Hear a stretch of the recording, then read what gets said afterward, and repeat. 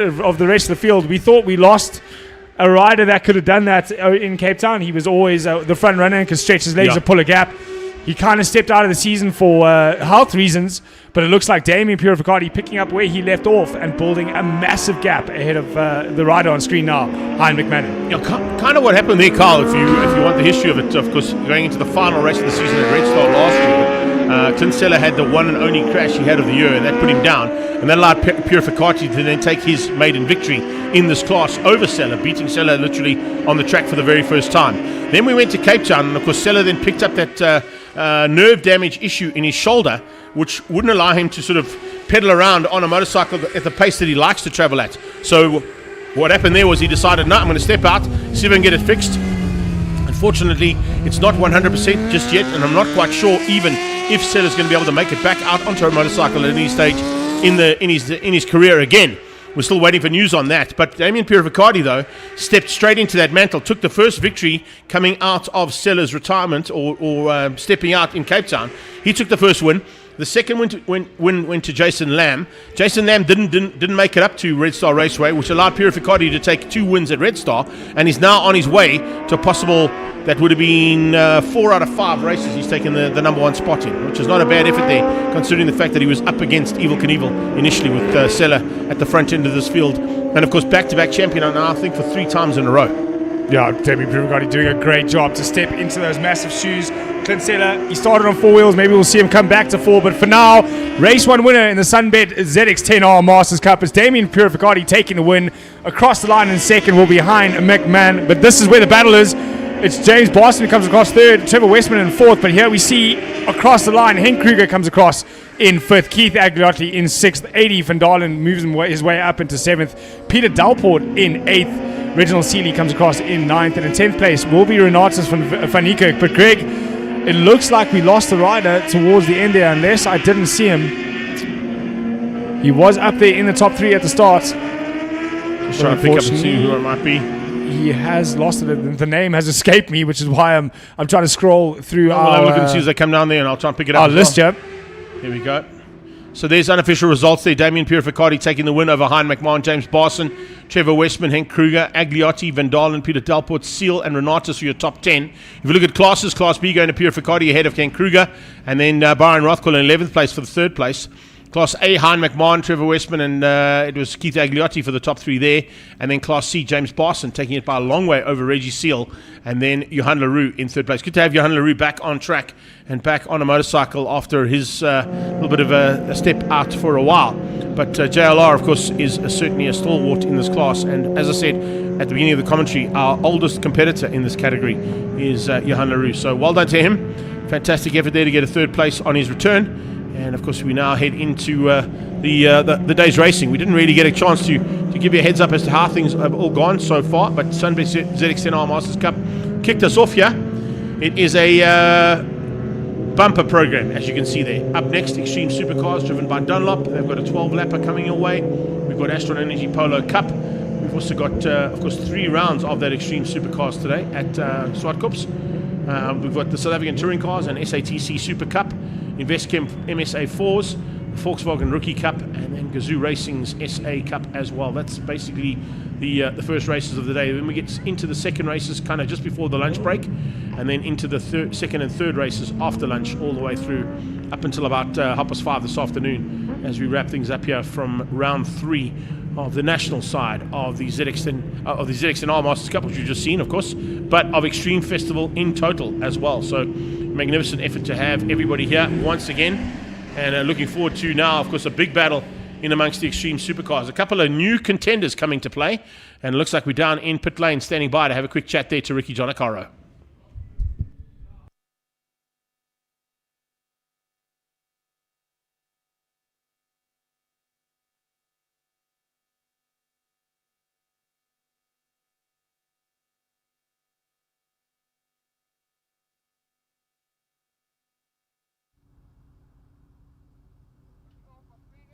So there you go, Ricky Jonacaro just giving us a little heads up as to what he's feeling for the day and how he's looking to try and bring that Ravenol and G&H Transport Extreme supercar of his. That's the Lamborghini Huracan, of course, which he pilots, but he's going to have to fight it out with Jonathan du Toit in a similar car, who's put it on pole position. Alongside him is Damien Hammond, who's stepped up for the first time, not in a Lamborghini, in a Mercedes-Benz AMG. So first time we're going to see him in a Mercedes-Benz AMG.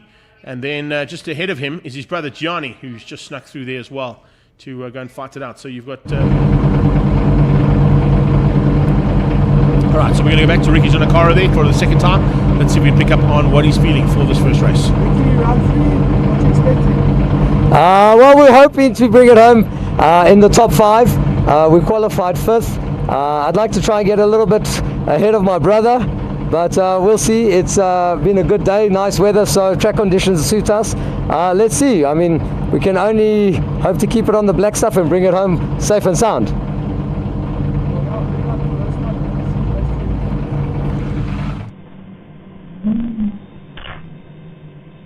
So time to rock and roll. We see the onboard shot here from Marius Action Jackson. He's about to roll out behind our man who we just caught up with there in that Ravenol and G&H Transport Lamborghini.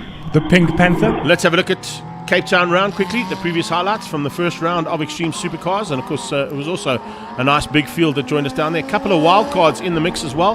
But it was literally a battle between Jonathan Du Toit and Charles Arangis that raged from the word go. Du Toit also pushing hard to try and get the victory away from Arangis. The battle between the two Giannacaro boys was also one to watch out for as Gianni stepped into the Audi for the first time. So I had to get used to some new machinery. All of a sudden, though, there were a couple of other cars thrown into the mix, including the likes of Charles Visser, who joined us in his Silver Dream Racer, the Porsche 991 GT3, I think it is. And he was in the mix. He too, of course, we saw a battle once again resume between the top two. And they were going to be tough to beat because the pace that they'd found over the weekend was arguably only matched by Visser. Giannacaro found a little bit more, Gianni that is, found a bit more in race number 2, so good to see that. And then we saw Marius Jackson in the mix as well. To the back end, fighting hard with Roy. And that new Porsche his was looking pretty tasty. Jonathan Du Toit would eventually get through on the Arangis and take a second victory to beat out the stablemate there. They were, of course, pushing hard for victories all day long, these two. And they were going to be a tough crowd to beat. Gianni Giannacaro had stepped out of Stradale Motorsport and back into the G&H Transport stable for the first time as well. So it was kind of an in-house fight. Being 3 rounds and 3 races, it was fantastic to see them all go to battle late in the afternoon again. Pretty much a similar kind of battle at the front end. But then, as I said, we had a couple of wild cards thrown in there to give Ant Blunden a bit of a run for his money as they came through there. And Jimbo Giannacaro for the first time as well, which we'll see today. Carl, you'll also see it later on as they come round to line up. Jimbo Giannacaro stepping out of his original Z4, that massively powered Z4 BMW out of G&H, and now in Gianni Giannacaro's R35. So you can see them just finishing ahead of each other there, but that was because of position on track. Gianni had a little bit of issues in the closing stages. So a nice way to kick things off for the Extreme Supercars driven by Dunlop, and a nice partisan crowd enjoyed all the race action from these supercars in Cape Town. And we're back live here at Zwartkops again. There is that R35 as I was just talking about with Jimbo at the wheel. Looking forward to going to have a really good battle there, I think, with Roy Aubrey, and keep an eye out on Mark Du Toit coming from the rear end of the field in that Ford GT1 of his. So it's very similar to what the old GT40 looks like, but of course the now type car that is based on the new road car, the new road-going version of the GT40, the GT1. And we'll be on board with Marius Jackson on a few occasions as well. He'll be in the mix, I'm sure, looking to try and give his usual contenders a run for their money. That ICAM on board gives us a great opportunity to go on board with him. And here we see Damien Hammond for the first time on the front row, first time in Extreme Supercars in a Mercedes-Benz. He has been previously, of course, piloting in the Lamborghini Trofeo cars, but now deciding to move up into the Silver Arrows. And the two of them going to be fighting hard because I think he's in for a run for his money as they go down towards turn 1. Let's see who's going to have what it takes to get that whole shot through turn 1. We go on board here with Marius Jackson heading towards turn 2, Castral Corner. And by the looks of it, Jonathan Du Toit's got the whole shot. Yeah, Jonathan Du Toit just getting the Lamborghini's legs stretched out there. It's going to be the AMG GT3 around the outside of Damien Hammond through 3.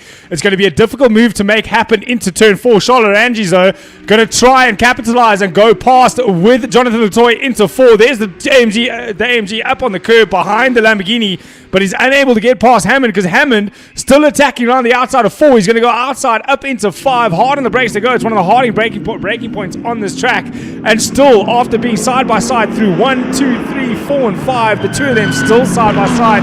This is going to give Damien Hammond, though, the left-hander, down into the last part of the circuit. We could see him eke past Jonathan Latoy and take that whole shot lead for him on the start of lap 1. Whoa! 3-1 doesn't go, ladies and gents. I was about to say, if he goes, there's no doubt about it, Charles Lorenz is going to go, and with him goes Gianni Giannicaro. So 2 positions lost in one corner there for Jonathan Latoy as they came out of turn 8. He opened up the door. Charles went with him, and as Charles went, Gianni said, okay, well, there's an open door. I'm coming with you. Thanks for taking me along. The Audi slots up into 3rd place ahead of that Lamborghini. Now, we know currently, and of course in the past, the Lamborghinis had the legs over the Audi. Let's see if that Audi can keep it at the front end and maybe stay ahead. And by that, maybe concertina up his brother, who's just in the background in the second of the Lambos.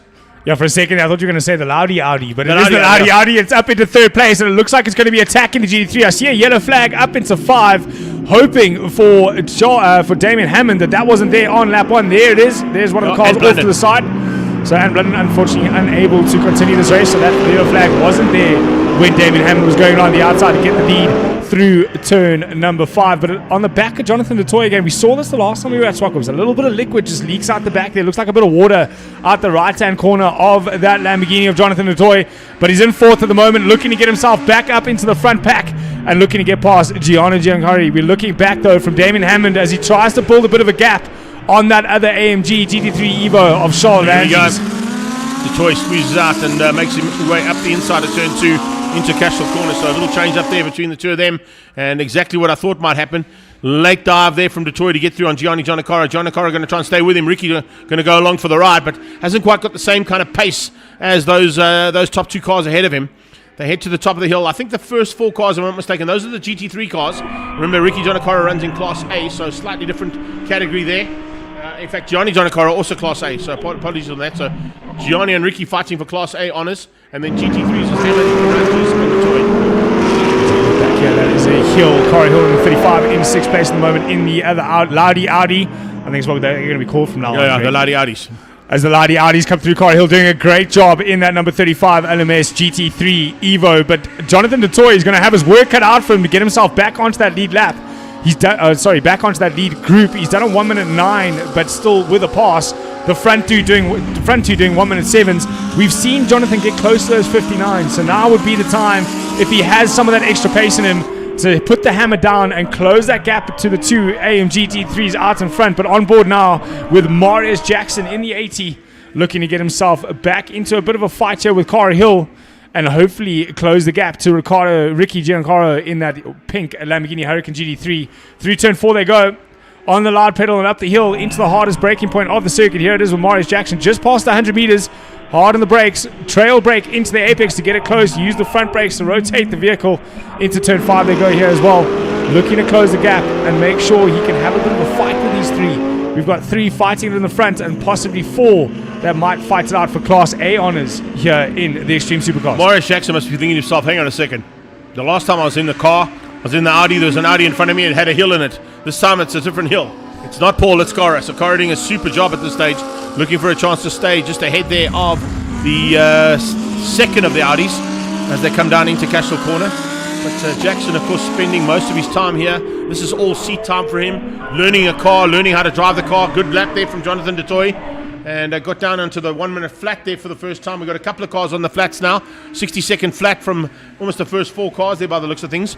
So slowly but surely getting these Dunlops to get up to race temperature. Once they're up to race temperature, bit of clean air. The ambient temperature is pretty cool at the moment, so the engines are going to be working really well. But just going back to that point, Jackson, of course, using Extreme Supercars driven by Dunlop as seat time for his international prospects that he's busy piloting at the moment in the Audi teams in the Middle East and in Europe. Well, that seems to be a great space for this Extreme Supercar class. A lot of youngsters now starting to apply their trade to the GT3 class overseas. We've got a lot of drivers out there trying to make their name and make a career in the GT3 scene overseas. And this is a good place for them to come here, cut their teeth, learn the car, get some seat time. So when you get overseas, when you get to Europe or when you get into the Americas trying to drive these GT3s, you have the seat time and you have a bit more experience behind the car, a bit more confidence, and you can push it to its limit. Speaking of pushing it to his limit, running 3 tenths quicker than the leader at the moment, Charles Oranges, 1 minute 0.4, but just behind him and a tenth quicker is Jonathan DeToy. So with quite a few laps left to run in this race, I think 7 laps left to go, we could see Jonathan DeToy close that gap to Charles Oranges, and it's about time that Charles starts putting big pressure on Hammond to try and save himself from the attack of Jonathan DeToy as this race carries on. I like the way you say put the pressure onto Damien Hammond. Damien Hammond is soaking that pressure up properly, man. You take into account that the 2 drivers behind him are seasoned campaigners in this category. Hammond has been in and out every now and again in Lamborghinis, has not been in an AMG GT3 like this car that he's in at the moment. And he's literally taken to the circuit like a duck to water. We see the rear-facing camera out of Damien's roll cage looking through the wing and back at the charging second AMG. Of course, here at the home of AMG Driving Academy, it's probably synonymous, and I'm sure Clint Weston's going to be pretty happy with the fact that you've got 2 Mercedes-Benz AMGs out front in an extreme supercar category. Doing an amazing job so far is Hammond. And it looks like, as I said, this car has literally been built for him, and he's just climbed in and said, this is the kind of car I need to be piloting. Yeah, you say first time out in that car on race trim. It's all good and well to do testing and do laps and get comfortable with the car at speed.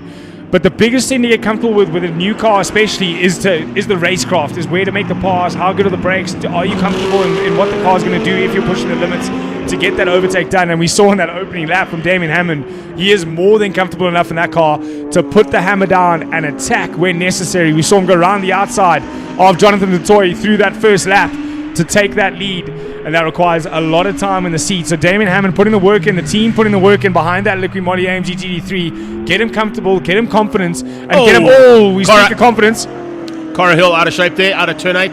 That's going to allow Marius Jackson through. Looks like she might have stalled out. She gets it going again, gets back on track. You're all expecting all-wheel drive there. Unfortunately, no, it's only rear-wheel drive on those Audis. They don't have the Quattro system in them.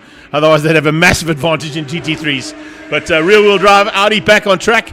Nice recovery there, considering it was only a little off. She had a little bit of room to play, and she's still got a little bit of time to still catch and pass and retake that position away back from Marius Jackson. Yeah, Cara Hill doing a great job just to keep that car running and get it off the clutch and back out onto the circuit. But turn 8 here at Zwartkops tricky. It tightens up on you. Sometimes you just drop a wheel off into the grass and it just kind of sucks you out into that outfield. As we have a look at the the battle between the Ford GT1 and the Nismo Nissan, the BIS 36. Yeah, that's Jimmy Giancara. Jimmy Giancara fighting there with Mark DeToy. I did say watch out for Mark DeToy. Remember at Passion for Speed, we were talking about Mark DeToy in that GT1 fighting with Hammond and Roach and all the boys in the Lamborghini Trofeo cars. He's now fighting Jimbo at the back of the pack, using this for a bit of development. I know that he's using that car for other series as well, and maybe a little bit of testing as well for Top of the Hill, because remember, we come back in July for Top of the Hill, and that car will definitely be in contention for possibly Classic Car Saturday, as well as the main event on Sunday too. So I think that's possibly why Mark's brought this car back into the field. Another car involved in the category, more importantly, but I think there's a bit of testing being done here from Mark to get that car up to pace for what he's going to be using it for in July at Top of the Hill. 12 extreme supercars out on track today, obviously all in their different classes, but 12 in total on the grid. As we have a look at them get past that Z4M of Ulisane, they've managed to get themselves past there without any sort of big gaps forming in the front three. Damien Hammond, he's seen how much pressure he's under. He's had to drop the hammer, increase the lap times, drop the lap times, but he's down back into the 1 minute 9s. He was able to do 1 minute 4s earlier, so maybe just a little bit too much push too early on. And the Dunlops are screaming a little bit enough. They've only got 3 laps to go though, and it looks like it deterred to Charles Randy. Good understeer out of there, eh? A little bit of a nose push on the exit there. Yeah, certainly early pushing into hard. the loud pedal. Coming into some back markers now, that could help out. I don't think Jimbo Giannacara is going to be an issue for any of these three. They'll probably just find a way through, and Jimbo being a seasoned campaigner as well and knows exactly how to place his car if he sees a steam train like this coming. I've certainly been in the same situation that he's been in right now, watching these cars come flying from behind. You just sit there and go, okay, you guys find a way past me. I'm not going to go. Lights flashing just to warn Jimbo that he's coming. The blue flags would have already been out, I'm sure. Jimbo's going to hold the inside line. Damien has to get hard on the brakes. Yeah, there we go. Around the outside. Here comes Charles. Charles going to try and capitalize on the inside line there. Charles Oranges side by side. Oh, a little slide from Charles. And there goes Jonathan wide of him. Jonathan had to take evasive action as Charles spun out. And that's going to allow Gianni Giannacara to squeeze through. Gianni Giannacara possibly up into third. Oh, well, I thought might be into second, but he unfortunately didn't get caught out. The Audi got back on track. The Lamborghini got back on track just ahead of the Audi. But there's big pressure now from Gianni. Gianni around the outside into Castro, trying to cut back on the Lamborghini as there was a bit of fracas in turn 8. It caused a bit of issues. Coming up on the back end of Jimbo Giannacaro, it's opened up a massive advantage now for Damien. Yeah, Jonathan Dutoy did everything right through turn 2 this there. out. Here's the replay. Down the inside goes Charles Ranges. He's up on the curb. That's going to start rotating the car, and I think there might have been a little bit. Yes, there was. No, there was a little bit of contact. I don't know. I don't think there was anything there. I don't think there was any contact. That was the wheel on the left-hand side on the curb that spun him out. He just clipped the curb, spun him out. I don't think there's any contact at all, but hey, that's you and me having a little go here. Yeah, a little bit We'll see what happens when we opinion. see the onboard footage. And listen for the tap. That should come a bit later on. Here we go. Down towards turn 8 comes second and third place now. Jonathan Dutoy and Gianni Giannacaro. Gianni Giannacaro can smell a second place, and that'll be a Class A car up into second place if he gets it right. And what is that? 2 to go. No, last lap. Last lap to go. Jonathan Dutoy a little under big pressure there from Giannacaro. It looks like there's a little bit of blood in the water if you can get that move done. But Jonathan did a great job on the previous lap here into turn 2, just to slow it down on the apex enough so he could get on a loud penny early and make sure he was safe through 3 into 4. So Jonathan Dutoy doing a great job to hang on to that second place from Trans Africa Racing. But it's all about Liqui Moly AMG GT3 of Damien Hammond out in front. He held off the advances of Charles Ranges, and he was able to maintain that lead and grow a gap due to that incident. And it's going to be an easy run home for Damien Hammond here on the last lap of the Extreme Supercars. Hammond looked in the rearview mirrors as he saw Charles Ranges spinning out going, okay, well that's it, I've got this one now. He would have possibly seen the Lamborghini have to take evasive action and go onto the grass. Maybe thinking to himself, maybe that Lambo didn't get back on track. He would have just caught a glimpse of him as he turned in to take the checkered flag. But done deal. Damien Hammond wins out on debut for AMG in the Mercedes-Benz for Liqui Moly as well. Changing up their normal sponsorship, of course, of Trinity Advanced Security Systems. This is Marius Jackson coming out of turn 6 and 7, heading down the hill there. Jackson looking to wrap things up. He'll get, I think, third place in Class A. Yeah, nice run there from him. And just behind that, Jimbo Giannacaro just going to be outgunned there by his good friend Uli Sana as they come to the line in the Z3 or the Z4. So a nice run there to the line there from Uli Sana's point of view. But wrapping things up, here comes Cara Hill down the hill. Is that, did I see? Yes, the Lamborghini is back on track. So it looks like Ant Blunden got that Lamborghini fired up again, back on track, but a couple of laps down behind Roy Aubrey as they come to wrap up the first heat of 3 today of the Extreme Supercars driven by Dunlop. So there's unofficial results for you, Carl, as you can see there. GD3s, it's Damien Hammond ahead of Jonathan Dutoy and Charles Ranges. Class A goes to Gianni ahead of Ricky and Marius Jackson. Class B to Aubrey. The classic GT3 class goes to Mark Dutoy. And then Class D to the only car out there, unfortunately, for Uli Sani. But you've got to be out there to be in it to win it. So well done to Uli for that 11th place overall and the win in Class Ds. Blunden got the car going again. They'll probably be checking that out down at GNA's Transport in between the Heat 1 and Heat 2, which of course is just before the lunch break here for Extreme Supercars. So stand by for a little bit more action from them in a few moments' time. But we'll be waiting for the first heat of Astron Energy Polo Cup to make their way out onto the circuit in a few moments' time.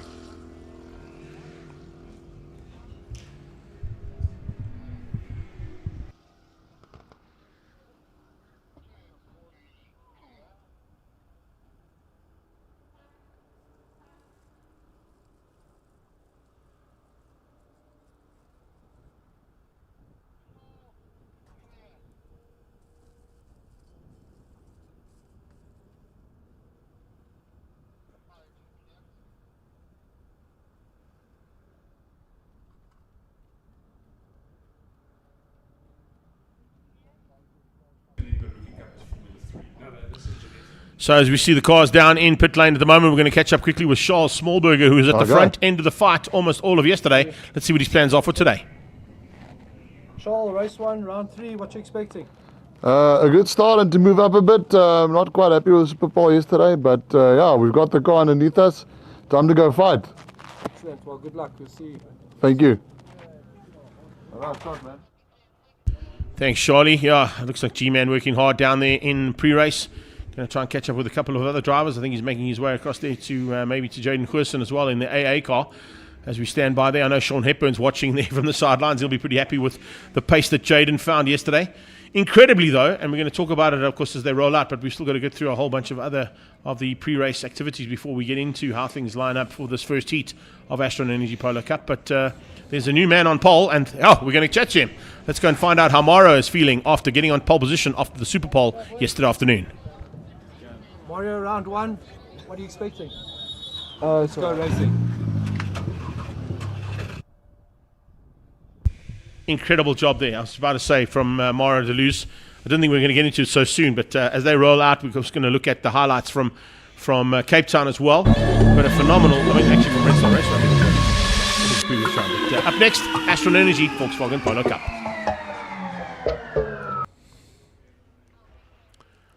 We headed to Mpumalanga and the Red Star Raceway for Astron Energy Polo Cup's second round of their championship.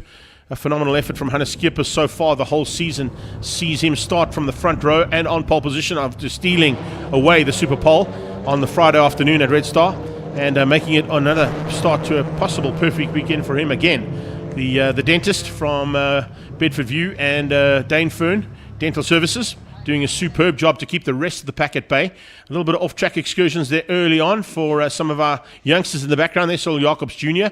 Getting together there, and it looks like some fun and games still to be had by them, and Liam Crystal in the mix there as well. We had Srin Rajpal giving us on board as Chris Tate had a slightly better start to his season in Polo Cup as the reigning Rookie Cup champion, and didn't quite go according to plan down in Cape Town, but he certainly found much better pace here at Red Star Raceway after the second round got underway. Tate was putting pressure onto Josh Moore, a fellow rookie who'd stepped up into the Polo Cup, and Mara Deleuze was just ahead of them. So Deleuze already showed pace at Red Star, and he's just capitalized on it here today to put it on pole for Zwartkops. But no one was going to catch Hannes Schippers. Charles Smallberger was pushing hard to try, but unfortunately the Sabertech car just didn't seem to have the same kind of pace as what that Works Motorsport machine was doing for Hannes Schippers.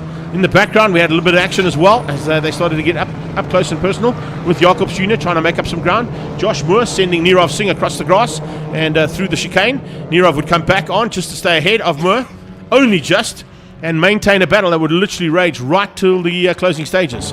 In the closing stages, Hannes rolled off ever so slightly, allowing Charles to close the gap down a bit for race 1, but it would be 3 out of 3 for Hannes Schippers as he came across the line to take his third victory of the season and keep that perfect run going. Absolutely amazing stuff from them. In the Masters category, it was Wayne Masters who'd been at the front end initially.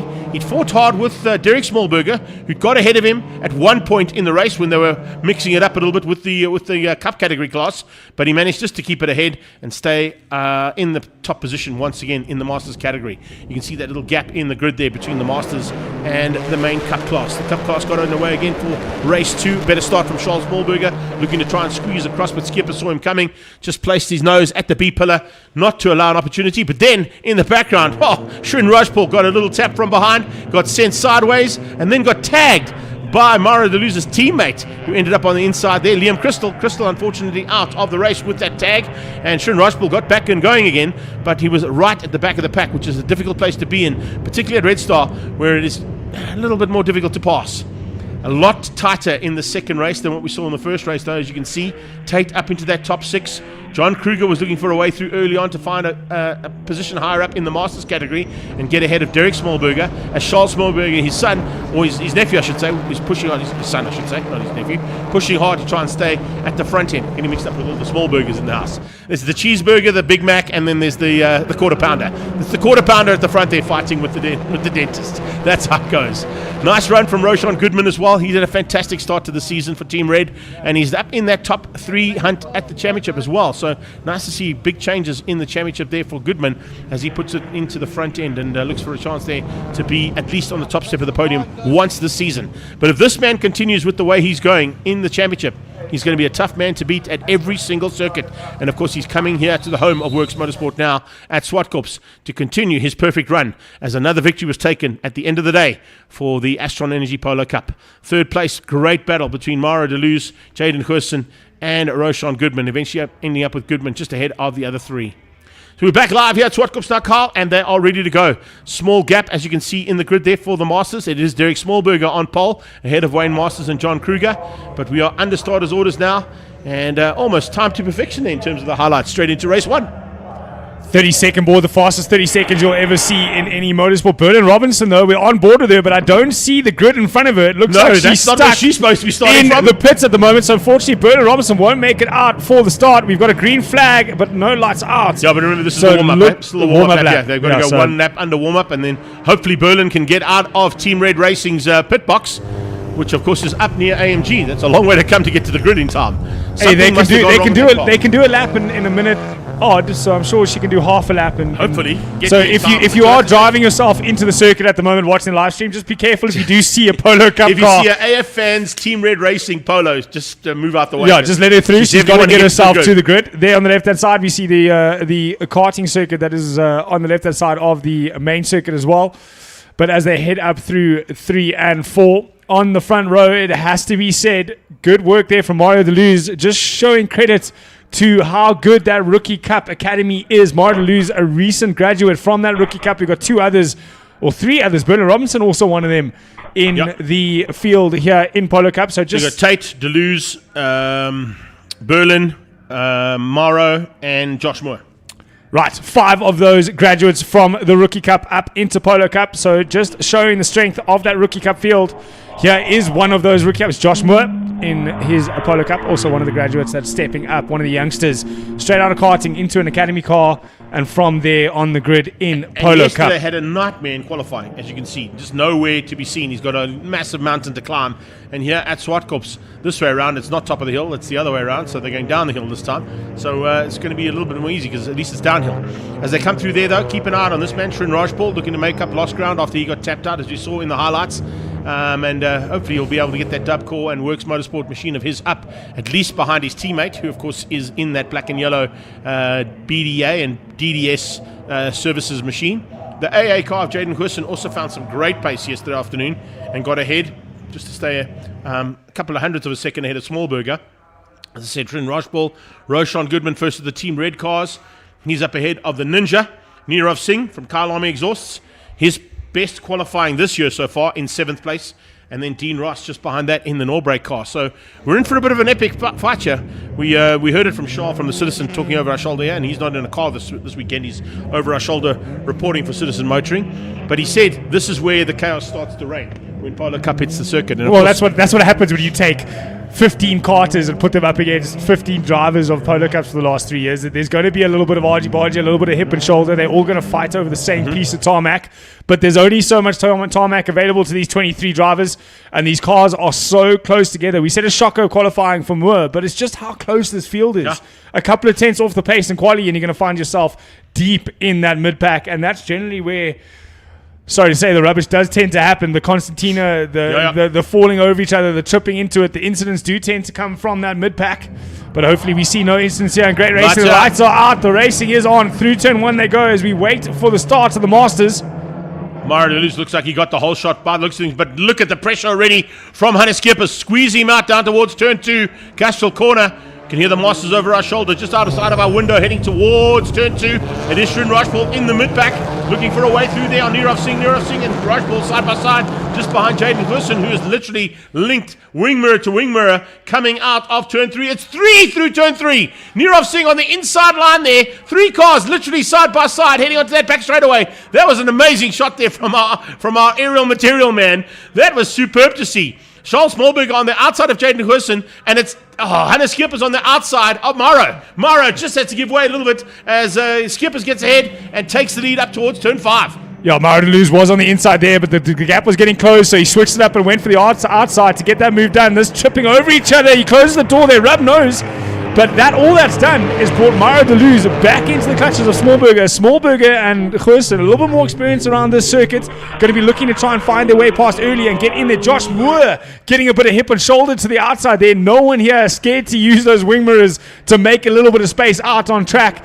The door being used just to move a little car a little bit over here, left and right. We saw 3 abreast at one stage. Turn 2 on lap 1 looked like peak hour traffic in the middle of Sanson. It did, eh? It looks like a Monday morning heading to studio. Hard on the brakes, inside line from Goodman, looking for a way through, can't find it. Jaden Hussen slams the door shut. Nirav side by side again with Srin Rajpal as they come out of Castile corner.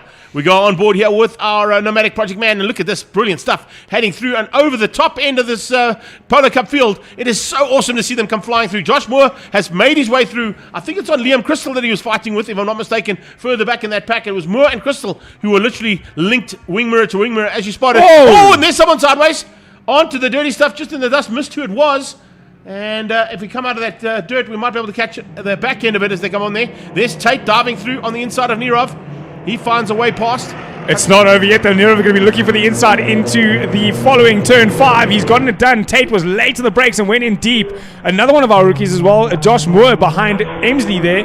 Milan looking for a way past on him down into the harder braking point of the final corner. A little bit of a lock-up of the brake from Singh. Tate was a bit early. He's down the inside. That looks like it's thrown Milan off and put him into the clashes of Moore. This is a battle royale all the way through the field. All of this battling, though, has allowed Hannes Skeepers just to get a bit of breathing room at the moment. Yep.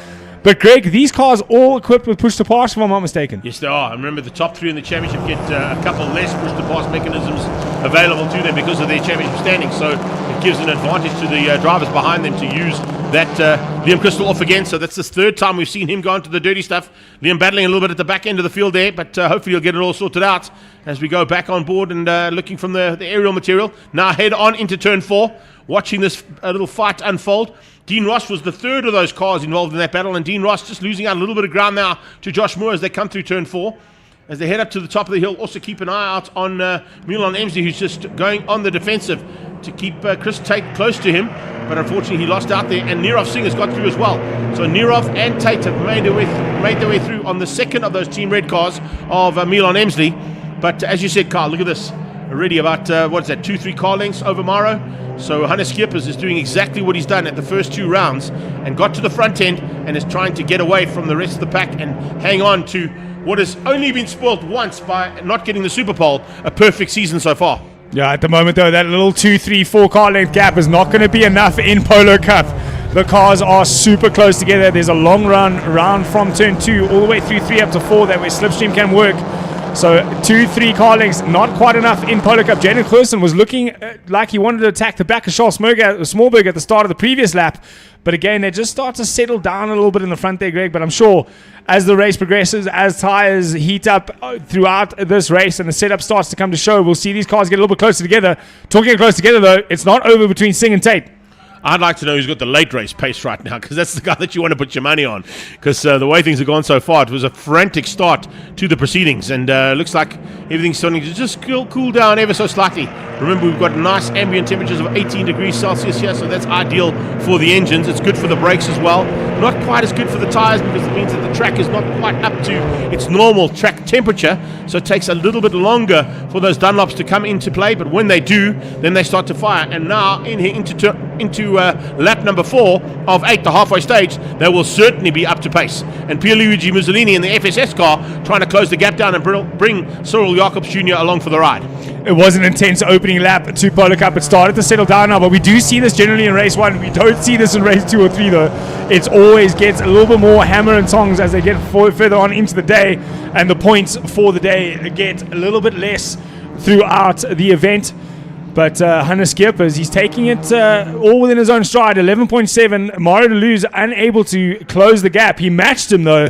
So a pace very, very close together, but not enough to close that gap between Mario Deleuze and Hannes Skeepers. But it looks like Jaden Goosen seems to have closed that gap with Charles Smallberger, and we know Goosen isn't going to hang around. He's not going to wait for an opportunity to get past. He's going to make one happen as they head up into turn Reminder number 4. for everybody at Zwartkops, the last time we were at Zwartkops in Astron Energy Polo Cup, Jaden Goosen took a double victory at the last round of the championship last year, despite not scoring points in the championship and coming in as a wild card debut driver, a double victory. So he certainly knows what to do in a polo around here, and after he's picked up the AA sponsorship, hopefully Sean has said to him, listen, if one of the cars breaks down, don't worry, you don't have to stop and help. You can continue racing and pushing hard to try and get to the front. Josh Moore has closed the gap down on Milan Emsley, and there's a bit of a fight on now for those last part of the single digits on this track. 9th place up for grabs here. Make that 8th and 9th because Nirav Singh is just up the road from them, and the man from Karlami Exhaust is working triple time to keep out some youngsters. Coming along for the ride is Dean Ross, and with that comes Mussolini and Cyril Jacobs Jr. So we've got a 6-car battle for what is 8th and 9th place on track. Yeah, Cyril Jacobs Jr. making a step up from NX Legends into Saloon Cars. Charles Smallberger starting to feel the pressure from Jaden Goosen, having to go defensive onto the inside into 4. That's going to give Goosen a good run from 4 up to 5. So it'll be interesting to see if he's going to make that move stick up into 5. But here is the second pack battle. Goosen, I can see on the outside of Smallberger on the brakes there, but we're on board with Josh Moore as they get on the brakes here for 5. You'll see them Constantina and close up, and they'll open up again as they get off onto the exit. But Josh Moore just not close enough to make any moves there in this second or third pack of the Polo Cup. The second pack is really starting to heat up here big time. As I said, Mussolini and Ross have joined the party. As we watch Tate closing the gap down now onto the back end, by the looks of things, of Shrin Rajpal. That's to get into the top 6 overall. That's where you want to be, because top 6 is where you want to be scoring those big points. Just out of that top 6, you're not scoring what you want to. Remember, they take 20 points for a victory in this class. Next up, of course, you go down to 17, then 15, 14, 13, 12, 11, 10, all the way down to 1. Oh, send down the inside. Oh, that Josh door was Moore, closed late. And he's on the inside. He might get the drive here. I think he's actually got it. Yes, he has. Josh Moore timing that to perfection, as Dean Ross made a small mistake on the brakes down into Castrol. But we've seen in Polo Cup before, getting the inside doesn't mean you're going to get the move done. They can run around the outside against the 4. It was a 2-car battle. Now it's a 3-car battle. Up onto the brakes, into 4. Around the outside they go. No, Ross holds onto that outside line using these Volkswagen Challenger. Oh, Moore! No, he just puts it onto the dirt. Dean Ross just putting it on the dirt there slightly. Moore forcing him wide and just putting a small mistake onto Dean Ross. I was just about to give him, I think I gave him the commentator's curse actually, but I was just about to say to him that with his Volkswagen Challenge experience, he'd know exactly how much grip is available on the outside of that corner. Unfortunately, wasn't enough for him though. And Yeah, there you can see, Jacobs Jr. diving through on Mussolini. We spoke about it in commentator's curse, just using that outside door, just opening it up to the edge to make sure that if a driver is behind you and still trying to hang on to that back wheel, that you make sure you let them know that the track is slowly running out. So Moore getting the move down the inside, just opening the door a little bit earlier off the apex, and unfortunately Dean was running out of track very, very quickly. If you've just joined us at Extreme Festivals Round 3, a big welcome to you here on our live stream. Thanks for joining us around the world. I know that we've probably already picked up on New Zealand and Australia. We're heading into the Middle East right now. And later on this afternoon, of course, we're going to be heading into, of course, the United States and to the Western Hemisphere of the world. But right now, it is Hannes Schippers, and he is on his final lap and heading to the top of the hill with a bit of breathing room there of Amaro Deleuze. Deleuze is not going to give up without a fight. He's going to take him right to the line. And Jaden Hurson looks like he might be diving up the inside for 3rd place to get ahead of Charles Smallberger. Here they come. Watch in the background. Is it the yellow car first? It is.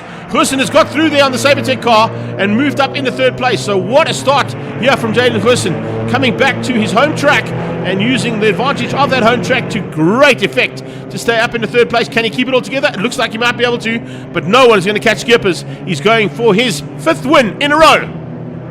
Hannes Schippers takes it from Mara Deleuze. It's going to be Hurson for 3rd. Just going through there in 3rd place is Jaden Hurson. Yes, he gets it over Charles Smallberger, then Roshan Goodman. And then behind that, it was Shrin Rajpal for the top 6 in Polo Cup. Didn't catch much of the Masters, but I think it was Wayne Masters who got the Masters victory, if I'm not mistaken. Yes, it was.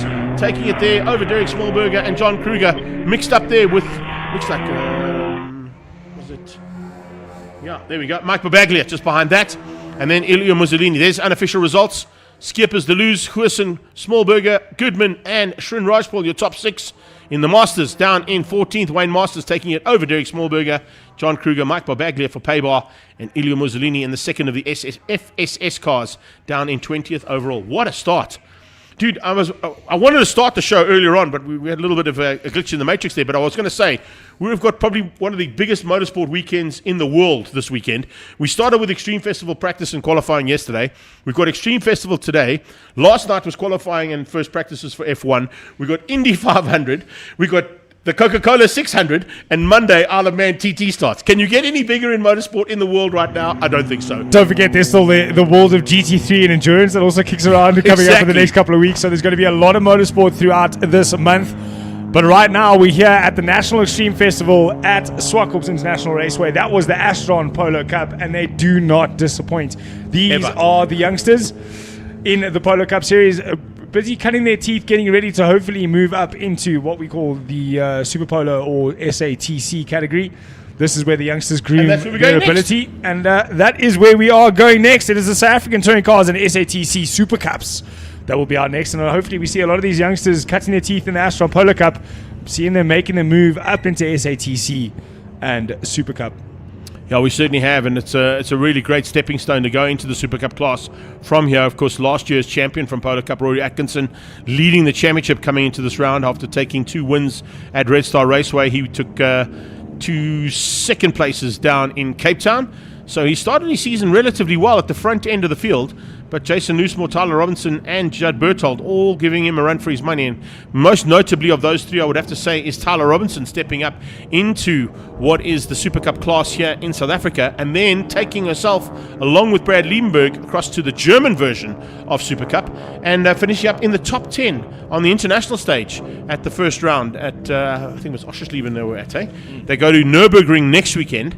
And of course, we've just seen 17 South Africans last weekend at the Nürburgring. I can't remember how they were. There was a lot. There was about 7 though. Yeah. The Funderlanders, the Pepper, and of course Mahotsi joining a couple of other drivers involved, including of course some big efforts being put in by our top boys to finish up on the podium as well. So I think at a sold out event. Yeah. First time ever in the history. At Sold out Nürburgring. event at the Nürburgring. But I think that's what's changed up in terms of that class and that category is the fact that it's become such a popular event and such a competitive class that people all around the world, wherever they go now, they're going to sell out, and they're going to have hopefully sell out crowds like we got here today at Zwartkops, because it's a pretty big crowd that's out on that banking, as you can see out of our window, and that's always a great indication that Zwartkops is full up. Despite all of the other international fixtures that are happening. But hope you're watching from all around the world on our live stream as well. Remember, going out on Facebook and on YouTube. So if you are watching, please do us a favor. Go and tell all your friends and fans and family about us and pass it on so that we can grow the footprint of what Extreme Festival is becoming around the world, not only here in South Africa. And of course, we're here at the home of the Extreme Festival of Motorsport, Zwartkops International World of Motoring. Standing by for the South African Touring Cars up next.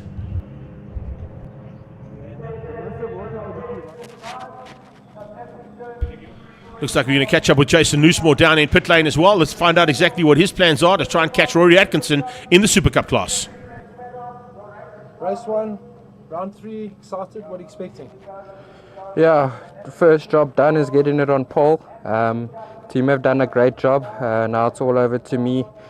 Get off the line well, manage the pace from there, keep the tyres in good nick for race 2. And hopefully can get the fastest lap to get pole position for race 2. Car going well, obviously, on pole, so yeah, good luck, yeah?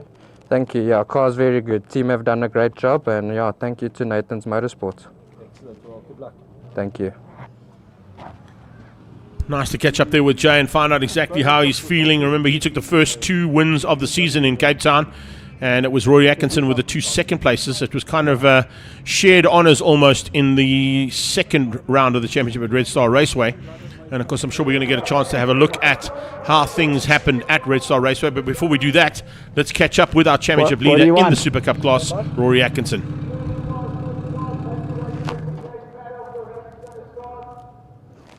Race 1, round 3, what are you expecting?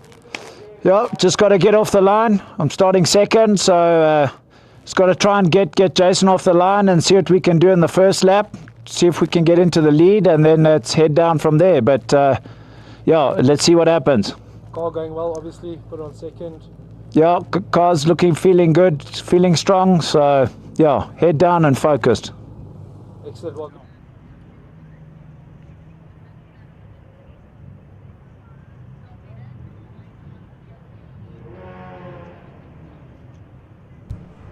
So a big fight expected in the Super Cup class, but I think there's going to be an even bigger one in the touring car category as well. Julian van der Walt currently stands on the top step of the podium and leads the championship points over Casey Ensor-Smith. It's, what are we looking at, about 4-point difference between them. Casey Ensor-Smith having a fantastic start to his debut into touring cars, taking the inaugural victory at the Killarney International Raceway, and then doing a superb job in the second heat as well to finish up in the top 3. Tyler Robinson has had a fantastic start to her outing in Super Cup. Let's find out what the number 27's got planned for today. Tyler, race 1, round 3, you're on 3rd place. What are you expecting the race to be like?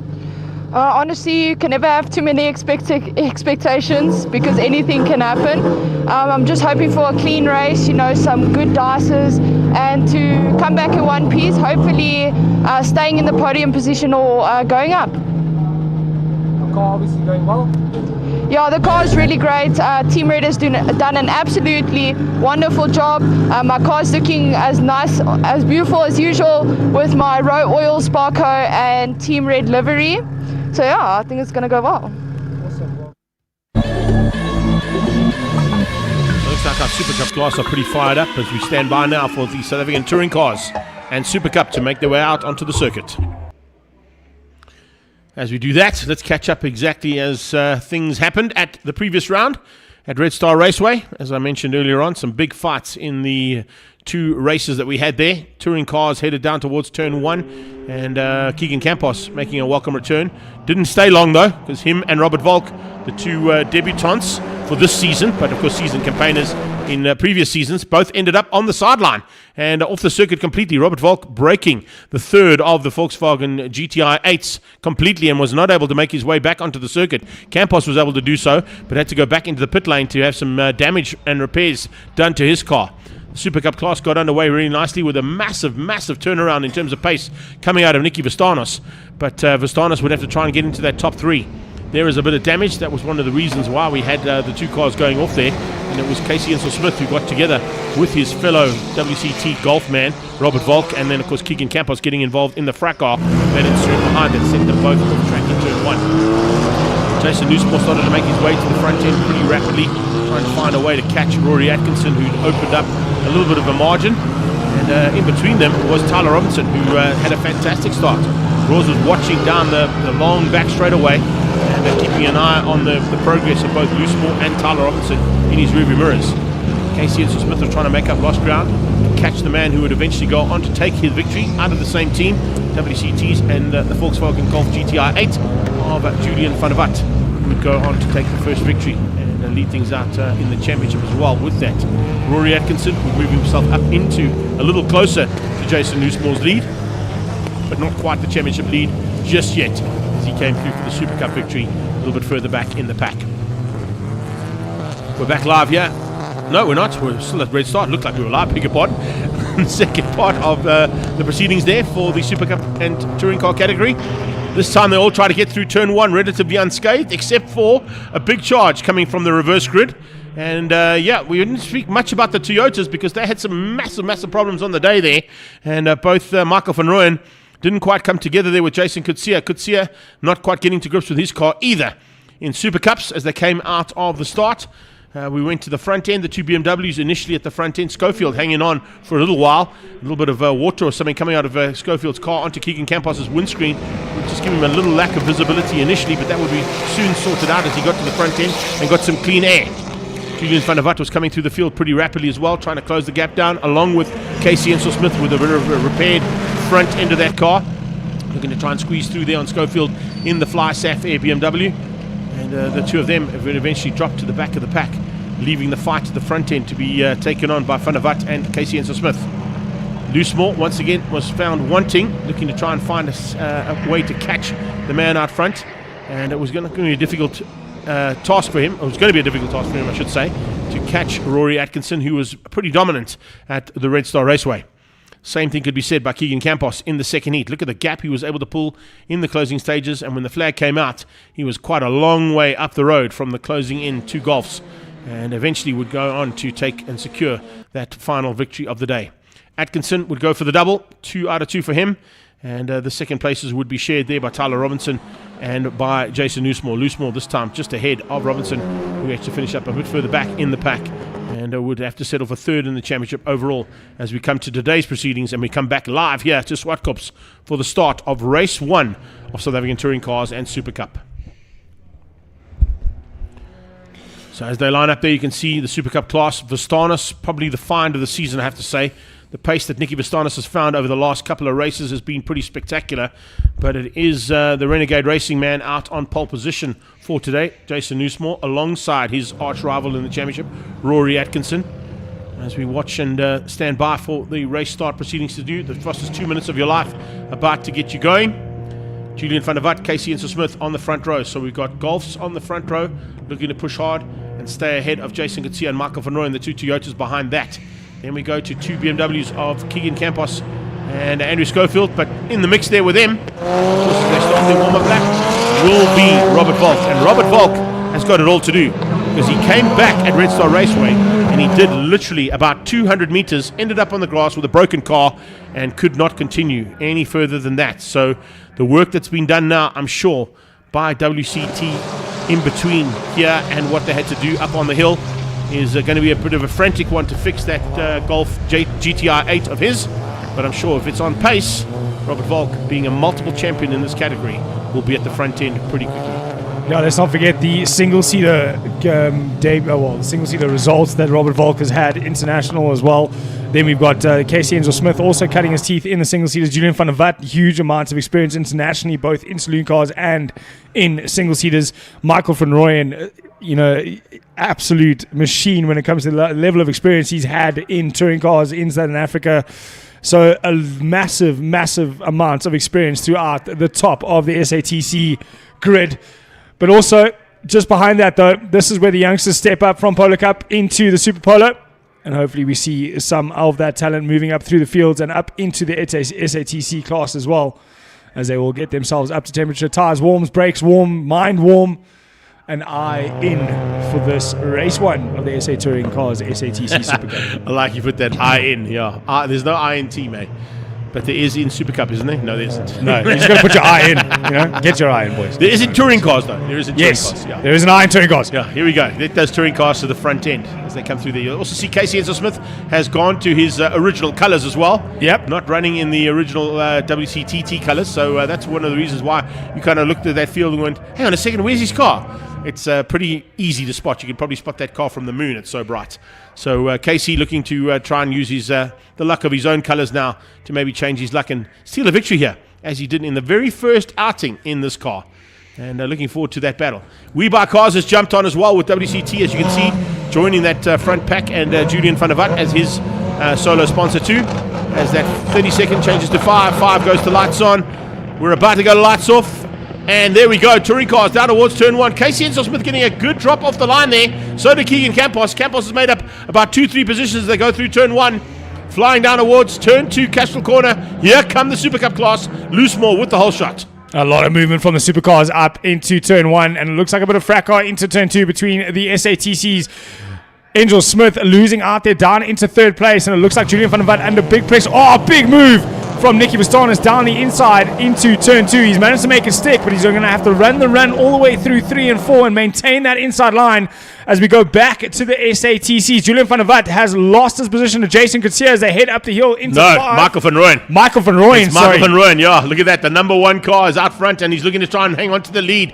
So the champion wants the lead of this race as he goes past the headquarters of Gazoo Racing. Someone's off there in the background. Looks like Nicky. Could be. I think that might be Loosemore, actually. I think that might be Loosemore who went off.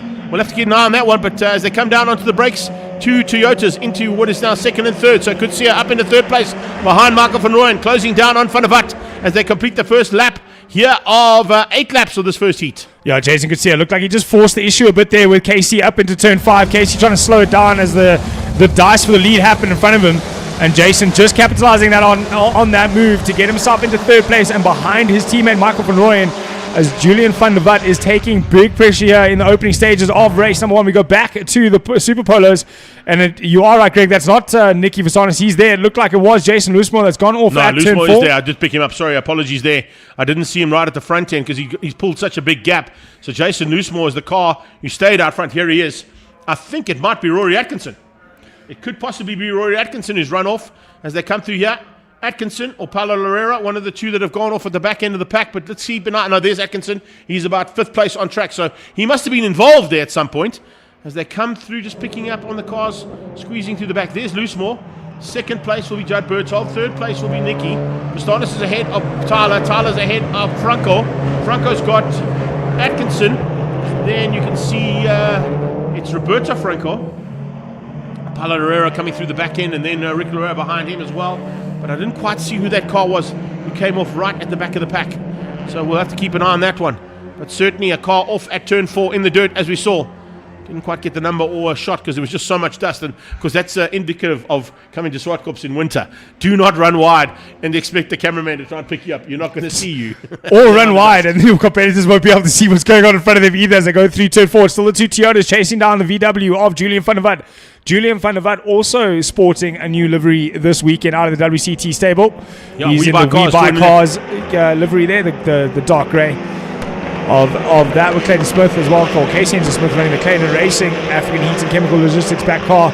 but he's starting to feel a little bit of pressure from that one series of Keegan Campos. The last time we saw him out here in that BMW into this particular corner, it didn't quite end well for him as the brake pedal shot down to the floor. Yeah. But hopefully we see no more of those issues here with the BMW as he puts pressure on Casey Enzo-Smith, trying to get himself past him and up into that battle for the podium.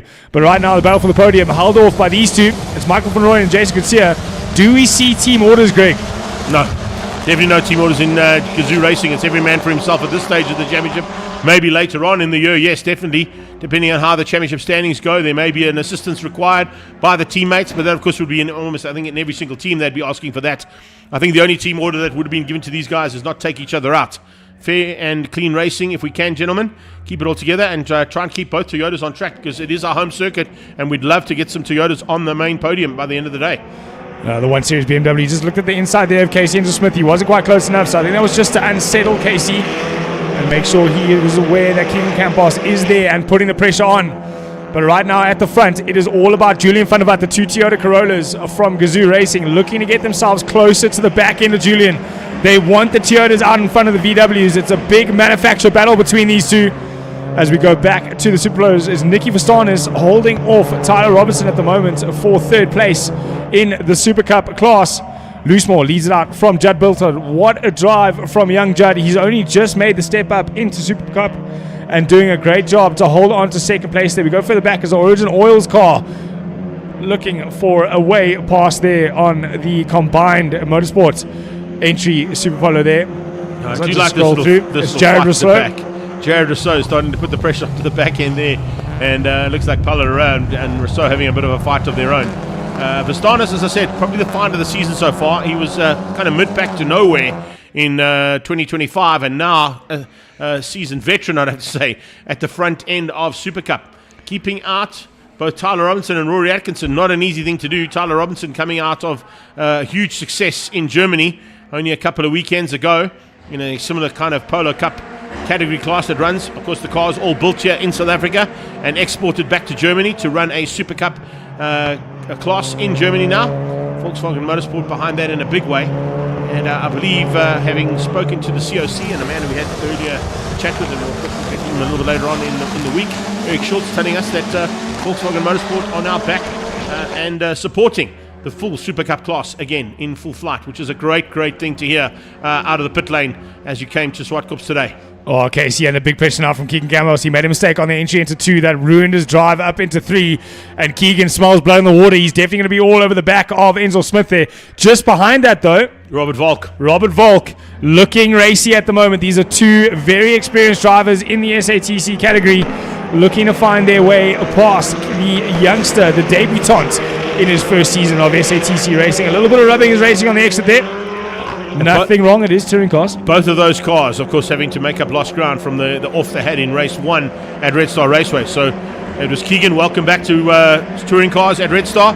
Robert Volk, a massive welcome back to him after a big sabbatical, and the 2 of them went 200 meters down the road and then went into the grass patch. So they have certainly got a huge amount of work to do to get themselves back into the running and at least up into that top 4 in the championship to get ahead of Jason Garcia, Andrew Schofield and Casey Enzo-Smith. But right now, they are behind Enzo-Smith, they are behind Jason Garcia, and they're behind Michael Van Rooyen, the number 1 plate, who sits in 2nd on the road, closing things down on that We Buy Cars machine of Julian van der Walt.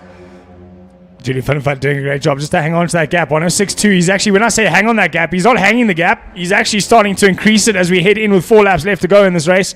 So Jason, we have a look. Sorry, I was looking at the wrong gap. But it is 0.8 of a second at the moment. It was 0.6. Oh, big send down the inside. Campos got it. Big move there from Keegan, only sideways. I like it. Catches it coming out of turn 6. Slides into turn 7. Casey going to try to come back at him on the inside of turn 8. Can he make it stick?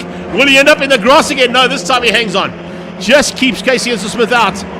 Very close there between the 2 of them. And Robert Volk says, okay, well, if I can get an open up door just as big as that one, I'll take it as well. I think Keegan Campos making that car as wide as he possibly can by putting it sideways on the exit of turn number 7 down to 8. Maybe just a little bit earlier onto the loud pedal and had to hang on to it. He hung on to it well, but it looks like Casey's starting to struggle a bit for pace because up the inside of him at the moment is Robert Volk as they head on the entry into turn number 4. There's Keegan Campos out in front of them as the leaders come through. And here comes Robert Volk on the brakes into 4. Highly unlikely that Casey's going to outbrake Volk into turn 4.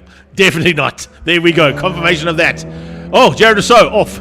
I think that was the car that went off earlier on, so apologies. It was Jared Rousseau that went off earlier on. Getting confirmation of those colours. And watching the car from the rear end, it was Jared Rousseau who ran wide at turn 4. So sorry to all of the Jason Loosemore fans for getting that one wrong. But I just caught the back end. It was a glimpse of it through the dust. So I had to assume that it might have been one of the front runners, but it wasn't. It was Jared Rousseau, who of course was also a debutant in the Super Cup class. Toyota of Jason Garcia not looking as healthy as it was a few laps ago. 2 laps left to go. That car not looking good. Oh, he's got big problems. Being outgunned by 2 BMWs, and now the second of the Golfs goes through there as well, and the third one as well. So 2 BMWs and 2 Golfs going through there on the second of the Gazoo Racing Toyota Corollas. Unfortunately, it's Jason Garcia to the back of touring cars at this point. Yeah, 2 laps left to go, so obviously a mechanical issue on that car, just slowing it down. I saw the gap close really, really quickly, and then we saw down into turn number 1 how slow that car actually was. There is Nicky Verstanis holding off Tyler Robinson.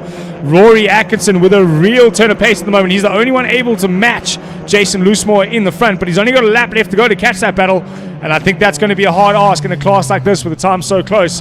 But Rory Atkinson definitely putting the hammer down to get back onto the back end of these two, Nicky Verstanis and Tyler Robinson in front of him, and maybe try and return the favor or try and get himself back up to the spot he was at the start of this race after that first lap track off. Tyler and Rory going to push to pass as they came onto that back straightaway.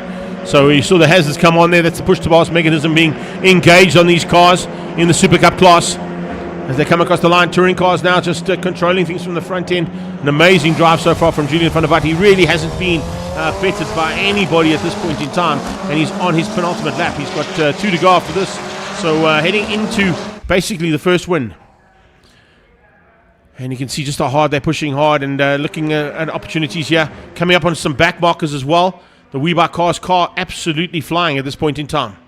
What a way to debut a new livery and a new sponsor. Get out here at your next round and put that WeBuy Cars VW Golf GTI on the front row, and then finish that off with a race win, and he won. There's only 1 lap to go and the flag is out. He's got a couple of corners left to make that WeBuy Cars Golf Mark 8 the winner here in race number 1 of the SA Touring Cars. Into the final corner they go, and it will be Julian van der Walt that will take the win out here in race 1. He'll hold off the advances of Michael Van Rooyen. Jason Kutsia, unfortunately, falling out the bus with a mechanical problem. That gives Keegan Campos his 3rd place in Heat 1. Robert Volk will come across the line in 4th. Casey Enzel-Smith, a few issues throughout that race, kind of lost a bit of pace. He's down in 5th place, and Andrew Schofield will cross the line in 6th. Jason Kutsia, a lap down, and obviously putting that car into the pit. Oh, there he is there, the 77, just ahead of our current leader in Super Cup. That is Jason Loosemore, and I'm sure Jason Garcia will just get out the way. The battle of the Jasons. Yeah, who's going to be the best Jason here? Jason Loosemore, by the way. It will be Loosemore as Kutsia puts it into the pits after it parks that ailing Toyota Corolla. But across the line with Nathan's Motorsport, it will be that of Jason Loosemore. In 2nd place will be Judd Berthold. Great drive from him. Nicky Verstanis making a hard charge at the end there to try and catch up, but not quite close enough. He's in 3rd. 4th goes to our travelling racer Tyler Robinson. Rory Atkinson in 5th. David Franco will come across in 6th with Rick Lorero in 7th. There's your unofficial results. Van der Walt, Van Rooyen, Campos, Volk, Enzel-Smith, Schofield. Your top 6 and the first 6 in SA Touring Cars. And then your winner in 7th place overall in the Super Cup class, Jason Loosemore, beating out Judd Berthold, Nicky Verstanis. His first overall podium as well there in Super Cup. And Tyler Robinson just ahead of Rory Atkinson. Those two will be scratching those helmets. There's going to be some work being done down at Haupt Racing and at Team Red to get those cars back up to pace, because they are, of course, the top 3 in the championship, Loosemore, Atkinson and Robinson. And if they're finishing in 4 and 5, and Berthold and Verstanis have found something special this weekend, there's going to have to be a change in thought and maybe a change in setup for those cars heading into the second race later on today. And remember, it's only 2 heats of Super Touring Cars and Super Cup today. We're going into the first heat of single-seaters in a few moments' time as we stand by for MSA4 to join us here at Zwartkops.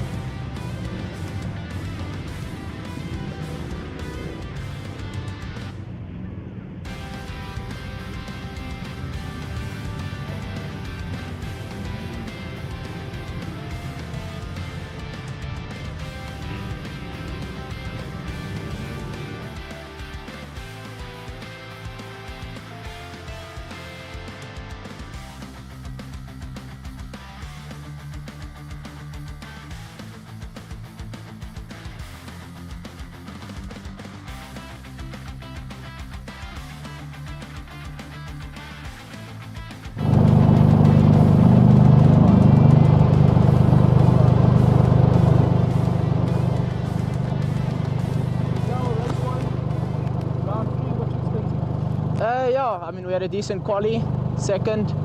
So looking to get to the front as soon as possible and just run away with it. Car running well? Yeah, some gearbox issues in quali, but we think we got those all sorted.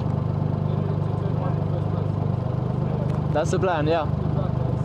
Thank you.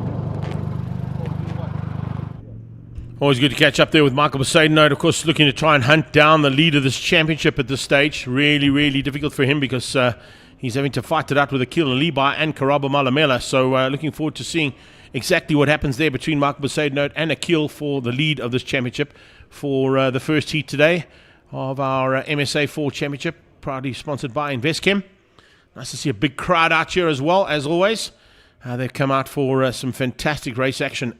And looking forward to some big battles now in amongst the single-seaters. And, of course, a battle that had to be won off the track before we even got here with Shrin Naidu was to try and find where his car was. Unfortunately, his driver and the trailer that his car gets transported in was hijacked halfway through the week. Let's find out how Shrin's feeling as we head down to him now in pre-race. Shrin, race 1, round 3, what you expecting? Well, we managed to get a good qualifying. We're struggling with the car yesterday, so quite relieved to be on pole today. Previous round, we didn't have the best start, so I just want to get off the line well and then take it from there. Excellent. The car running well, obviously. Yes. I thank my team and thank you to everyone in Investchem and the MSA community. Obviously, my car was hijacked this past week, so I want to thank everyone for getting it back. Good luck. I will see you later. All right, thank you.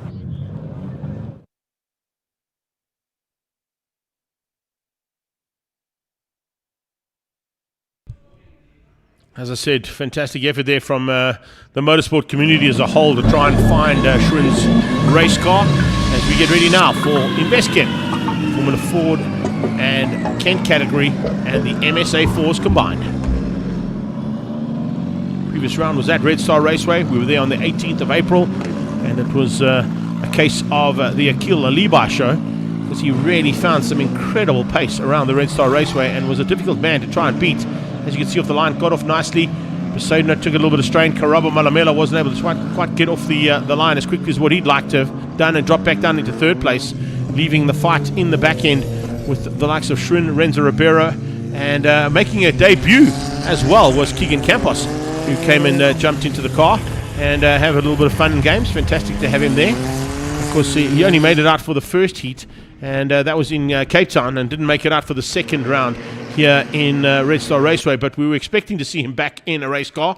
Unfortunately, he had some dual duties to do on the day, which we saw just earlier on in the highlights package for touring cars, and he concentrated his efforts there.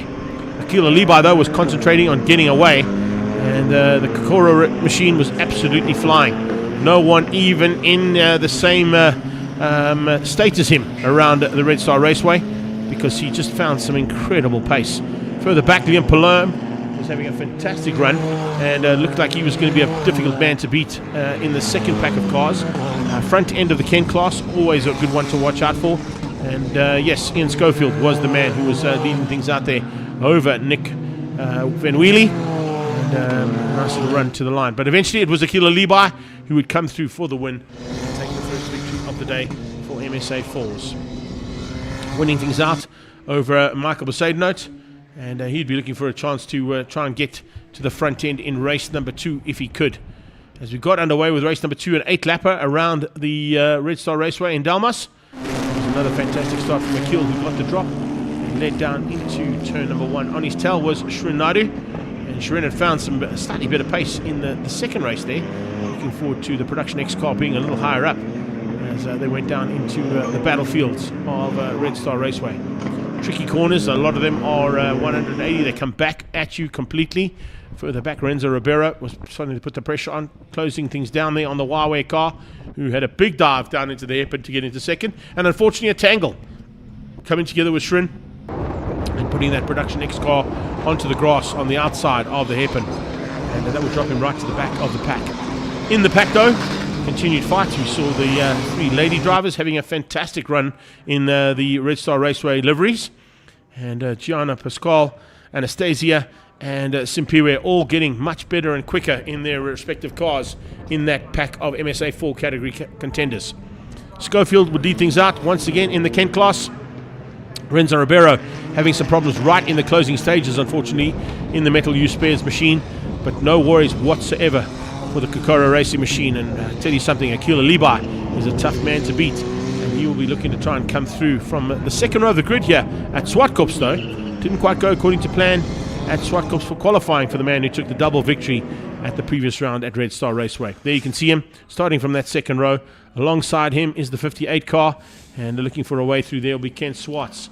Chase Haskins and Liam looking for a chance now to also be at the front. And Palome, of course, is a man to watch out for because he's found some serious pace, as has Karabo Malabela around this circuit in the past. We go to 30 seconds. We're about to go to lights on and lights off. And MSA4s are about to light up the skies here for us and get some Dunlop rubber down onto the track. There we go. Drop the hammer.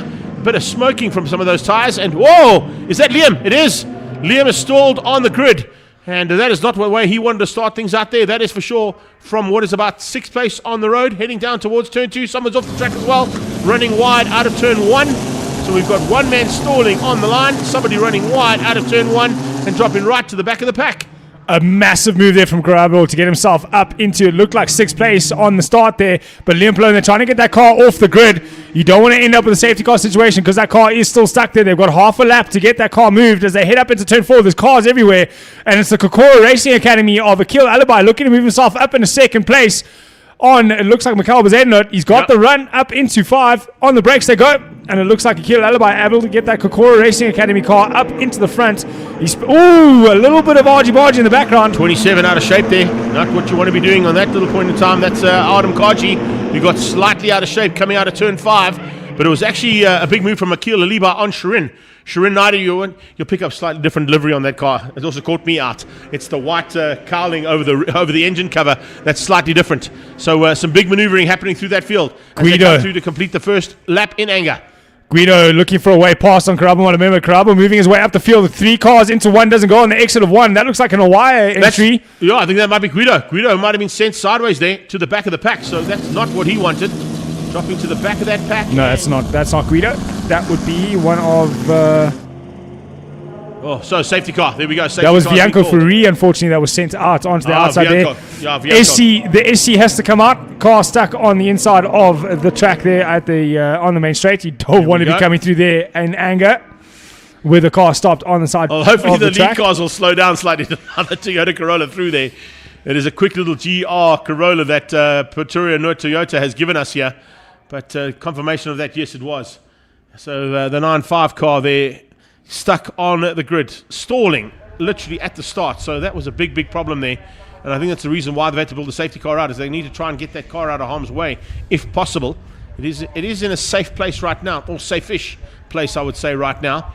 But probably not the ideal position to be in on a single-seater. There we go. So recovery vehicle going in. Quickly to get Liam's car out of the way. It should be out there quite quickly. It's just a short run down the pit lane. Pull him across, yeah. Akil Alibai, Apex Cord Sets and LSM Group. Akil freshly coming from F4 India. Yes. And now applying his coaching trade to the Kokoro Racing Academy. Kokoro Racing based in Red Star, so maybe why Akil had the pick of the litter when it came to pace there at Red Star. It's a track he's done a few laps on, and a track that he's coached a few laps on. And coaching definitely does help your actual driving quite a bit. Well, at least I find spending some time coaching drivers does tend to help me out on circuit as well. So Akil Alibai applying his trade as driver coach, and that's allowed him to find a bit of pace around Red Star. It looks to be in the start of this race. He's found some pace here at Zwartkops as well. Mikhail Bazednot, this is his home circuit. He spent a lot of time around here, but at the moment, it looks like pace-wise, Akil Alibai just has a little bit more. The field is brought a little bit closer together. Not like there were any big gaps, to be honest, after lap 1. But here we go. We get a second bite of the apple with the restart. I'm sure the safety car will have to do one more lap. Remember, they've got to go single file on this restart, so they can't fan out. They've got to stay single file until they cross that finish line. And once they cross the finish line, they can, of course, then drop the hammer. But it just means that, in fact, are they going to bring them right to a complete stop here by the looks of things? I think that's just because we saw the safety car out in the middle of the field. It might just be stopping to pick them up again. I think they're going to bring them right. Yeah, he's going to pick them up again. Yeah, he's going to pick them up again. So on the restart, they do single file, but they've now caught the back end of the safety car, and it will roll to keep Michael Bazednot, Akil Alibai, Shrin Naidu, Ken Swartz, Karabo Malamela, Guido, Troy Dolinchek, of course, stepping into the injured Nzalo Causes car after he broke his, I think he broke his thumb yesterday afternoon in one of the practices. So unfortunately, we wish him a speedy recovery. And Nzalo, if you're watching, all the best from us here and the live stream team. Another quick one there. The Shirin Naidu story over the week was unfortunately Bucky and trailer went missing. But the Motorsport Community Club together, we all got the news out there that we were looking for that particular trailer and that particular Bucky. And I think it was recovered a day or two later. I do love the fact that there were so many stories about where that Bucky and trailer ended up, because once it was in Mozambique, then it went to Botswana, and then eventually it was found just in a little location just down the road. So I think whoever did the hijacking wanted the Bucky that was towing the trailer more than anything else. More than the race car, and didn't realize what was in the trailer. So that car recovered? The car was recovered, yeah. And we have Shirin Naidu back on track and doing a great job. He's only lost one place after the start. He's down in third. The drivers are quite aggressively warming tires, so I'm expecting to see those lights on that safety car go out at the end of this lap. We'll have 7 laps of, well, this will be 7 laps to go, so when they cross the line, there'll be 6 laps of racing.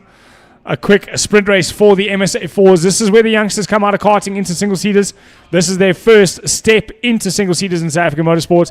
We've got a lot of young karters that have made their way through into this field, and in fact, every single one of these names I recognize from my time in South African karting. And this is where they come to learn the trade of main circuit. Mikhail Bezednot, one of the more experienced MSA4 drivers. He is currently leading the pack, but we know how much pace Akil Alibi has. And we know how feisty Shirin Naidu can be, so don't expect this to be a boring race start. Ken Swart also looking pretty happy there in 4th place. Looking quite racy as well as Ken Swartz in 4th place with Karabo right on his tail. Looks like we're good to go. Yeah, safety car is out of the way. And Michael Zayden was backing them up, trying to catch them out on a launch there. He's caught out 4th place, Ken Swartz, but the top 2, in fact top 3, going with him as we get green flags and we're racing again. Yeah, looks like the only driver caught out there was Ken Swartz in 4th place. That's also hampered Karabo Malamela and Guido as they head through turn number 1. Troy Donachek doing a great job on a very quick return.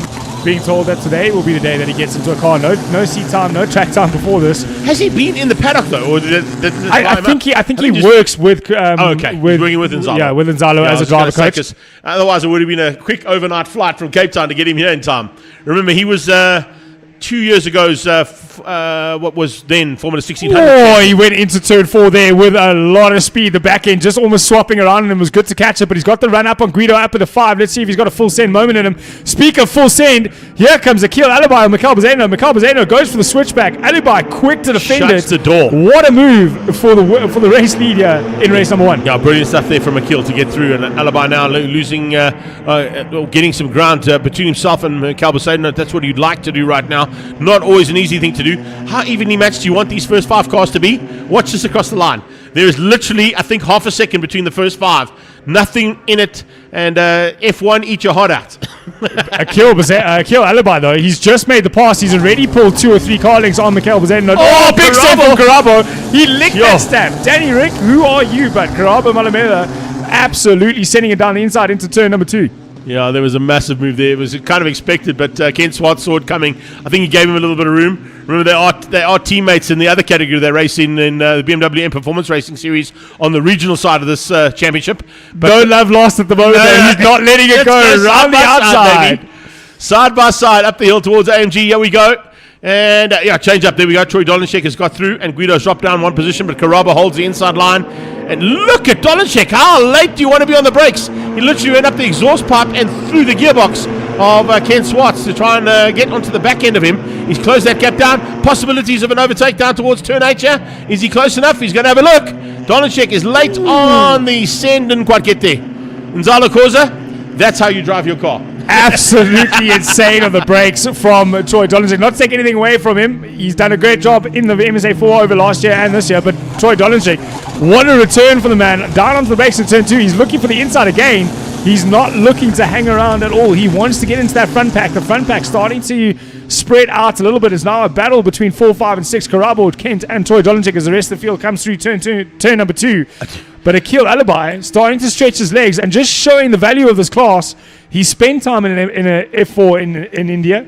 He's come to South Africa, and with that experience, he's able to eke out a bit of a gap over the rest of the MSA4 field at the moment. So it bodes well for the drivers using this to cut their teeth and get some experience before they go over to their own FIA Formula 4 or Formula 3 journeys.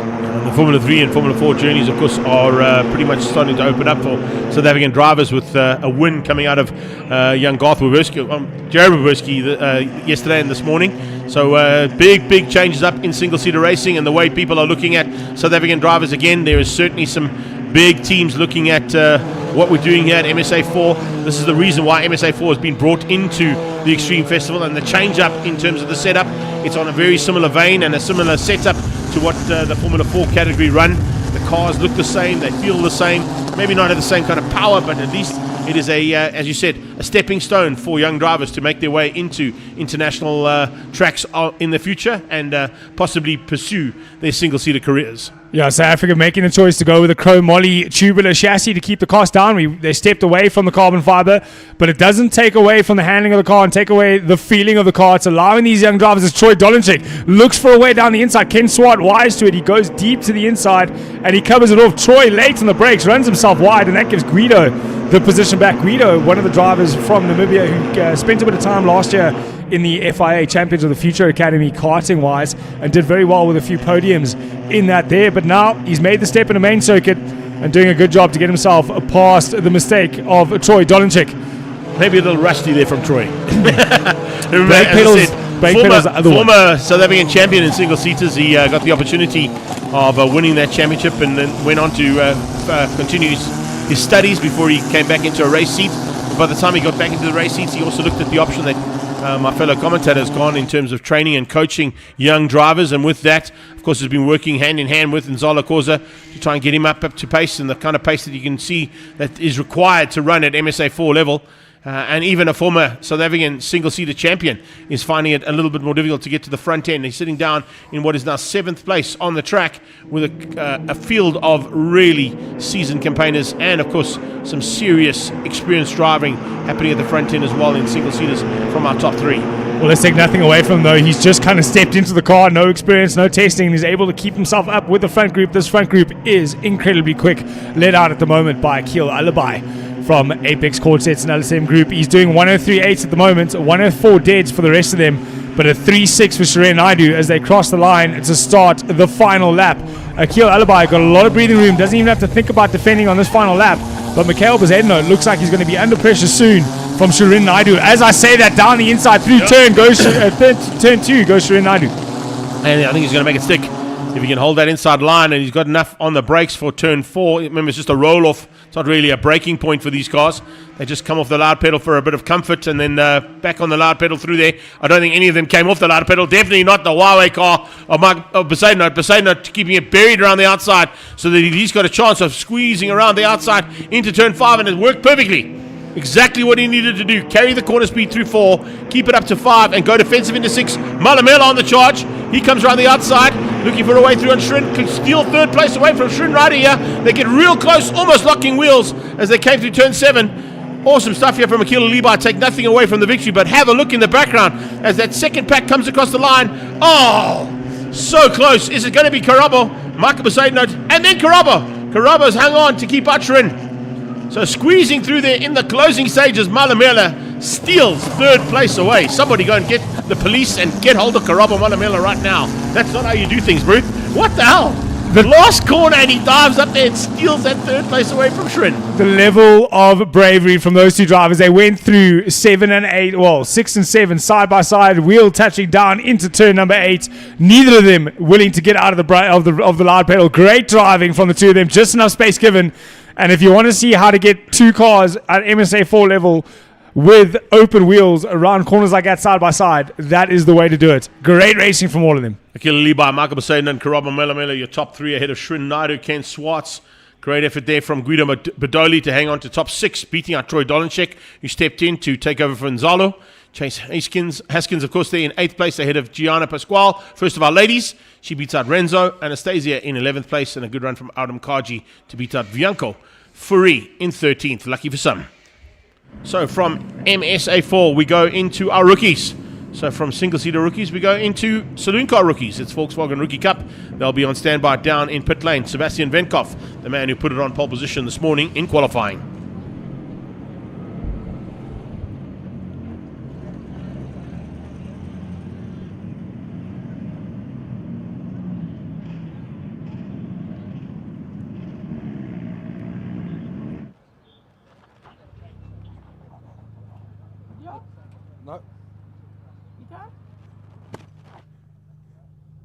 Jack, race 1, round 3, what you expecting?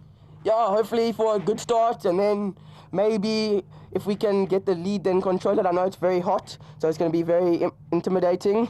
So yeah, after last round, we had a big crash in PE through the S's, turn 3 and 4. I rolled 4 times, hopefully not going to do that now. Came back after that race, had it with a third, looking to do a couple of places better this round. Obviously the car's going well and they're rebuilt and everything's lacquer. Yeah, obviously the car is 100%, it's a new car. Practices were all split by under a tenth from me and Seb. Quali, he got it just. We'll see now in the race. Oh yeah, good luck. See you in race 2. Thank you.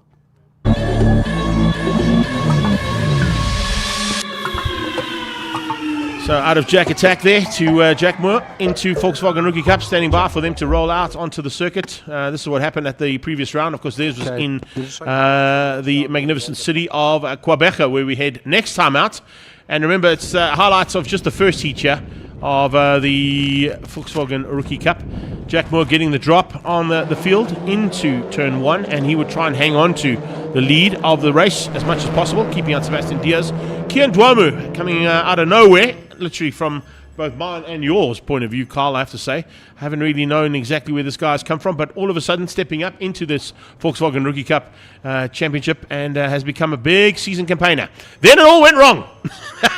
Jack Moore was welcome to turn 3 into the S's and looped out the car and went absolutely head over heels into the... walked away, fortunately. That's the best part about those Rookie Cup cars. They are built so well. And as I said, fortunately, the young man could walk away from that. It wasn't quite the way he wanted to end things up at the end of the day's racing. That is for sure. But yeah, just to the end. Had to do a restart. Didn't start the second one because of that roll. And with the second start, it was then up to Luke Hill to try and dominate from the front end. Luke Hill, of course, already having one season in this championship. He's got a little bit more experience in these cars than the rest of that pack. But Sebastian Diaz would give him a run for his money, and so would the likes of Sebastian Venkov. And the two Sebs are going to be fighting just as hard yet today, as they are 1 and 4 on the grid yet today. They were 1 and 4 in the standings coming out of the second round of Rookie Cup. First round, of course, was in Killarney with us at the National, at the Extreme Festival of Motorsport. And then, of course, these guys went on to one of the regional championship rounds at the Quebec circuit at Aldous Gramanti, and they would fight it out. As you can see, even in the back, Anwar April and Maxi Corbett were preparing to have a bit of a fight of their own. And despite not being at the front end of the field, they'll still give each other a fantastic run for their money going into the closing stages. I can tell you something, Rookie Cup is working well, because if we looked at the field that these guys are looking to get into in the near future in Polo Cup, the Polo Cup class, of course, was a magnificent advert for how Rookie Cup is working. But speaking of adverts, the man on pole position, let's find out what he's advocating today to get that pole position into a win. Race 1, what are you expecting? I'm hoping for a good start. I managed to qualify P1, so if I can get a good start and then just maintain from there. Oh yeah, good luck, man. We'll check in race 2, yeah? Thank you.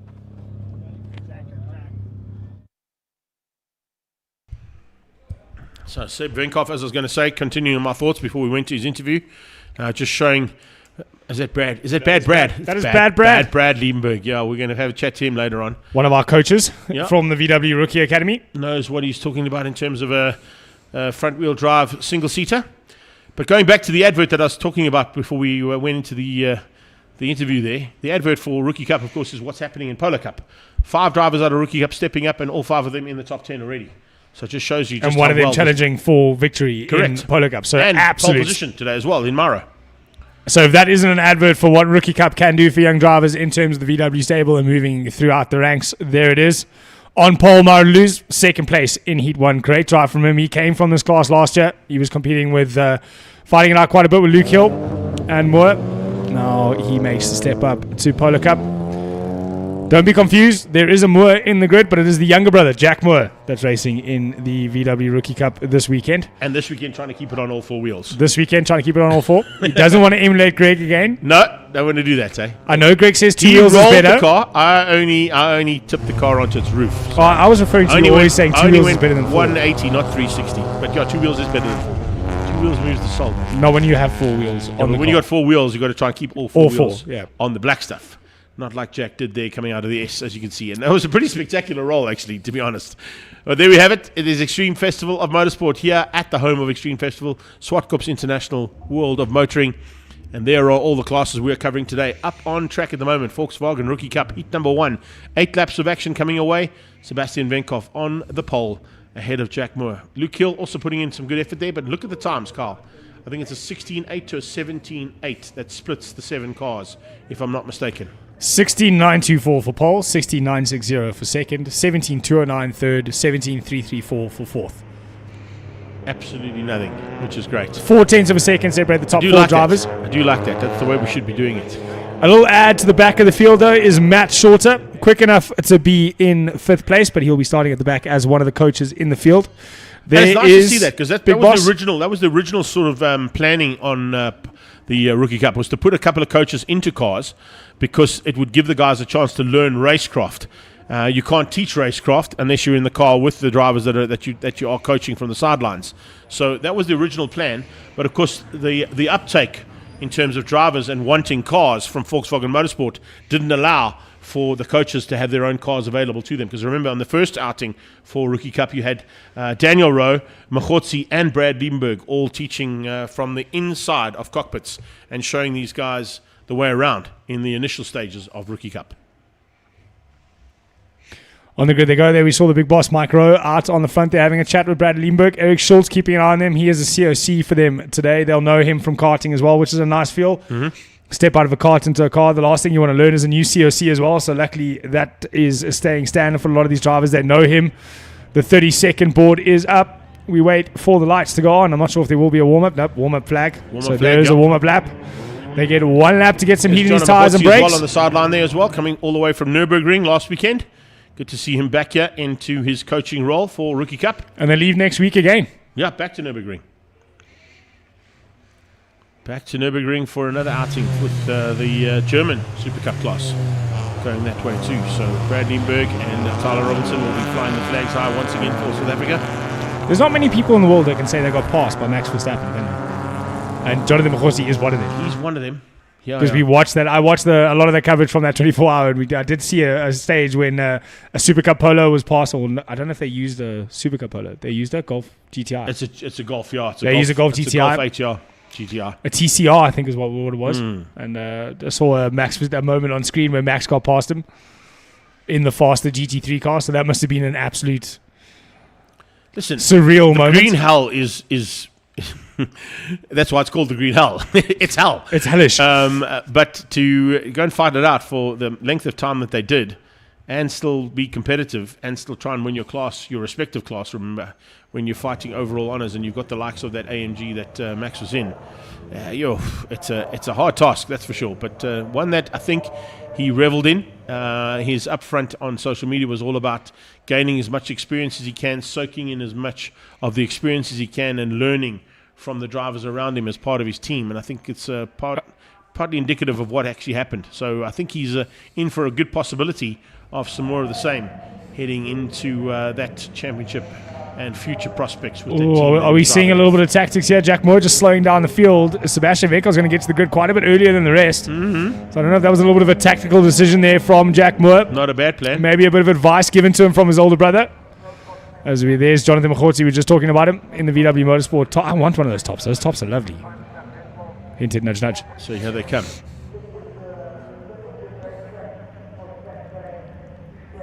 Matty Merton on the side there as well. One of the coaches just telling the guys to come right to the edge of the line so they can get the best advantage they can from their start. It's like millimeters between tyre and white line. That's what you need to be doing. Otherwise, there's going to be possibilities of jump starts. All 3 coaches move out of the way. We now go under starters' orders. Well, not all 3. The 4th of them is sitting in the back of that grid. Of course, yeah. Matt Shorter. Shorty's at the back there. Here we go. And Matt, of course, also got a chance to drive for Volkswagen at the hill climb as well as part of their VIP experiences that they were getting up the hill. Here we go into a little bit of a tough start there, as you can see. But is it going to be Venkov hanging on? It looks like he might have just hung on and kept Moore out. Moore goes to the left-hand side, coming through. And on the inside line, Luke Hill trying to just stay in the hunt at the front end and keep himself in the running for the lead of this championship. Remember, Luke Hill has taken 3 out of 4 victories so far in the opening round. So he's been the man to beat in Rookie Cup. I think that might be Diaz looking for third place at the moment. I just got to learn the colours that are on the dashboards. Yeah, that does look like Diaz has moved himself up to third place. Luke Hill looks like he's down in fourth with the yellow on the back of the bumper. But right now in the front, it is all blue, and it's all about Venkov up onto the brakes. Into turn number 5 they go. Starting to get a little bit of a gap. It's not even Venkov leading at the moment. It is Moore has gotten himself to the front ahead of Venkov. Ahead of Diaz in second. Third place is Venkov in fourth, Luke Hill. So a lot of mixing and shaking going on after the start as they head down into turn number 8. All these cars identically painted, so we just got to learn the little strips of colour. The lipstick, as Greg likes to call it. If you get the lipstick right, you'll know who you're talking about. So Jack Moore leads out across the line in the blue lipstick, right on his tail. Great start coming out of Sebastian Diaz. You mentioned how well he got off the line and outgunning the other Sebastian there. Venkov, our pole man, down to third place and into the clutches of the championship leader in fourth, which is Luke Hill.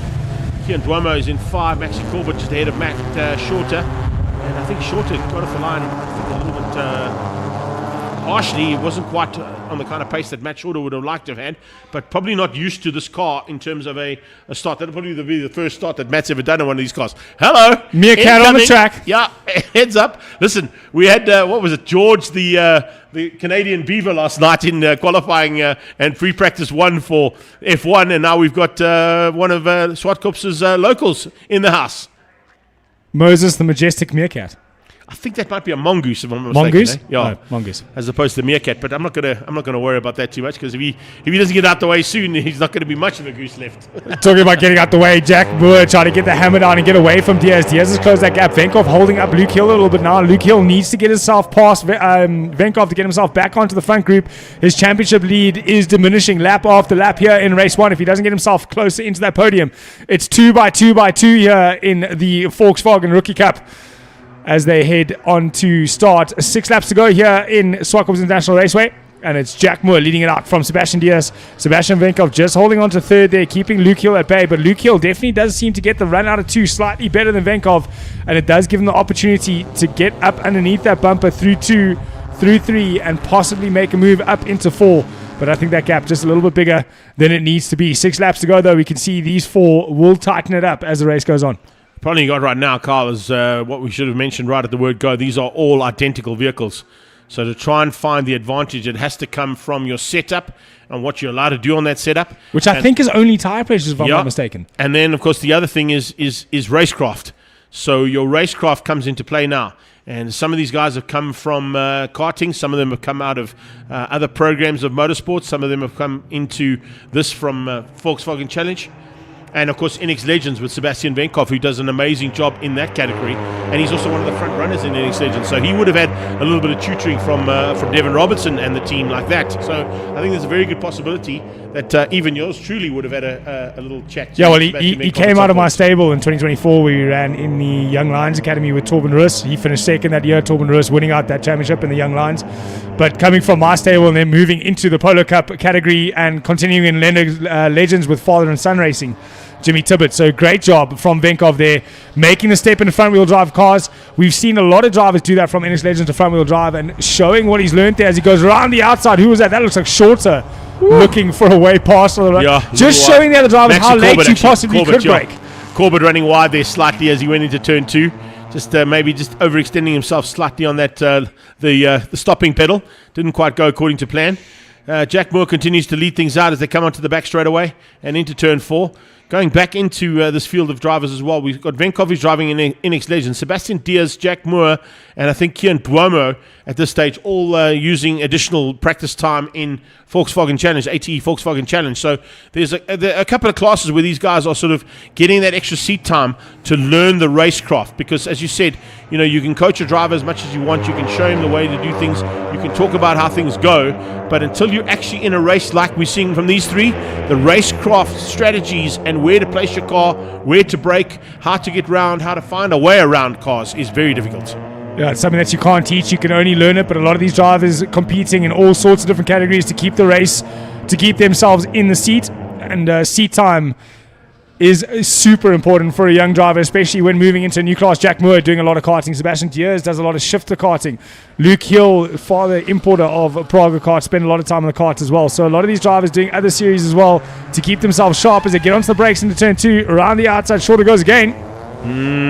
Shorter holds the inside line. Outside line was the 21 car, Maxi Corbett, who got out of shape for the second time. This time a lot worse for wear than the first time, and he drops right to the back of the field and completely out the tail end of this small field of Volkswagen Rookie Cup competitors. Out front though, Jack Moore controlling things. He's kept Sebastian Diaz and Venkov at bay. Luke Hill hasn't found a way through there on Venkov, although he has shown a wheel on a few occasions. He just kind of pulls out on slipstream, says, I'm here, and then tucks back in again. Maybe waiting a little bit later on in the race as we get to the halfway stage completed. Yeah, Luke Hill, definitely one of those drivers that likes a late charge in a race. Does like to watch and see what's going on here. He's going to get himself an opportunity though, because Sebastian Diaz trying to go around the outside of Jack Moore as he got defensive because of a bad exit out of 5, and that's going to give Venkov a run on Diaz down into turn 8. Venkov going to look down the inside. He's going to have to be late on the brakes. He's past the B-pillar, over the curb. We saw how quickly those things go from 2 wheels to upside down. So I think Venkov just getting out of the loud pedal there, doesn't want to end up on the roof like we saw Jack do in the round in Quebec. As they head through good 1 catch into there 2. from Venkov to keep it on 2 wheels and then bring it back down onto 4, which is where you want to be in a Polo as opposed to on 2. Just ask Jack Moore, he'll tell you. Moore must have been watching in the rearview mirror going, hang on a second, is that what I look like? At least I got to see it IRL now. I'm sure he's watched the video footage back and forth. But this Rookie Cup over the curb starting to be a little bit reminiscent of Gabriel Telquini or one of those old school touring cars as they jump the curbs over on 2 wheels. Clipping them onto 2 wheels. I like that. If you watch Australian V8 Supercars as well, they go through those chicanes. Man alive, it's 2, 2, 2, 2, 2. I'm pretty sure they all fall off the ground most of the time. At some point, they've got to be. Incredible. It's kind of like MotoGP. I mean, those bikes never ever go in a straight line, according to Brad. You are sliding that bike sideways even when you're in a straight line doing 360 odd k's an hour. Here we go. Rookie Cup in the house. And coming to the closing stages, we're about to get onto that penultimate lap. Sebastian Venkov seems to be the most aggressive driver. Let me put my words in there correctly. The most aggressive driver out there is Venkov, looking for a way through on Diaz as they come back down into turn 8 and past Volkswagen Driving Academy. Diaz might have been a little bit early on that move to try and go around the outside of Jack Moore. That lost them the time on Jack. So difficult to close the gap back up in these Rookie Cup cars. As you say, they are absolutely identical. So all these cars built exactly the same, tested between all the driver coaches to ensure they're all the same. And it looks like that little early move around the outside was a bit much for Diaz, but look how late he is on the brakes in turn 2 trying to close that gap. But there is the Constantino effect. The exit's going to be compromised, but it looks like Venkov went in just as deep, got on the loud pedal just as late. So there was no kind of gain or loss there for either of those drivers at the moment, though. Jack Moore kind of having it all his own way. 7 tenths is a big gap to have in a class like VW Rookie Cup. And Luke Hill kind of falling away from the wayside there, falling off the bus in the later stage of this race as the two Sebs go at it for second place. Luke Hill getting 4th place will give him 6 points. It'll move him to 51 points. So he'll maintain the lead of the championship, but the gap is definitely going to come down from Sebastian Diaz and from Jack Moore's point of view. Sebastian Venkov will probably move up ahead of Kian Duomo and bring these 4 cars into the top 4 overall in the championship by the time the flag comes out, if they stay the way they are right now. Mistake there from Venkov. Unless we see something like that from Venkov. They come down into turn 8. Luke Hill saw that. He might be thinking there's a bit of blood in the water, though, as they head out of the exit of turn number 8 to start their final lap. Jack Moore got a bit of breathing room over Diaz, but it's not all over yet. It's only 7 tenths of a second. One small mistake, and Diaz will be right back in that. Saying that, though, same goes for him with Venkov and Luke Hill chasing hard. It's into turn 2. There's a couple of gaps between all these cars, so I don't know if we're going to see a last lap lunge from anybody. But as I say that, Luke Hill late on the brakes to try and close that gap. And he's going to have to work hard to maintain that gap all the way through 4 and 5 and up into 6. 1 to go, as you can see there, but I can tell you right now, the problem he got with Luke Hill and going in so late is that it compromises his drive on the exit, and that's where Venkov just maintains that little gap that he needs. This is going to be equidistant. There's not any issues here at all. In fact, in the last lap, Jack Moore has pulled slightly ahead of Sebastian Diaz, so great driving there from him to get good drive out of turn 1 and 2. And it was basically because Diaz went on the defensive as well to keep Venkov out, just in case of any emergencies. But we got 4 corners to go. No worries at all here for Jack Moore. Looks like he's going to turn his luck around completely after being upside down. He's turning himself around. He's turned his world upside down in terms of results. Background, someone's gone off the track there. You can see a bit of dust in the background. So I would say my money would be on Max Corbett, just as an inkling possibility of him running wide out of turn 4. But into turn 8 and to the line, Jack Moore with the victory. Yeah, Jack Moore takes it ahead of Sebastian Diaz. Sebastian Venko fought hard to try and close the gap, but he wasn't quite close enough.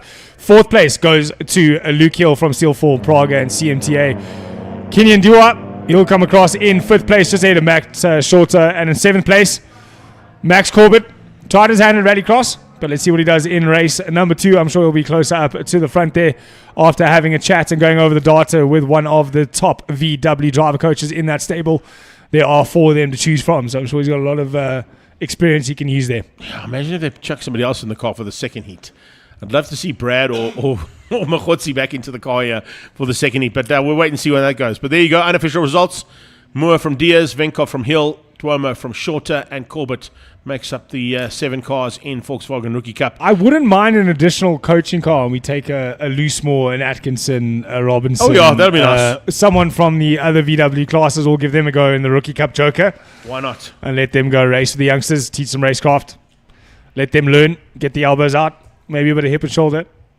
Hip and shoulder. You love a bit of hip and shoulder, hey? I do like it because I do tend to use it myself when I'm driving. Oh, you as do. well. You're trying to force people wide when they're not supposed to go wide. I mean, I have been told by everybody I race with that I'm the cleanest, nicest, easiest person to race with that they've ever been with. And they're all lied. But now we move into Extreme Supercars, driven by Dunlop. Race number 2, 12 laps of action coming away again. So from rookies, we go into some more seasoned campaigners. And it's our second heat of Extreme Supercars driven by Dunlop. 3 race event for them, 3 races for Polo Cup today. And standing by, I'm sure we'll catch up with a couple of the drivers down in pre-race.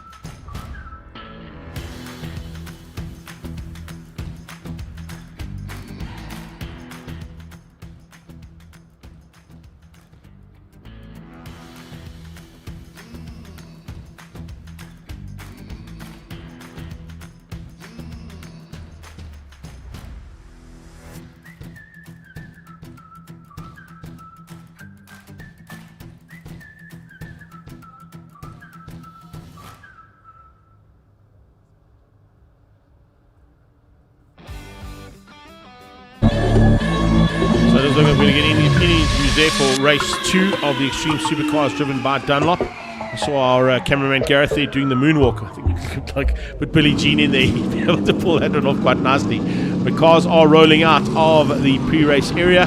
The editor's going to miss an opportunity there if he doesn't edit exactly. that in and send a Make TikTok meme, short out make a meme of some kind, eh? on the WhatsApp group tomorrow morning. Chuck it onto TikTok somewhere there.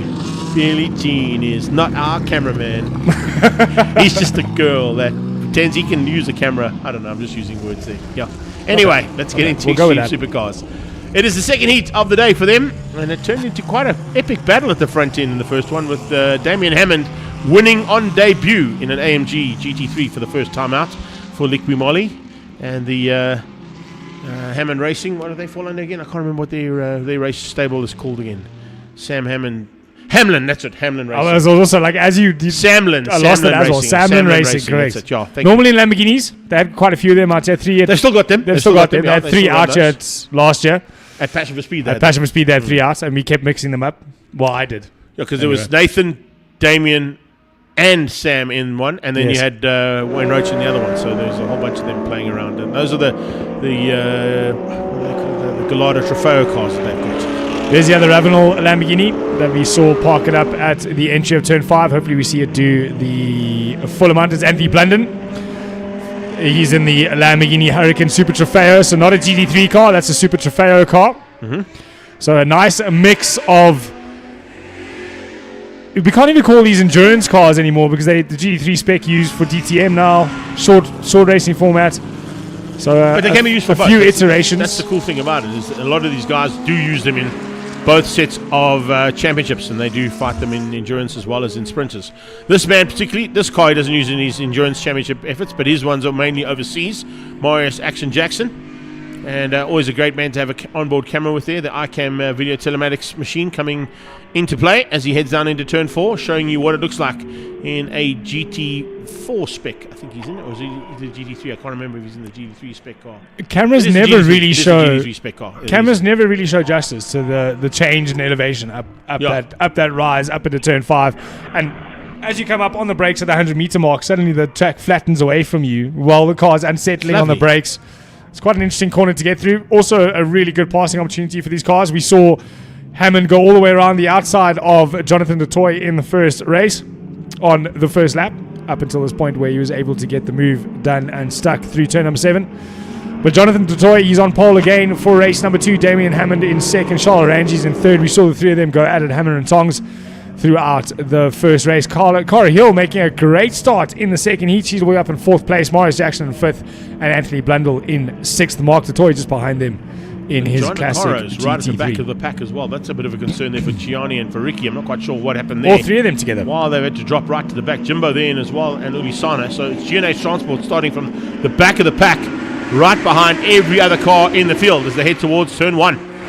Out of turn 1, looks like it's going to be Jonathan DeToy looking for an opportunity to just squeeze out the 2 AMGs behind him. I think Charles Rangi's already got his we're going to go inside. Oh, there's a touch there. The 2 teammates coming together. So Charles Rangi's giving a little nudge on the back end of Jonathan DeToy's Oh, they're still Lamborghini, touching and they're all the still way side through by 3. side through turn 3. Great onboard shot there from Marius Jackson, showing the 2 AMGs locked together as they go into turn 4 now. They've backed off slightly there. Good idea. Yeah, Charles Rangi's forcing the issue there, but to get past Damien Hammond. Damien Hammond not letting the space go. He wanted to go all the way around the outside of Rangi's like he did to Toy, but Rangi's making sure that he could show Damien how aggressive he was being on the inside there, and just unsettling Damien on the brakes into 4. Damien decided just to pull out of that car. Hill under big pressure from Marius Jackson. The 2 Loudies added hammer on tongs. Damien Hammond getting we're on board having with to Hammond. collect This is going to there. be awesome. On board with Damien Hammond down into turn 8, looking for a way to get through and possibly squeeze past, but not close enough yet to have a go at Charles Rangi's. Rangi's has opened up a little bit of breathing room. So has the Toy, and there comes Jackson inside of turn 1 around. Oh, that's brilliant. Makes it stick into 4th place there for Action Jackson, getting through on Cara Hill. And right behind them is Anthony Blunden. Ant Blunden is right there looking to pounce on one of those Audis if there's a mistake out of any one of them. And slowly but surely keep an eye on the background as well for that logistics machine of Gianni Giannacora trying to close down and make it a 3-way Audi battle with Ant Blunden in the Lambo. Yeah, we saw the Laudi of Gianni up in the front. He was in 4th place in race number 1. He's definitely got the pace to run ahead of these 4, or ahead of these 3. So he's going to be carving his way up through the field after a poor start in race 2, a poor starting position. But the battle in the front, it was Damien Hammond who was leading it out ahead of Charles Rangi and Jonathan DeToy in race 1. And this time he is at the back of this trio of GT3s. Jonathan DeToy leading it out from Charles Rangi. Charles Rangi's with a decent turn of pace in race number 2. He was aggressive on lap 1 to get past Damien. Damien kind of had to back off a little bit, resettle himself, reanalyze where he is in race number 2, and build himself back up again, get back into a good rhythm and get onto the backpack or the back end of his the other Mercedes AMG GT3 Evo from Stradale Motorsport, though, and that is the GT3 of Charles Rangi's. But Jonathan DeToy able to turn a 1:05. We saw 1:02s out of Damien Hammond in race 1. Let's see as the race progresses if he can get himself back onto that pace. All 3 of the top 3 cars, though, are already into that 60-second bracket around here. Marius Jackson just out of it on a 61, so 1019. Corey Hill on a 103, so it's basically the battle for the top three that are starting slowly but surely to open up. Gianni Giancarlo slowly but surely closing through, getting past on his teammate there, and Blunden out of the GNH Transport Racing stable. Blunden in the second of the Ravenol Lamborghinis, the current leading one at the moment, but Ricky Giancarlo is not too far behind him. This is Jackson's cockpit point of view. Not too shabby there from him. Smooth sailing, banging down the box there on the paddle shift, and turning into turn 2, Castro corner. It always amazes me how quickly they're able to shift down through the gearbox in a car like this on turn in into turn number 2. So all the electronics and aids helping that gearbox go down through the gears. I think he went down 4 or 5 gears there into turn number 2, and able to do that without locking the rear wheels and allowing him to rotate that car through to get on the power early and get it out. But Gianni Giancarlo, he is putting in a proper turn of pace. 102.4 was his previous lap. Let's see what he can do on this lap. Corey Hill able just to eke out 2/10 a lap ago, but bearing in mind, Giancarlo had to make a pass on that lap.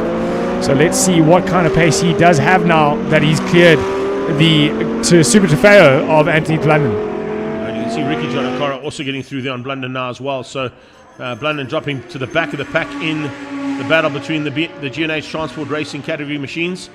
And those 3 cars being Gianni, Ricky, and now Blunden.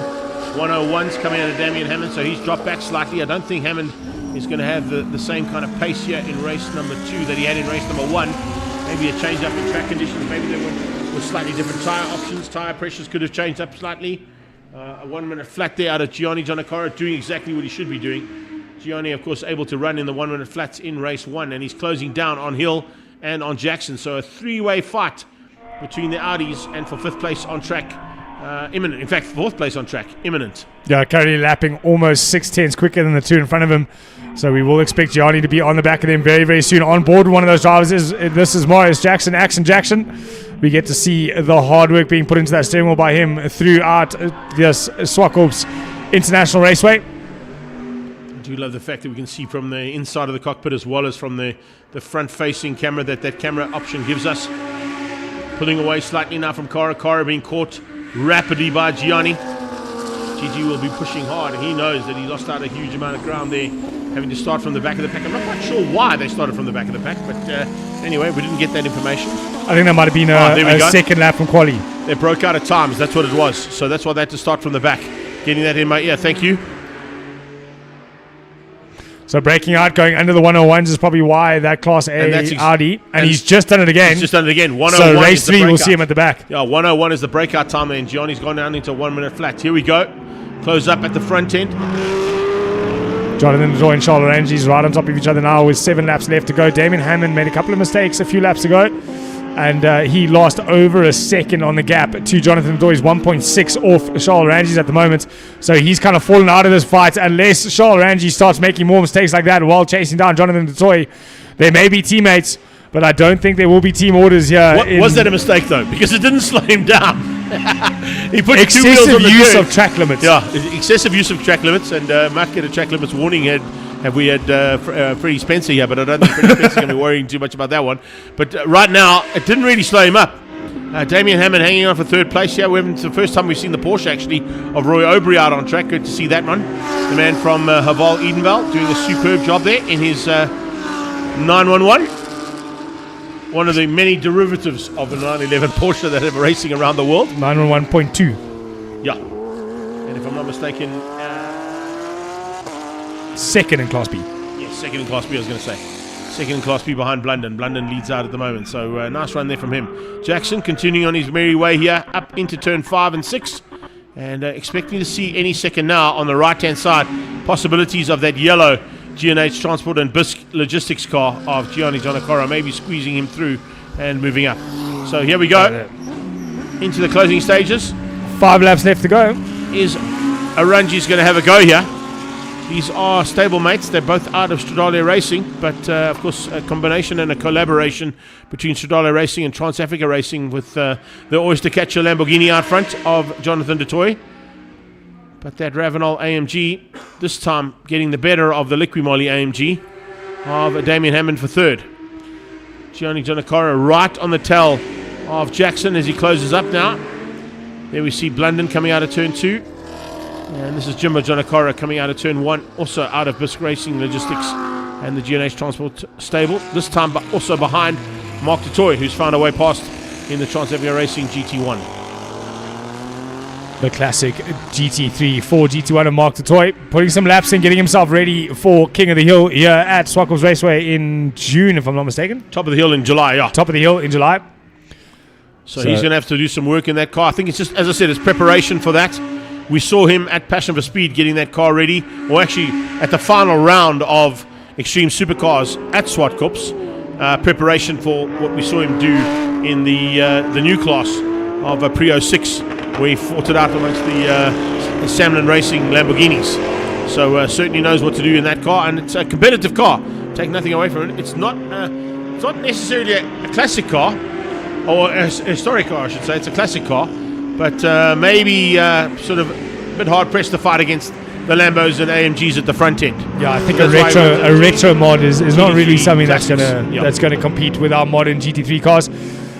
The Liquid Moly AMG of Damien Hammond not having the pace he had in the previous heat. He's sitting around a 1:08. He was sitting in low 1 minutes in the previous race. The blue flag comes out for Ule Sane and his BMW Z4M on board now with Damien Hammond. Can't quite see the cars in front of him as they head through turn number 1. That is what 2 seconds looks like, ladies and gents. It's only a 2 second gap, but you can see visually at the distance between the two as Ule Sane gets out of the way of our leaders, Jonathan Toy and Shalaranji. Shalaranji sitting a second off the back of Jonathan Toy. I wonder if maybe he's just not letting the car cool down, breathe a bit before he puts in another hard charge to close that gap. And maybe have a look at getting the win away from Jonathan Toy here in race number 2. 3 races for these guys today. They'll have a third one just after the lunch break.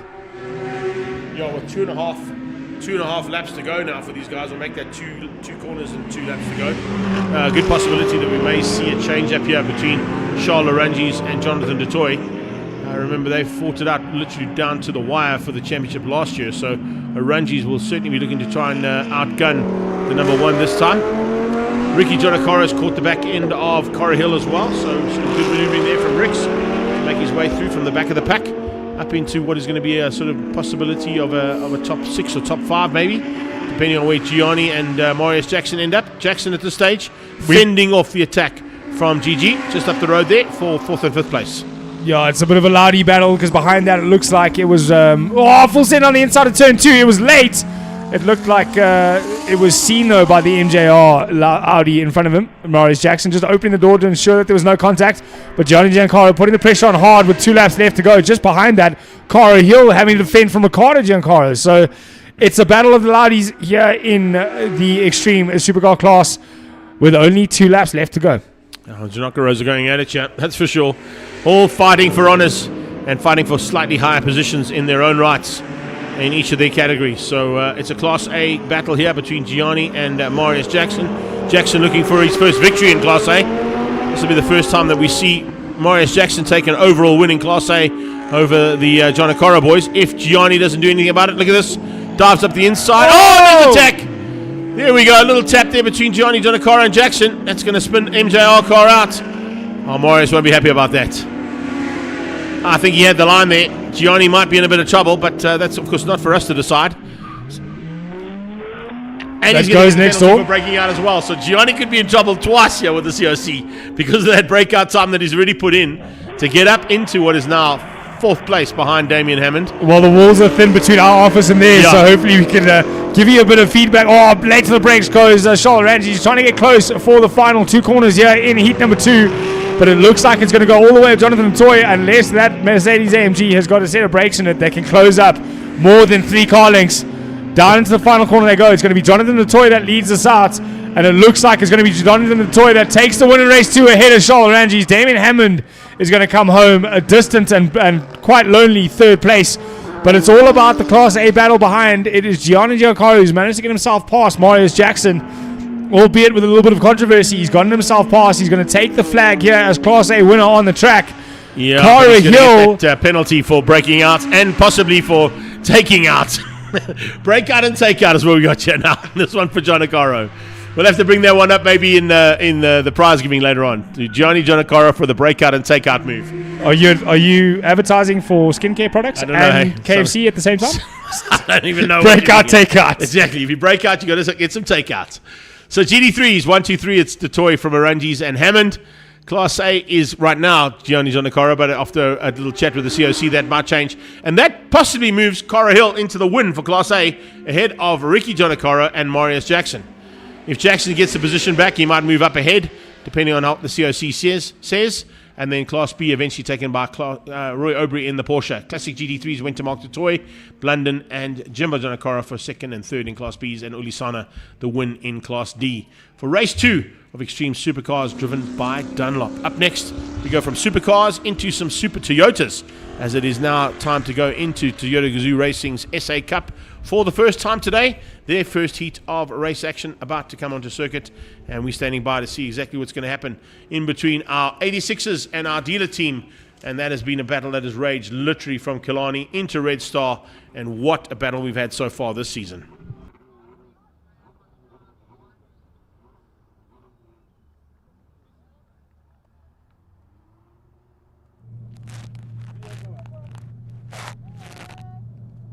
Down in pit lane, let's catch up quickly with Emma Dowling, who has qualified in third place. Emma, race 1, what are you expecting? Definitely to work up the field as I'm starting in 4th. I didn't have a great quali. Hoping it'll be good and some good racing. Car going well? Yep, car's going great and I'm really excited. Excellent. Well, good luck, eh? Thank you. Thank you. Stepping out of her cart in the Champions of the Future and, of course, now into Toyota Gazoo Racing 86s is probably a big change up there for Emma. But the man who was on fire, of course, at the previous round in Red Star Raceway will be looking to catch up, I think, by the looks of things, with our cameraman. No, we're going to go to Kieran Fussell first of all before we get there. Let's catch up with him and see what his plans are. Kieran, race 1, what are you expecting? I'm expecting a lot of action, hopefully a lot of overtakes and some good entertainment for all the supporters that are here today. Starting 3rd, you're going to make your way up? Well, that's the plan, of course. And the car running well? Of course, as always. Yeah, well, good luck. We'll see you in race 2. Eh? Thank you very much. Apologies there. Kieran Fussell, of course, not Fussell. So there we go. Kieran Fussell giving us a quick chat. And looks like we're going to get one more before we get these cars rolling out, or will we? I see G-Man moving across there to see if we can get one more interview. And that could possibly be with second place in the championship, Connor Weston. He moved up into second. Yeah, there we go. Let's catch up with Connor quickly and see what his plans are. Connor, race 1, starting 2nd. What are you expecting? Feeling good. Definitely tight between Corbus and I, especially through practice yesterday and now into the race today. He put out a flyover lap, so I'm going to chase him down as much as I possibly can and make his life more difficult. Cool, well, yeah, good luck, and we'll see you in race 2. Eh? Thank you. Cheers. Yeah, we're looking at the Gazoo Racing stable at the top end of the circuit, the old ZOC club that Toyota Gazoo Racing South Africa have taken over as their headquarters and training facility. They run their driving academy out of that. It's literally alongside Connor Weston Dad's place at AMG's driving academy, so part of the Zwartkops family. But it is fantastic to see a nice big crowd and VIPs being entertained up there by the Gazoo Racing squad. They've done an amazing job, and they're about to show us what these cars can do out on the circuit as well. Yeah, this GR Cup, another one of those academy classes allowing youngsters with an easy route into main circuit, with a lot of teaching and coaching coming through that. Headed up by Leroy Poulter at the moment, managing the entire Gazoo Cup and academy.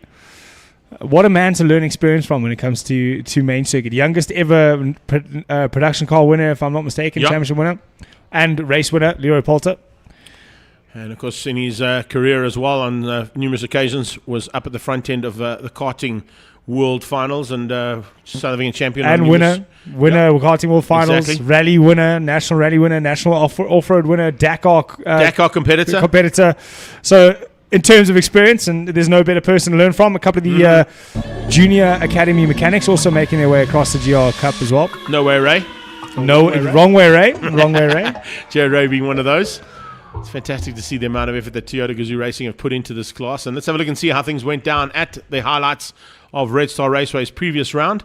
It was the Connor Weston show in terms of 86s at the front end. He was able to get away from the pack literally from the word go. But there were some great little battles that unfolded, which we kind of expected to see. And some big improvements coming out of Emma, who'd come across, as Carl said earlier on, out of a world final at the FIA Academy karting event. She moved herself up into the top 3, fighting with Kian Fussell and with Spice Maula as well. Punctions in Wana finding some slightly better pace than what he'd done in the first outing in Cape Town. A lot of drivers going to Cape Town for the first time and battled initially to get to grips with the cars. In the Gazoo Racing Yaris and Corolla Dealer Team Championship, fantastic to see the battles that were raging there. Connor Weston, as you can see, clean and clear out in front of him. Behind him, closing him down, was the likes of Kobus Reiniger, race 1 double winner in Cape Town. And race 1 double winner in Cape Town at the front end of the media and dealer team challenges in terms of what we saw in Devon Scott and Nabil Abdul doing a magic job to be fighting for honours there. But Kobus Reiniger would close things down on Connor in the closing stages, but I think it was a case of Connor even just rolling out ever so slightly, having opened up a decent amount of advantage to take the first victory of the day and win out the 86 Brigade ahead of Reiniger and Dowling. In the back end of the dealer team and media team challenge, Nabil Abdul and Devon Scott continued their fight in the overall standings between the two of them. In the second start, of course, the 86ers getting down towards turn 1. Once again, it was Connor Weston who got the whole shot, and literally, look at the gap he pulled into turn 1 because of the defensive driving having to be done there by Kobus Reiniger and Emma Dowling. Vatsia was there as well, and Vatiswa doing a super job for her team, coming through there and being helped out, of course, by Ernest Page. And of course he's here this weekend too, helping her out. Emma Dowling getting to grips with that 86 big time. Change up in the front end of the media. This time it was Nabil Abdul ahead of Devon Scott, so reverse roles there from the two of them. And Nabil looking to try and take his car, which is aptly named Zeus, into this third round of the championship that he's been involved in from the Supersport man. Doing a magic job to stay at the front end of that little fight and maintain opportunities to be at least at the front end of the dealer team challenge. And it really has been a pretty epic battle between himself and Devon Scott. Nice to see a couple of other drivers coming into the mix as well. We saw Theo Brits, Werner Horn in the mix there as well, Marius Klaassen and Rian Deroux. And we also saw Craig Nicholson coming through nicely for a top finish in the media challenge at the end of the day. Great running from our Gazoo Racing stable at the Red Star Raceway.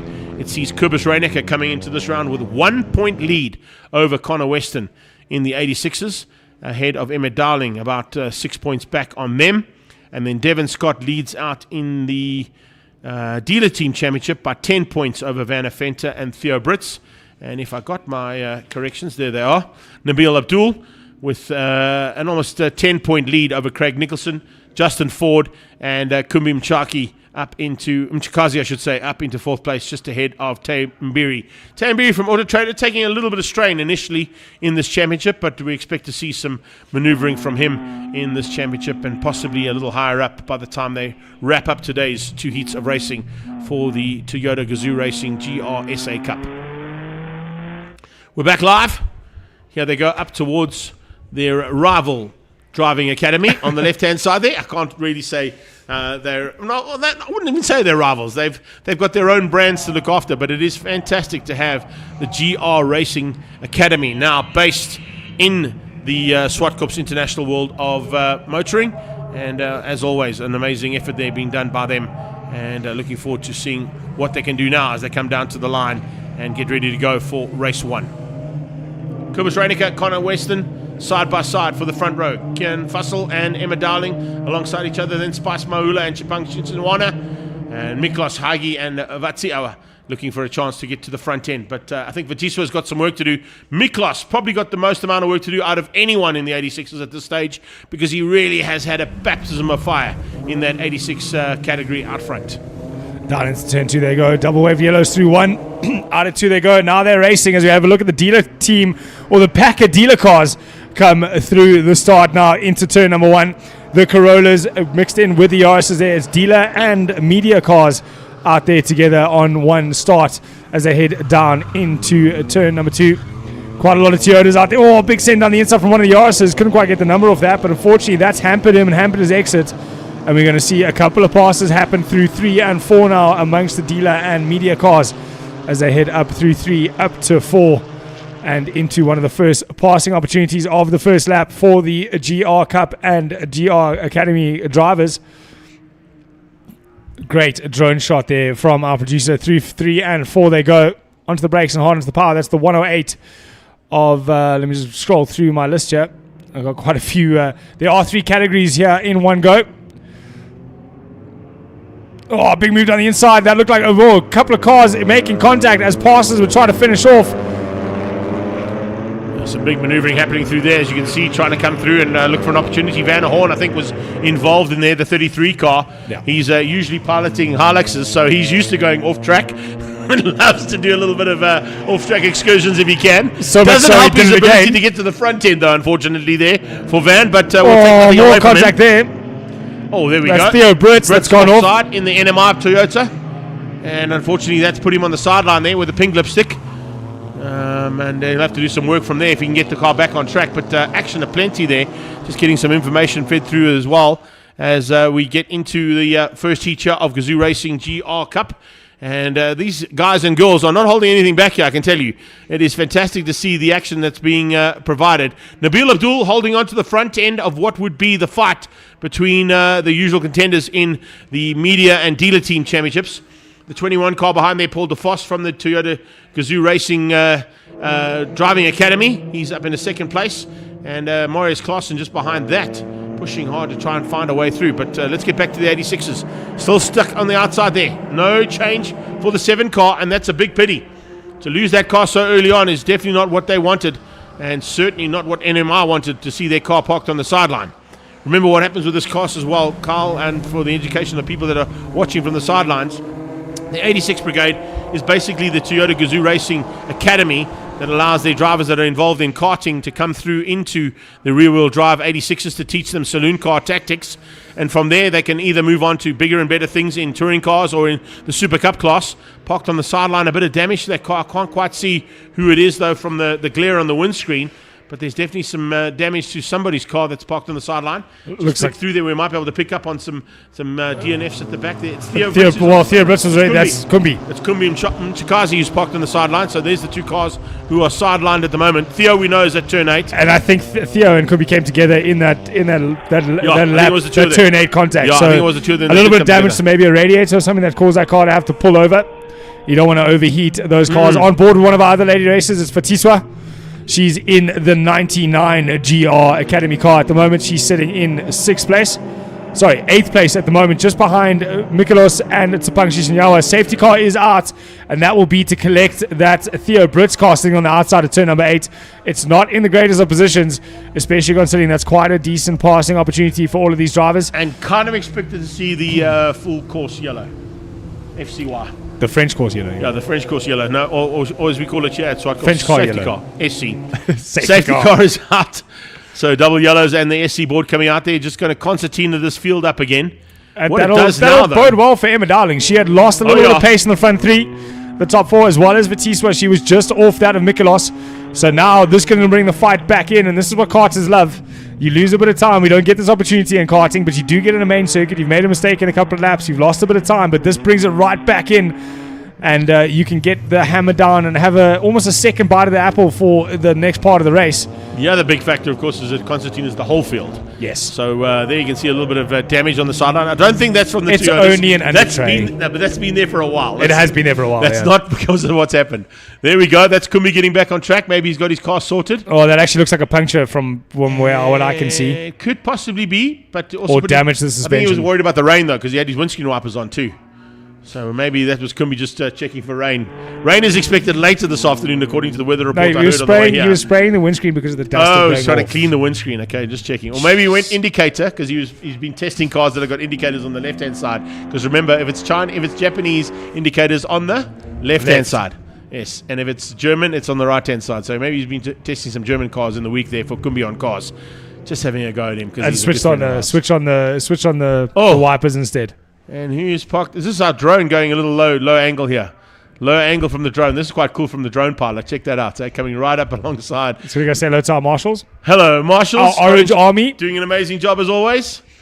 And we're going to stay on the safety car for one more lap. And let's not forget the media guys standing out there in the across. sun, making sure photos are done and sent out to all the drivers. Quite a cool drone shot, that, eh? For sure. Low angle, past the marshals and up over the top, and a little swing around to pick up on the whole field coming through turn 8. I feel like the drone pilot's just showing off for us now. You can hear us talking about serious skills going on there from our drone pilot today. Love it. Right, we got to race the Polos at one stage. That was quite good to watch as well. That is Kumbi making his way back in. So Mchikazi. About to say the same thing, but I don't think we should say that out loud. But here we go into safety car conditions. So Kobus Reinicke, Connor Weston, Kieran Fussell, Emma Darling, Spicy, Chapang, Miklos, and Vatsi. That is your top 8. Those are all 86s. But you've now got Nabil Abdul, Paul DeFoss, Marius Klaassen, and Craig Nicholson right behind Vatsi. And remember, when they restart, they restart. There's no gap in the restart. Every man and every lady for himself. So even though they start separately initially, if they go into safety car conditions, it's basically line astern, keep behind the driver in front of you until you've crossed the finish line. Then you may take up your position and have a go. And as much as it is... Nabil, if I know him well, which I think I do by this stage, may hold the media guys up slightly, but it's not going to be too much because he knows that if he holds them up too much, he's going to lose the advantage. We're on board here with Vatsi. But getting a bit close to Vatsi would be a disadvantage to him as well. I mean, I know they're all different cars, but all of them run similar lap times around Zwartkops. They're all pretty close together. So you don't want to end up hampering your own race, leading your group, but catching remember, the back of the second sitting group. With, what is it? Correct me if I'm wrong. 180 kilowatts out of these, 220. 170 out of these, and about 220, 225 out of the Toyotas. Okay, 210. There you see, I get the right ones from Charles, from the Citizen Motoring. But it is That's weight versus four-wheel drive versus... I'll get it off my phone, then I'll prove him wrong. Let me pull up my notes quickly. Then I'm going to make the Citizen Motoring Oak look bad here. Yeah, but the safety car is in. This is officially from... Yeah, safety car's in, so you're going to hold the I'll hold commentary right. while I come through there and give you the exact stats Kobus I Reinicke was given from Toyota. Gazoo Racing. Here it comes. Leading them out. I don't think Kobus is sure that it's supposed to be a single file. He's moved all the way over to the inside on the restart. The lights are out. We are racing. Safety cars in. Emma not getting the greatest of launches off the start from the safety car. She's under attack into turn 1. It was 3 wide into turn 1, but our front 3 make it through safely. Into turn 2 we go. It's a big send down the inside. Looks like Fussell. No, Connor. Oh, Connor up the inside. But the cat buck is on. Thanks for coming. And straight back in comes Kobus Reinicke. So Reinicke using the 180 kilowatts of power on the Autobox paddle shift, naturally aspirated 2.4 litre 86 to try and keep out the intentions being shown. And there's a big chuckle over your right shoulder, by the way, there from Charles Bosch, who's involved in this class. So he should have the stats more than I. Oh, they're side by side on the exit of 4. There's a little bit of, they're running very close together, making sure they're using all the tar and more. Those are like Red Bull wings together there, but it's on the top of the hill. Here we go. All right, Reinicke hangs on. But Connor's going to... We're going to go 3 abreast. Fussell's on the inside now. Could possibly... Oh, who's off that? Fatiswa. Fatiswa outside and off track. That's going to allow Nabil Abdul through. Yes, and Devin Scott. I mean, Devin Scott, listen to me. Paul DeFoss, who's in that car this weekend. DeFoss squeezes through. He's going to bring Klaassen along, Craig Nicholson and Van Venter into the mix as well. As they come back down towards turn 8, things are starting to heat up here big time in Gazoo Racing. They are putting on a show of note here at their home track. That's brought Emma Darling back into the fight for the front 3, but it's also brought back her karting compatriots. It's Tsepang Shishinyawa, her teammates in the junior academy, and Spice Malalula. The Spice and Emma have a long history of racing together from junior max all the way through to seniors and now into the cars. But Abdul hazards are flashing as he gets on the brakes and the ABS activates, but he's managed to keep himself at least a 2-car gap between him and Paul DeFoss. But Paul DeFoss not giving up that easy. He wants the lead of that class. And at the moment, though, it looks like Fatiswa just struggling to get onto the back end of the GRs and getting involved with the fight. There goes Nabil past Fatiswa into turn number 4. So Fatiswa losing out to Nabil. And about to lose out to Paul DeFoss and possibly to Klaassen up the hill as well. Yeah, it actually looks like she's just getting out the way there, yeah. Not getting involved in their fight. Yeah, but she realizes that it's not the fight she has to worry about. She's still going to score points in the 86s even though she's down there. She wasn't really in the mix as such behind Spicy and Chapang, so it's probably a great move there from her to stay out of harm's way and try and keep herself in the fight at least for scoring points in the 86 Brigade. As they come down on the brakes once again, here they come with Nabil Abdul closing down onto the back end now of what is going to be Spicy Maula's car that he's got his sights set on to get into that 86 Brigade just ahead.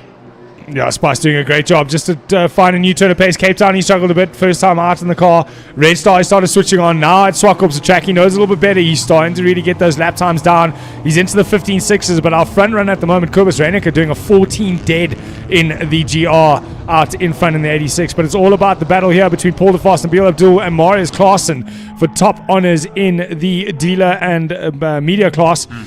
As Fatiswa just lets through another car. I wonder if Fatiswa hasn't done something in terms of brakes that is causing her to have to back it off. We did see her go straight on at turn number 5. Yeah, and she had a little bit of off-track excursion through that very thick kitty litter as well. So maybe it's done a bit of damage to the undercarriage of the car that she's not too aware of and just wants to try and survive. Speaking of surviving, putting on a good show here, trying to take his 3rd victory of the season out of what is going to be 5 races. Not a bad run here from Kobus Reiniger. Connor Weston certainly had a big look, just wasn't able to make it stick. The big send he tried in turn 2 didn't quite work out for him, and it cost him some time, which is what's allowed Kobus Reiniger to open up the gap and get the victory in the end.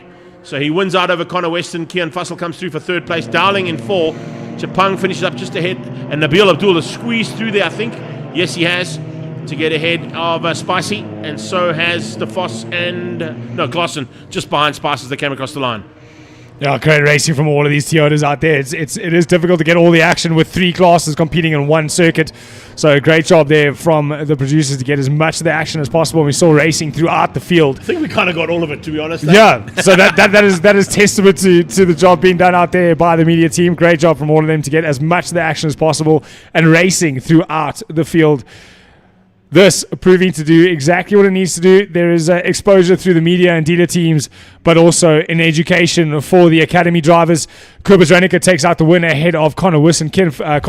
This is all provisional. Kian Fussell in 3rd. Emma Dowling taking 4th. Sapan Chisinyawa in 5th. Nabil Abdul, leader in the media class, or winner of the media class, takes 6th. And our winner in the dealer class, Paul de Vos, comes across in 7th, just ahead of Spice Malula and Marius Klaassen in 9th. The top 10 run up by Craig Nicholson. Another one of second in the media, yeah. Good drive there from Craigie. 3rd went to Yolanda Lukeli, and of course that's Yo's first time in the car. She didn't drive before. I think she's taken up an offer there from Toyota to jump in. Actually, I followed her in this morning. She's driving in the new Yaris GR that's been launched. And, of course, she got an opportunity to jump in. So well done to Yo. Awesome job there from her to jump into the car for the first time. Baptism of fire, I'd have to say, amongst this category. If you don't come in from the initial stages, you're certainly going to have your wits about you. And the man over our right shoulder will definitely testify to that. It's a really awesome class to be involved in, but a highly competitive one nonetheless. And when you take into account that you've got some seasoned campaigners and some rookies involved in Toyota Gazoo Racing's GR Cup for 2026, it just bodes well for more action and more of the same to come now. Speaking of cups, let's go to Astron Energy Polo Cup Race 2, and they are lined up for their 2nd of 3 today. And waiting on standby to have a quick chat to us is the man who took the first victory and maintains his perfect record so far, Hannes Kippers. Hannes, race 2, what you expecting? Hopefully the same as race 1. Get a solid launch off the line, and hopefully me and Shireen can pull away then. And the car going well, obviously? Car's definitely going well. Struggled a little bit yesterday, but it's all coming together today, and I think race 2 is about tyre preservation for race 3. Well, good luck, eh? We'll see you in race 3. Thank you so much. It's 5 out of 5 victories there for Hannes Skippers, and it's almost 5 out of 5 super poles and qualifying positions that he's taken so far this season. The only thing that was outgunned was today, where he wasn't able to get the super pole yesterday afternoon. Shin Rajpal, of course, turning his luck around. You could see the pace he found in race 2, in race 1, I should say. Let's see what he's got now for race 2. Shireen, race 2, what you expecting? Honestly, after race 1, I just want to move forward in the grid. I lost 1 position in race 1. I also want to get the team's first 1-2, so let's see if we can pull it off. Car going well, obviously? Yeah, car going well. I had a bit of contact in race 1. But yeah, the guys managed to sort it out, so full steam ahead for race 2. Excellent. Well, we'll see you in race 3. Good luck, yeah? Thank you. Shin Rajpal, of course, standing in 5th place coming into this round, and of course with the first round of action already done for today for Astron Energy Polo Cup, he probably would have moved himself one step higher on that overall standing. Look out for action that's going to unfold here for race 2 of 3 today. 3-race format here at Zwartkops, just proving to be something different that the Astron Energy Polo Cup have done over the last couple of seasons, and with that a couple of other categories have jumped on the bandwagon, including the Extreme Supercars, also going for a 3-race format here today. So interesting to see how that changes up. With the second start, of course, we're looking at the Astron Energy Polo Cup race 3 later on, but it will be Hannes Skipper starting from pole alongside, by the looks of things, is that... Just trying to pick up who that car is that's in second. But more importantly, we're going to have a quick chat to Charles before we get going with race number 2. Charles, race 2, what you expecting? Expecting a tough fight. It's going to be rough, but we got to go forward and time to get the elbows out. And car going well? Not too bad. Excellent. Right, now good luck and we'll see you in race 3. Yeah? Thank you. Cheers.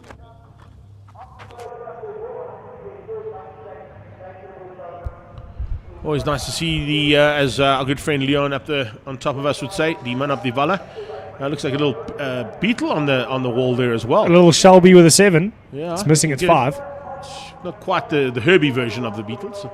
I think that was 53 if you ran, Herbie. 53, yeah. 53 was Herbie.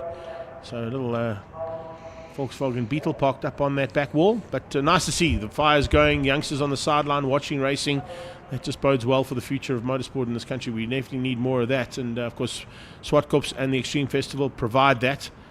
We found that out, of course, when we chatted to Tanya and interviewed her all about how the growth of Extreme Festival has been as dramatic as what it has been. But drama about to unfold as it looks like we're about to roll things out of pre-race and back on track for race 2 now. And we can say that with full confidence, considering it's the Astron Polo Cup. You can say at the start of any race that drama will be unfolding because it is the Astron Polo Cup class. It is what we expect from them. It's what we start to expect from any one-make saloon car series here in South Africa. The rules have been tightened. It's all about parity. It's all about equality. And that's what we aim to do. It must be about the driver come the end of it. It was Rushmore I couldn't find. So Astron Energy Polo Cup. Race 2 on track now as they roll out for the warm-up lap.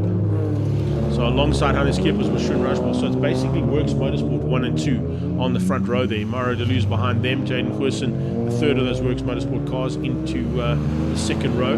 Charles Smallberger and Chris Tate moving himself up into 6th place. So first time we've seen the rookie champion up into the top 6 on a competitive grid of Astron Energy Polo Cups.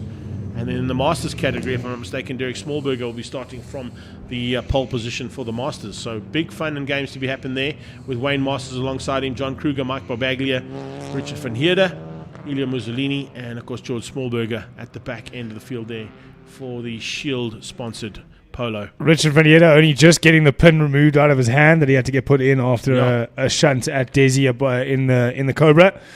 He's made a return to national circuit racing from the NX Legends. He's going to join into the Polo Cup Masters up against a couple of his old mates, Wayne Masters and Derek Smallberger. They also raced together in Masters and karts as well. That's right. So and the three of them still at each other.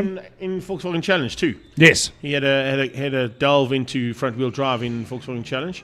So knows maybe a little bit on how to get a car around Zwartkops. On a few occasions he's done that in the past. So let's see how it goes now for Van Heerden as he makes a new entry into the Masters category. We're going on board here with Josh Moore further back in the pack, and of course Josh Moore did do some work to get to the front end throughout the first heat. Didn't quite get to where he wanted to be, and of course would have been on the top step of the podium, but I think he's got a lot of time in Polo Cup before we see him on top there. I would say possibly by the end of the season it'll be challenging for that. Whether or not he gets it right is a big difference, because with a competitive field of Polo Cup drivers that he's involved in at the moment, it makes it very, very difficult for drivers, even with the skills of Josh Moore, to possibly be there. Remember the first outing he had in Cape Town, he did get himself up with Mauro into the top 6 overall. And once again, Berlin starting from pit lane. There's some kind of issue here. I was about to ask if we were going to see that car, Bernard Robinson, start from the pit lane again. I didn't see her on track, and it looks like that is going to be the case. So Bernard Robinson's car still sitting up at Team Red. unable to get that car running for the second heat. They do have another bite of the apple, though. They got a third heat coming up later on today. So maybe we can see Berlin finally make it out on circuit today for the third heat. But Team Red doing what they can to get that car done. There is our Astron Energy Polo pace car. Say that 3 times fast.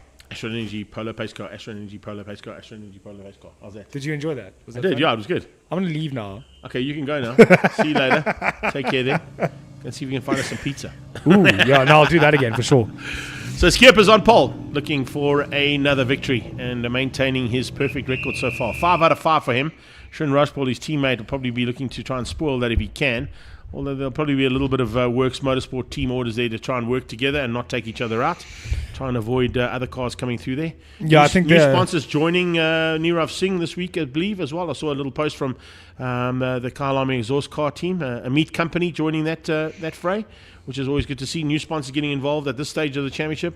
Round 3 just shows you that they've seen the coverage that we give them on our live stream and the coverage that Volkswagen Polo Cup gives them as a overall championship, and bringing some new sponsors to join the likes of Kyalami Exhaust on the side of the car. So we wish them all the very best as we head into the warm-up lap now.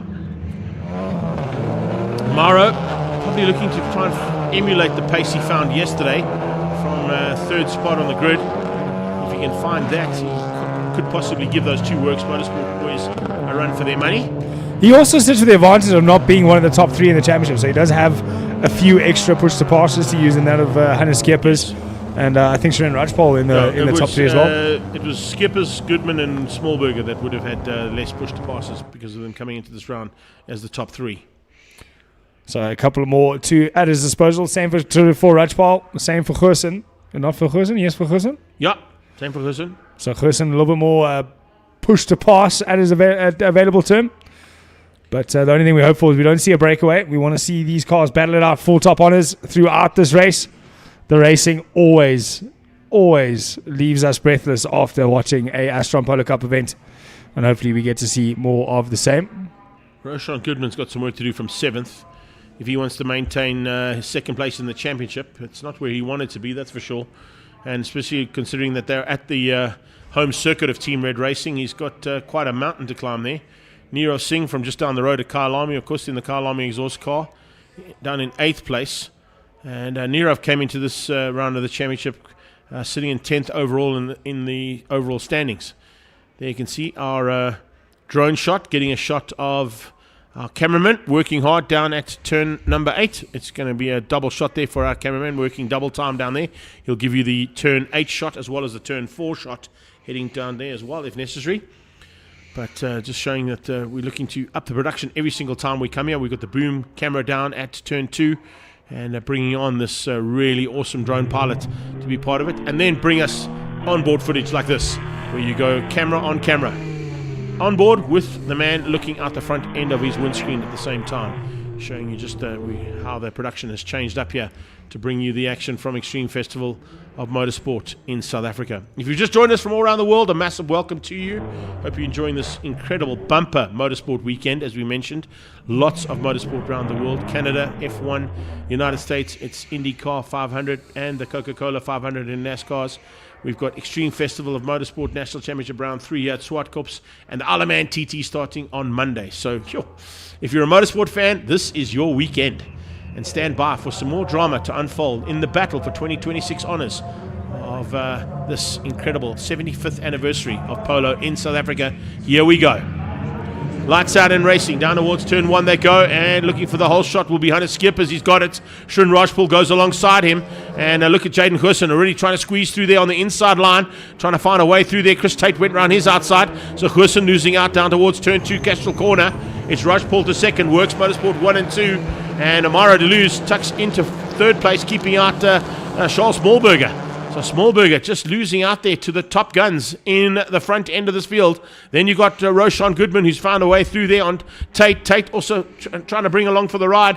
By the looks of it, Nirav Singh. Singh just ahead there of the AA car. By the looks of it, yes indeed. Oh, and he gives Tate a little tap going through turn 4. So much so, I think I saw the back end of that car lift up slightly. Tate not having any of it. He moves over to the inside to cover it. But Singh's there. Singh's all the goose is going to go around the outside. Jaden Gerson looking around the outside of both of them. We're going to see 3 into turn number 5 now. Nirov hanging on, holds on, keeps Tate out. So that little tap behind Chris Tate just rattled his cage slightly. Here comes Mussolini. Pierluigi dives on the inside of Jaden Huisson. And how's this shot from Josh? Side by side, we've got Berthold and Milan Emsley literally heading down towards turn 8. Who's going to have what it takes on the brakes? Should have the inside line, and I think Berthold might just be able to get through.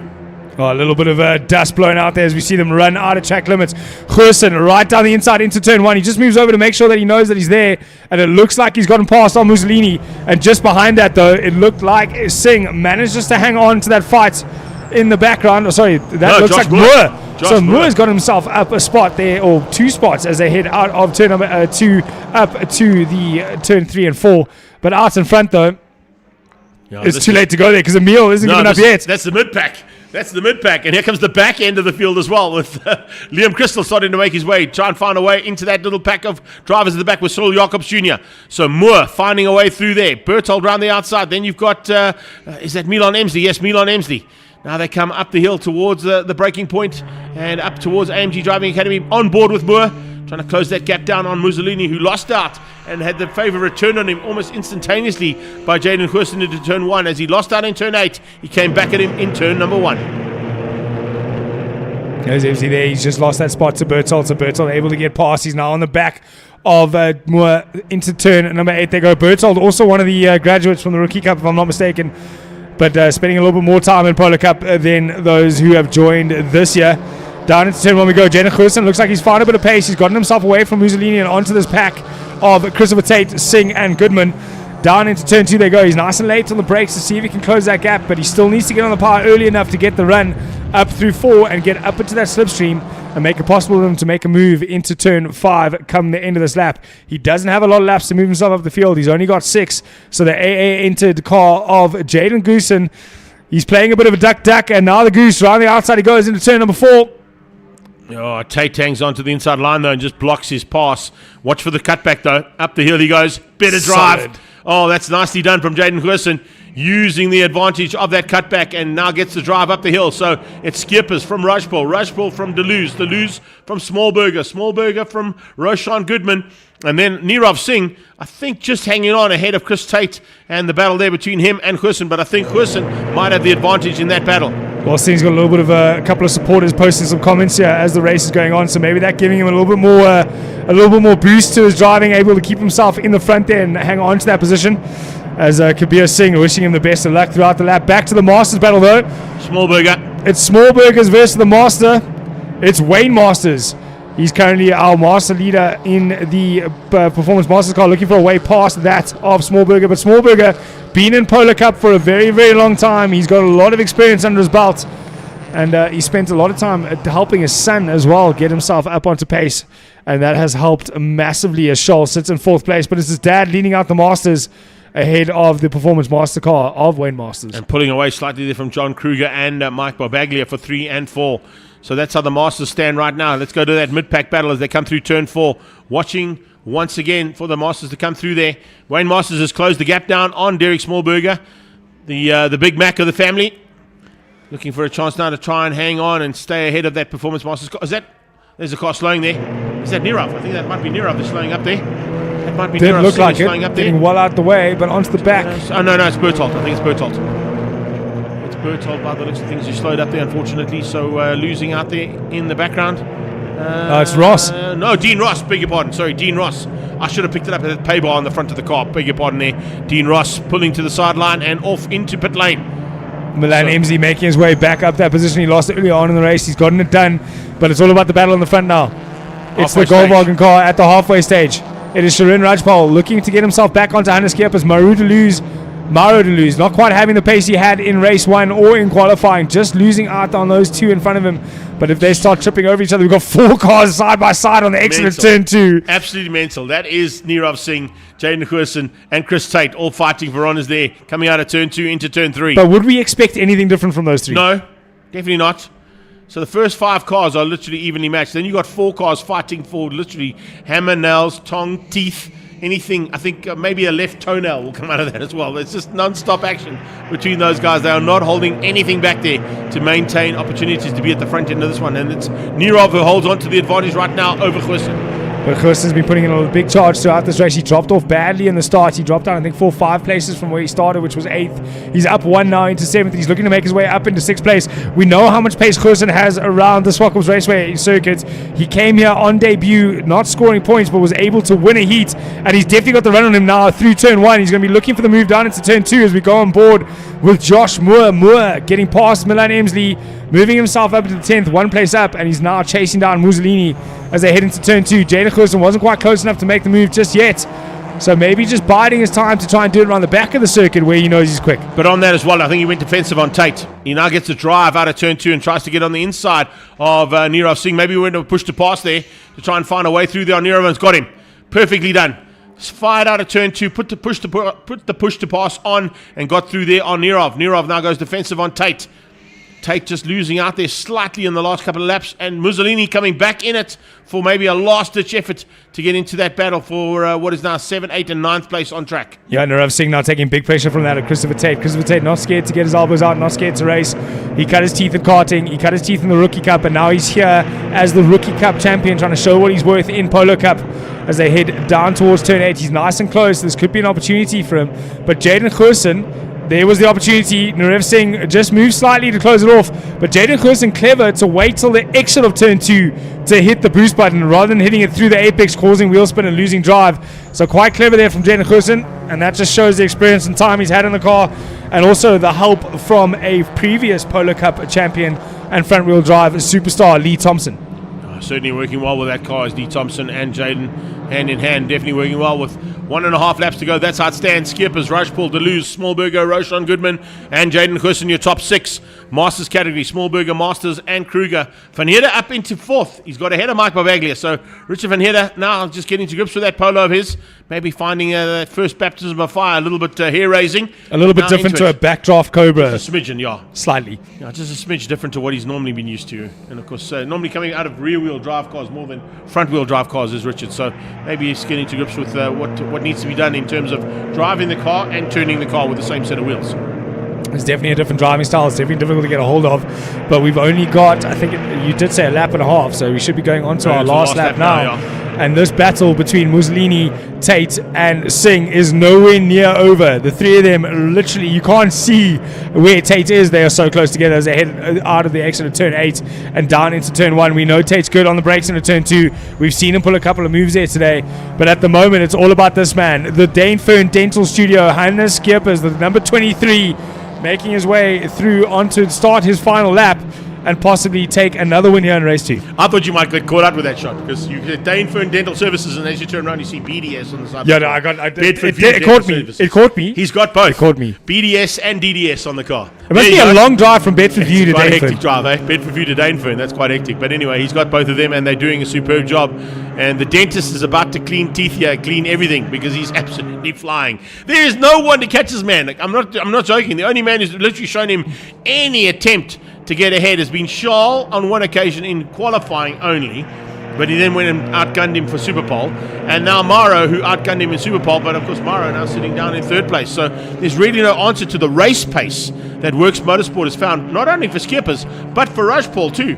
Both of them are going to come through for a 1-2 here, and it's a perfect score. 6 out of 6 for Hannes Skippers. I don't think we've had a Polo Cup with 6 out of 6 for a long time in a championship battle, that is for sure. So well done to Hannes Skippers, winning out of Rajpal and Deleuze. Smallberger ahead of Goodman, and Goosen coming through for the top 6 there. Waiting in the background for the Masters. Is it going to be the Masters? Smallberger gets it. Derek Smallberger just hangs on. And there you go, 1-2 for Works Motorsport. Smallberger winning out over Wayne Masters and John Kruger. Van Heerden, Barbaglia, Smallberger, and Mussolini, your top 6. And parked on the sideline, closing stages, who was that? Let's go back to the main class there, or just the cup class. And right to the bottom. Got a car parked on the side there. I think that might be Dean Ross. It's Ilio. It's Ilio Mussolini, yeah. So even though he's classified as the last car, it's Ilio that's parked on the sideline there. Berlin didn't get out again, so problems there for Team Red, and I'm sure they're working frantically to get her car sorted for race 3 later on this afternoon. But what an incredible run there from the Astron Energy Polo Cup race 2. Top 6, Skippers, Rajpal, Deleuze, Smallberger, Goodman, and Goosen. In the Masters, Smallberger ahead of Wayne Masters, and then it was John Kruger, Van Heerden, Barbaglia, and George Smallberger in the Shield car there in 20th overall and 6th in the Masters.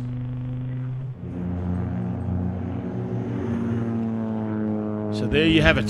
That is Astron Energy Polo Cup done for race number 2. Coming up, we are heading into a small break, if I'm not mistaken, to have a little bit of a circuit cleanup, and then you'll join us back here at Zwartkops for Sunbet ZX10R Masters Cup Race 2, 10 laps of action, two-wheeled action coming your way in a few moments' time. We'll be back shortly.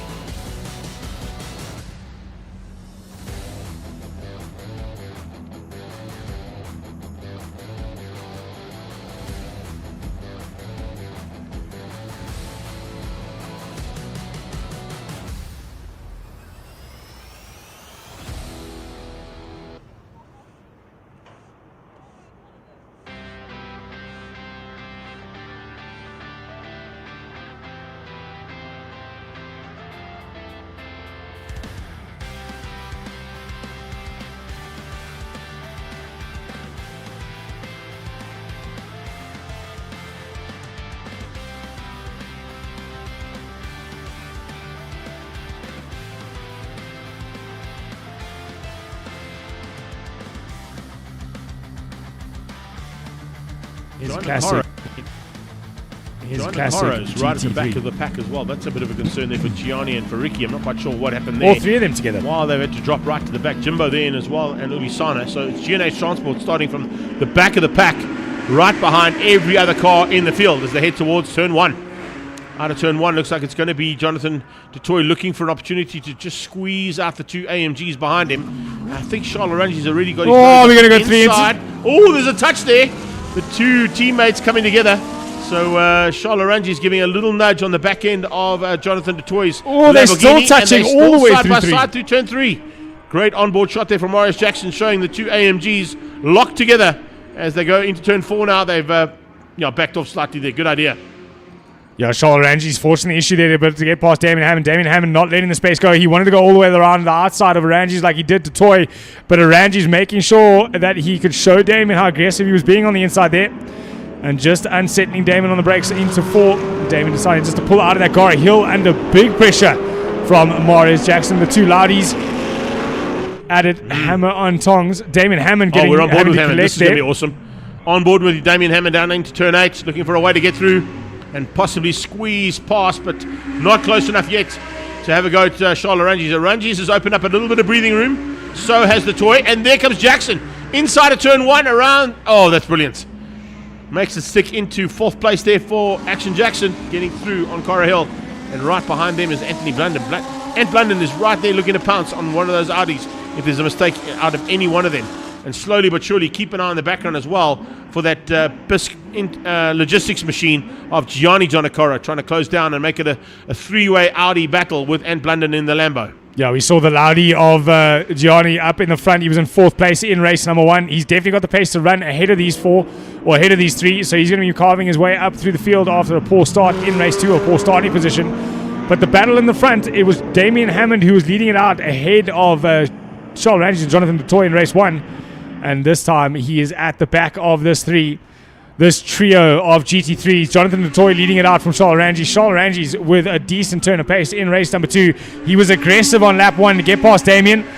Damien kind of had to back off a little bit, resettle himself, reanalyze where he is in race number 2, and build himself back up again, get back into a good rhythm and get onto the backpack or the back end of his the other Mercedes AMG GT3 Evo from Stradale Motorsport though, and that is the GT3 of Charles Oranges. But Jonathan Dutoy able to turn a 1 minute point 5. We saw 1 minute point 2s out of Damien Hammond in race 1. Let's see as the race progresses if he can get himself back onto that pace. All 3 of the top 3 cars though are already into that 60-second bracket around here. Maurice Jackson just out of it on a 61, so 1019. Cora Hill on a 103, so it's basically the battle for the top 3 that are starting slowly but surely to open up. Gianni Giannacora slowly but surely closing through, getting past on his teammate there, and Blunden out of the G&H Transport Racing stable. Blunden in the second of the Ravenol Lamborghinis, the current leading one at the moment, but Ricky Giannacora is not too far behind him. This is Jackson's cockpit point of view. Not too shabby there from him. Smooth sailing. Banging down the box there on the paddle shift and turning into turn 2, Castro Corner. It always amazes me how quickly they're able to shift down through the gearbox in a car like this on turn in into turn number 2. So all the electronics and aids helping that gearbox go down through the gears. I think he went down 4 or 5 gears there into turn number 2 and able to do that without locking the rear wheels and allowing him to rotate that car through 2, get on the power early and get it out. But Gianni Giannacora, he is putting in a proper turn of pace. 102.4 was his previous lap. Let's see what he can do on this lap. Corey Hill able just to eke out 2/10 a lap ago, but bearing in mind, Giannacora had to make a pass on that lap. So let's see what kind of pace he does have now that he's cleared the Super Trofeo of Anthony Blunden. And you can see Ricky Giannacora also getting through there on Blunden now as well. So Blunden dropping to the back of the pack in the battle between the G&H Transport Racing category machines. And those 3 cars being Gianni, Ricky, and now Blunden. 101's coming out of Damien Hammond, so he's dropped back slightly. I don't think Hammond is going to have the same kind of pace here in race number 2 that he had in race number 1. Maybe a change up in track conditions. Maybe there were slightly different tyre options. Tyre pressures could have changed up slightly. A 1 minute flat there out of Gianni Giannacora, doing exactly what he should be doing. Gianni, of course, able to run in the 1 minute flats in race 1, and he's closing down on Hill and on Jackson. So a 3-way fight between the Audis, and for 5th place on track, imminent. In fact, 4th place on track, imminent. Yeah, currently lapping almost 6 tenths quicker than the two in front of him. So we will expect Gianni to be on the back of them very, very soon. On board one of those drivers this is Marius Jackson, Axon Jackson. We get to see the hard work being put into that steering wheel by him throughout this Zwartkops International Raceway. I do love the fact that we can see from the inside of the cockpit as well as from the front-facing camera that camera option gives us. Pulling away slightly now from Cara. Cara being caught rapidly by Gianni. GG will be pushing hard. He knows that he lost out a huge amount of ground there, having to start from the back of the pack. I'm not quite sure why they started from the back of the pack, but anyway, we didn't get that information. I think that might have been a second lap from quali. They broke out at times, that's what it was. So that's why they had to start from the back. Getting that in my ear, thank you.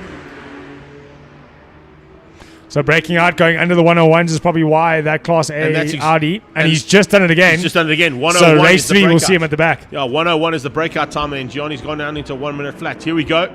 Close up at the front end. Jonathan Doy and Charles Rangi's right on top of each other now with 7 laps left to go. Damien Hammond made a couple of mistakes a few laps ago, and he lost over a second on the gap to Jonathan Doy's 1.6 off Charles Rangi's at the moment. So he's kind of fallen out of this fight unless Charles Rangi starts making more mistakes like that while chasing down Jonathan Doy. They may be teammates, but I don't think there will be team orders here. Was that a mistake though? Because it didn't slow him down. He put excessive 2 wheels on the use dirt. of track limits. Yeah, excessive use of track limits, and might get a track limits warning have we had Freddie Spencer here, but I don't think Freddie Spencer's going to be worrying too much about that one. But right now, it didn't really slow him up. Damien Hammond hanging on for 3rd place here. It's the first time we've seen the Porsche actually of Roy Aubrey out on track. Good to see that one. The man from Haval Edenvale doing a superb job there in his 911. One of the many derivatives of a 911 Porsche that are racing around the world. 911.2. Yeah. And if I'm not mistaken, second in Class B. Yes, second in Class B, I was going to say. Second in Class B behind Blunden. Blunden leads out at the moment, so nice run there from him. Jackson continuing on his merry way here, up into turn 5 and 6. And expecting to see any second now on the right-hand side. Possibilities of that yellow G&H Transport and Bisc Logistics car of Gianni Giannacoro, maybe squeezing him through and moving up. So here we go into the closing stages. 5 laps left to go. Is Arangi's going to have a go here? These are stable mates. They're both out of Stradale Racing, but of course a combination and a collaboration between Stradale Racing and Trans-Africa Racing with the Oyster Catcher Lamborghini out front of Jonathan du Toit. But that Ravenol AMG, this time getting the better of the Liquimolli AMG of Damien Hammond for 3rd. Gianni Giannacoro right on the tail of Jackson as he closes up now. There we see Blunden coming out of turn 2. And this is Jimbo Giannacoro coming out of turn 1, also out of Bisc Racing Logistics and the G&H Transport stable. This time also behind Mark du Toit, who's found a way past in the Trans-Africa Racing GT1. The classic GT3 for GT1 of Mark du Toit, putting some laps in, getting himself ready for King of the Hill here at Zwartkops Raceway in June, if I'm not mistaken. Top of the hill in July, yeah. Top of the hill in July. So he's going to have to do some work in that car. I think it's just, as I said, it's preparation for that. We saw him at Passion for Speed getting that car ready, or actually at the final round of Extreme Supercars at Zwartkops. Preparation for what we saw him do in the new class of Pre 06, where he fought it out amongst the Samlin Racing Lamborghinis. So certainly knows what to do in that car, and it's a competitive car.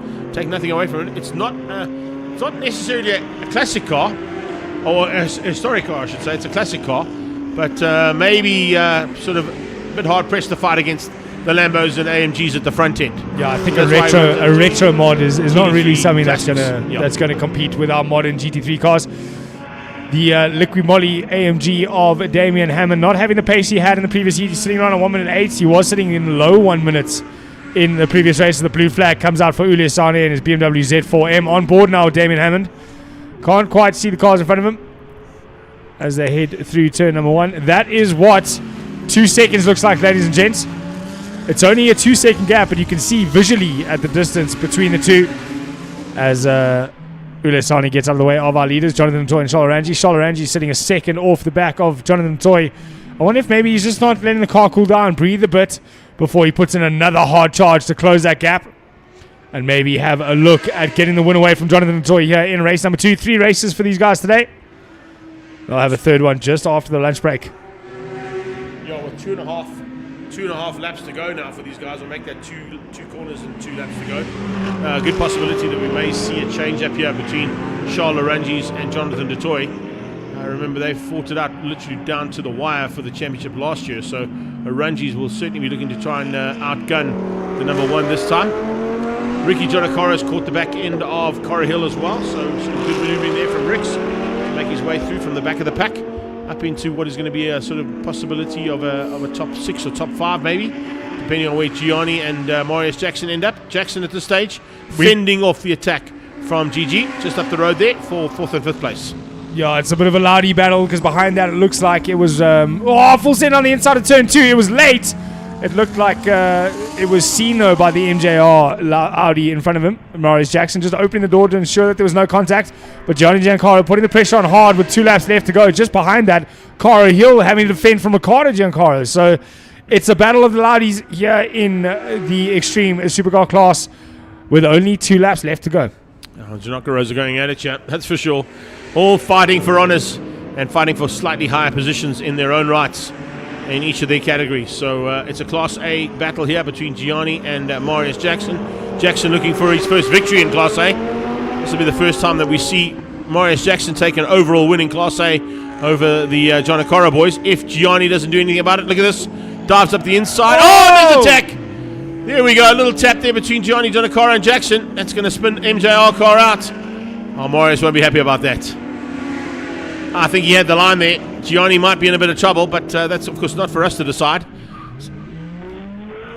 And he's going to get a penalty for breaking out as well. So Gianni could be in trouble twice here with the COC because of that breakout time that he's already put in to get up into what is now 4th place behind Damien Hammond. Well, the walls are thin between our office and theirs, so hopefully we can give you a bit of feedback. Oh, late to the brakes goes Charles Rangi. He's trying to get close for the final 2 corners here in heat number 2. But it looks like it's going to go all the way to Jonathan Toy unless that Mercedes AMG has got a set of brakes in it that can close up more than 3 car lengths. Down into the final corner they go. It's going to be Jonathan Toy that leads us out. And it looks like it's going to be Jonathan Toy that takes the winning race.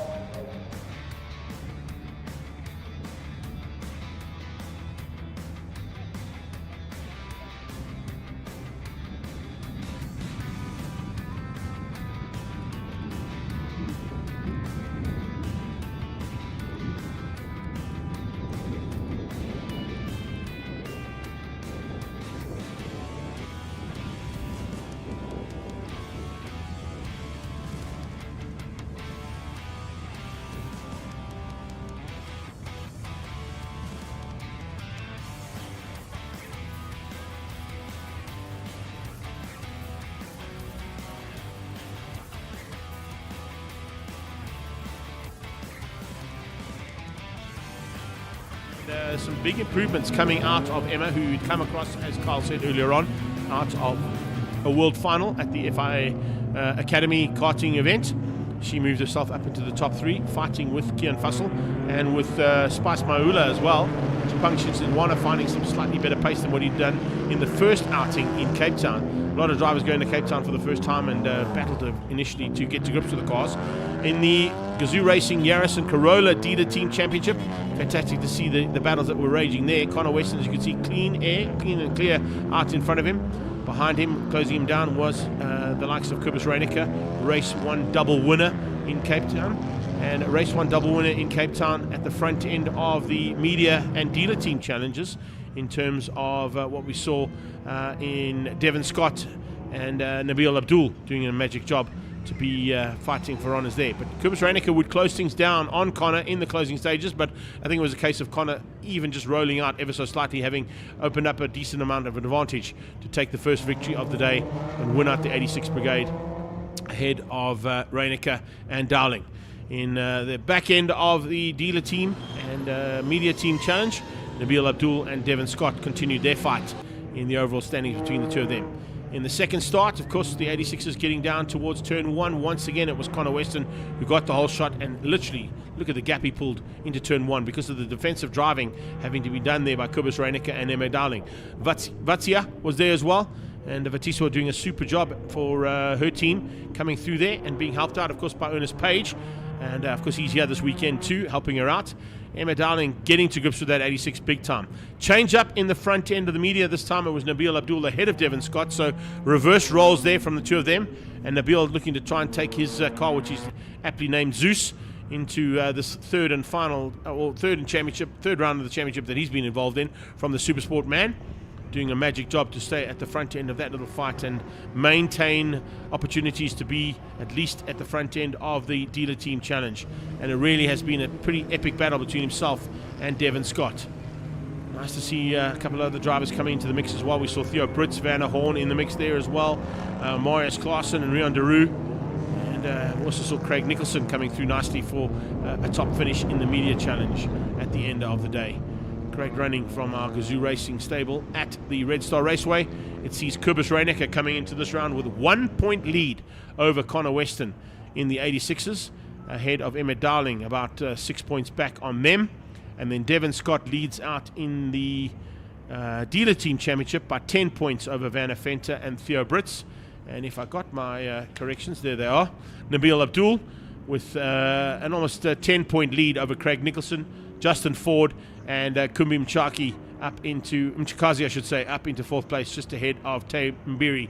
Tay Mbiri from Auto Trader taking a little bit of strain initially in this championship, but we expect to see some maneuvering from him in this championship and possibly a little higher up by the time they wrap up today's 2 heats of racing for the Toyota Gazoo Racing GRSA Cup.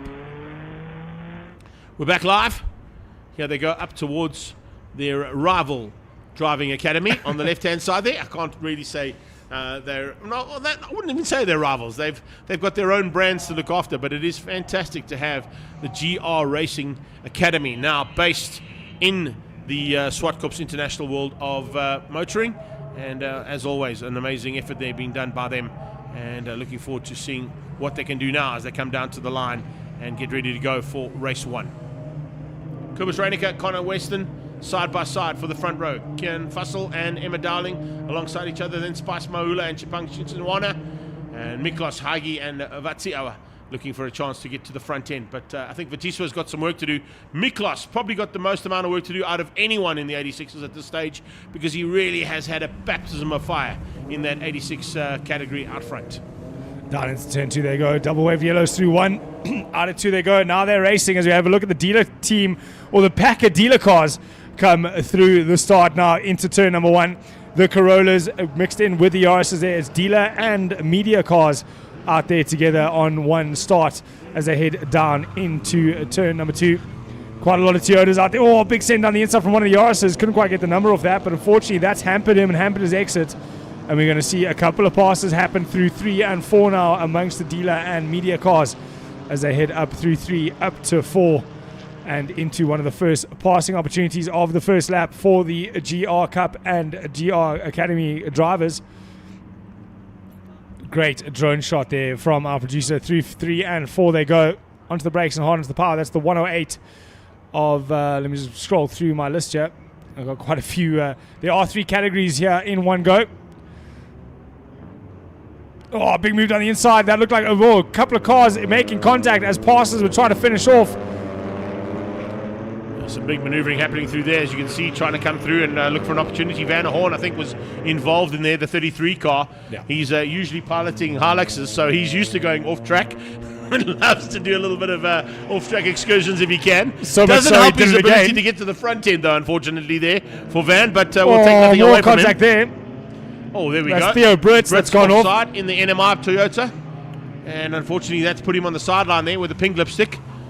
And he'll have to do some work from there if he can get the car back on track. But action aplenty there. Just getting some information fed through as well as we get into the first heat here of Gazoo Racing GR Cup. And these guys and girls are not holding anything back here, I can tell you. It is fantastic to see the action that's being provided. Nabil Abdul holding on to the front end of what would be the fight between the usual contenders in the media and dealer team championships. The 21 car behind there, Paul DeFoss from the Toyota Gazoo Racing Driving Academy. He's up in the second place. And Marius Claassen just behind that, pushing hard to try and find a way through. But let's get back to the 86s. Still stuck on the outside there. No change for the 7 car, and that's a big pity. To lose that car so early on is definitely not what they wanted, and certainly not what NMR wanted, to see their car parked on the sideline. Remember what happens with this class as well, Carl, and for the education of people that are watching from the sidelines. The 86 Brigade is basically the Toyota Gazoo Racing Academy that allows their drivers that are involved in karting to come through into the rear-wheel drive 86s to teach them saloon car tactics. And from there, they can either move on to bigger and better things in touring cars or in the Super Cup class. Parked on the sideline, a bit of damage to that car. I can't quite see who it is, though, from the glare on the windscreen. But there's definitely some damage to somebody's car that's parked on the sideline. Looks like through there, we might be able to pick up on some DNFs at the back there. It's Theo Brits. Theo Brits is right. That's Kumbi. It's Kumbi and Chikazi who's parked on the sideline. So there's the 2 cars who are sidelined at the moment. Theo, we know, is at turn 8. And I think Theo and Kumbi came together in that lap, that turn 8 contact. Yeah, so I think it was the 2 of them. A little bit of damage to maybe a radiator or something that caused that car to have to pull over. You don't want to overheat those cars. On board with one of our other lady racers is Fatiswa. She's in the 99 GR Academy car at the moment. She's sitting in 8th place at the moment, just behind Mikolos and Tsapang Shishinyawa. Safety car is out, and that will be to collect that Theo Brits car sitting on the outside of turn number 8. It's not in the greatest of positions, especially considering that's quite a decent passing opportunity for all of these drivers. And kind of expected to see the full course yellow, FCY. The French course yellow. Yeah, the French course yellow. No, or as we call it here at Zwartkops, French car safety yellow. car. SC. Safety car is out. So double yellows and the SC board coming out there. Just going to concertina this field up again. And what that'll bode well for Emma Darling. She had lost a little bit of pace in the front 3. The top 4 as well as Vatiswa. She was just off that of Mikolos. So now this is going to bring the fight back in, and this is what karters love. You lose a bit of time. We don't get this opportunity in karting, but you do get in a main circuit. You've made a mistake in a couple of laps. You've lost a bit of time, but this brings it right back in. And you can get the hammer down and have almost a second bite of the apple for the next part of the race. The other big factor, of course, is that Constantine is the whole field. Yes. So there you can see a little bit of damage on the sideline. I don't think that's from the It's Toyotas. only an undertray. But that's been there for a while. It has been there for a while. That's not because of what's happened. There we go. That's Kumbi getting back on track. Maybe he's got his car sorted. Oh, that actually looks like a puncture from what I can see. It could possibly be, but also damage to the suspension. I think he was worried about the rain though, because he had his windscreen wipers on too. So maybe that was Kumbi just checking for rain.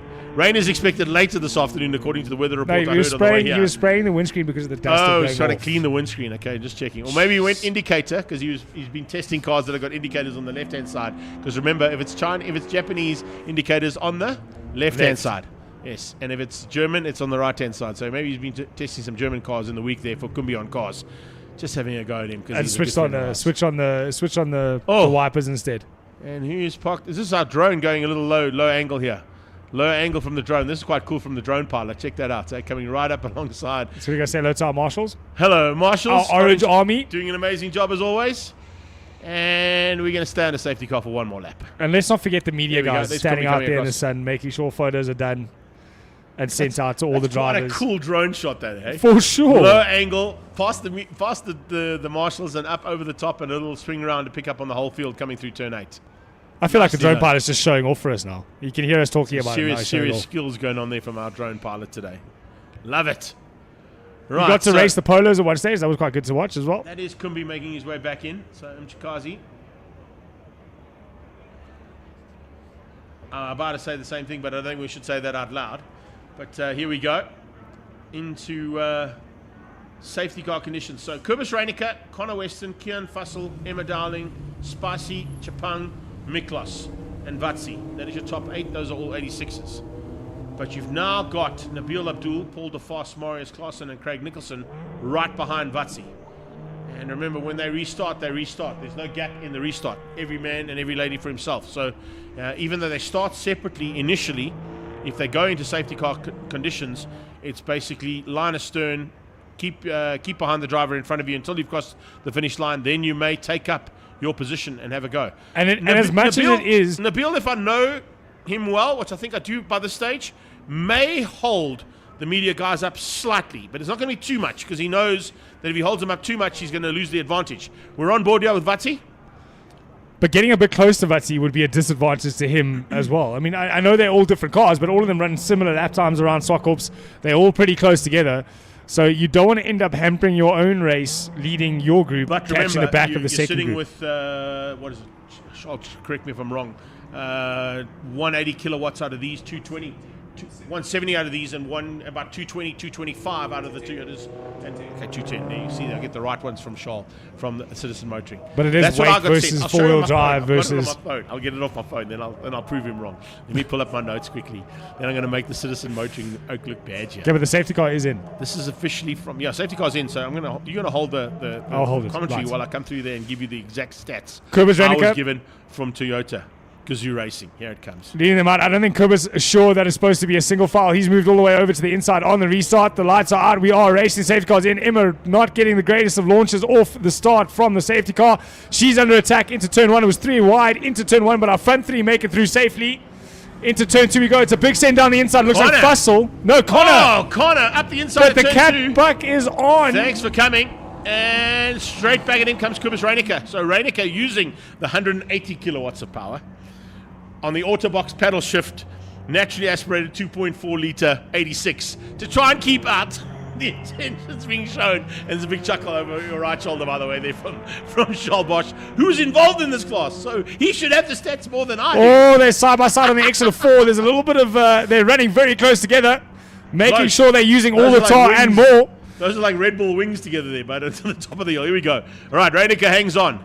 But Connor's going to... We're going to go 3 abreast. Fussel's on the inside now. Could possibly... Oh, who's off? That's Fatiswa. Woo! Fatiswa outside and off track. That's going to allow Nabil Abdul through. Yes, and Devon Scott. Devon Scott, listen to me. Paul DeFoss, who's in that car this weekend. DeFoss squeezes through. He's going to bring Klaassen along, Craig Nicholson and Van der Venter into the mix as well. As they come back down towards turn 8, things are starting to heat up here big time in Gazoo Racing. They are putting on a show of note here at their home track.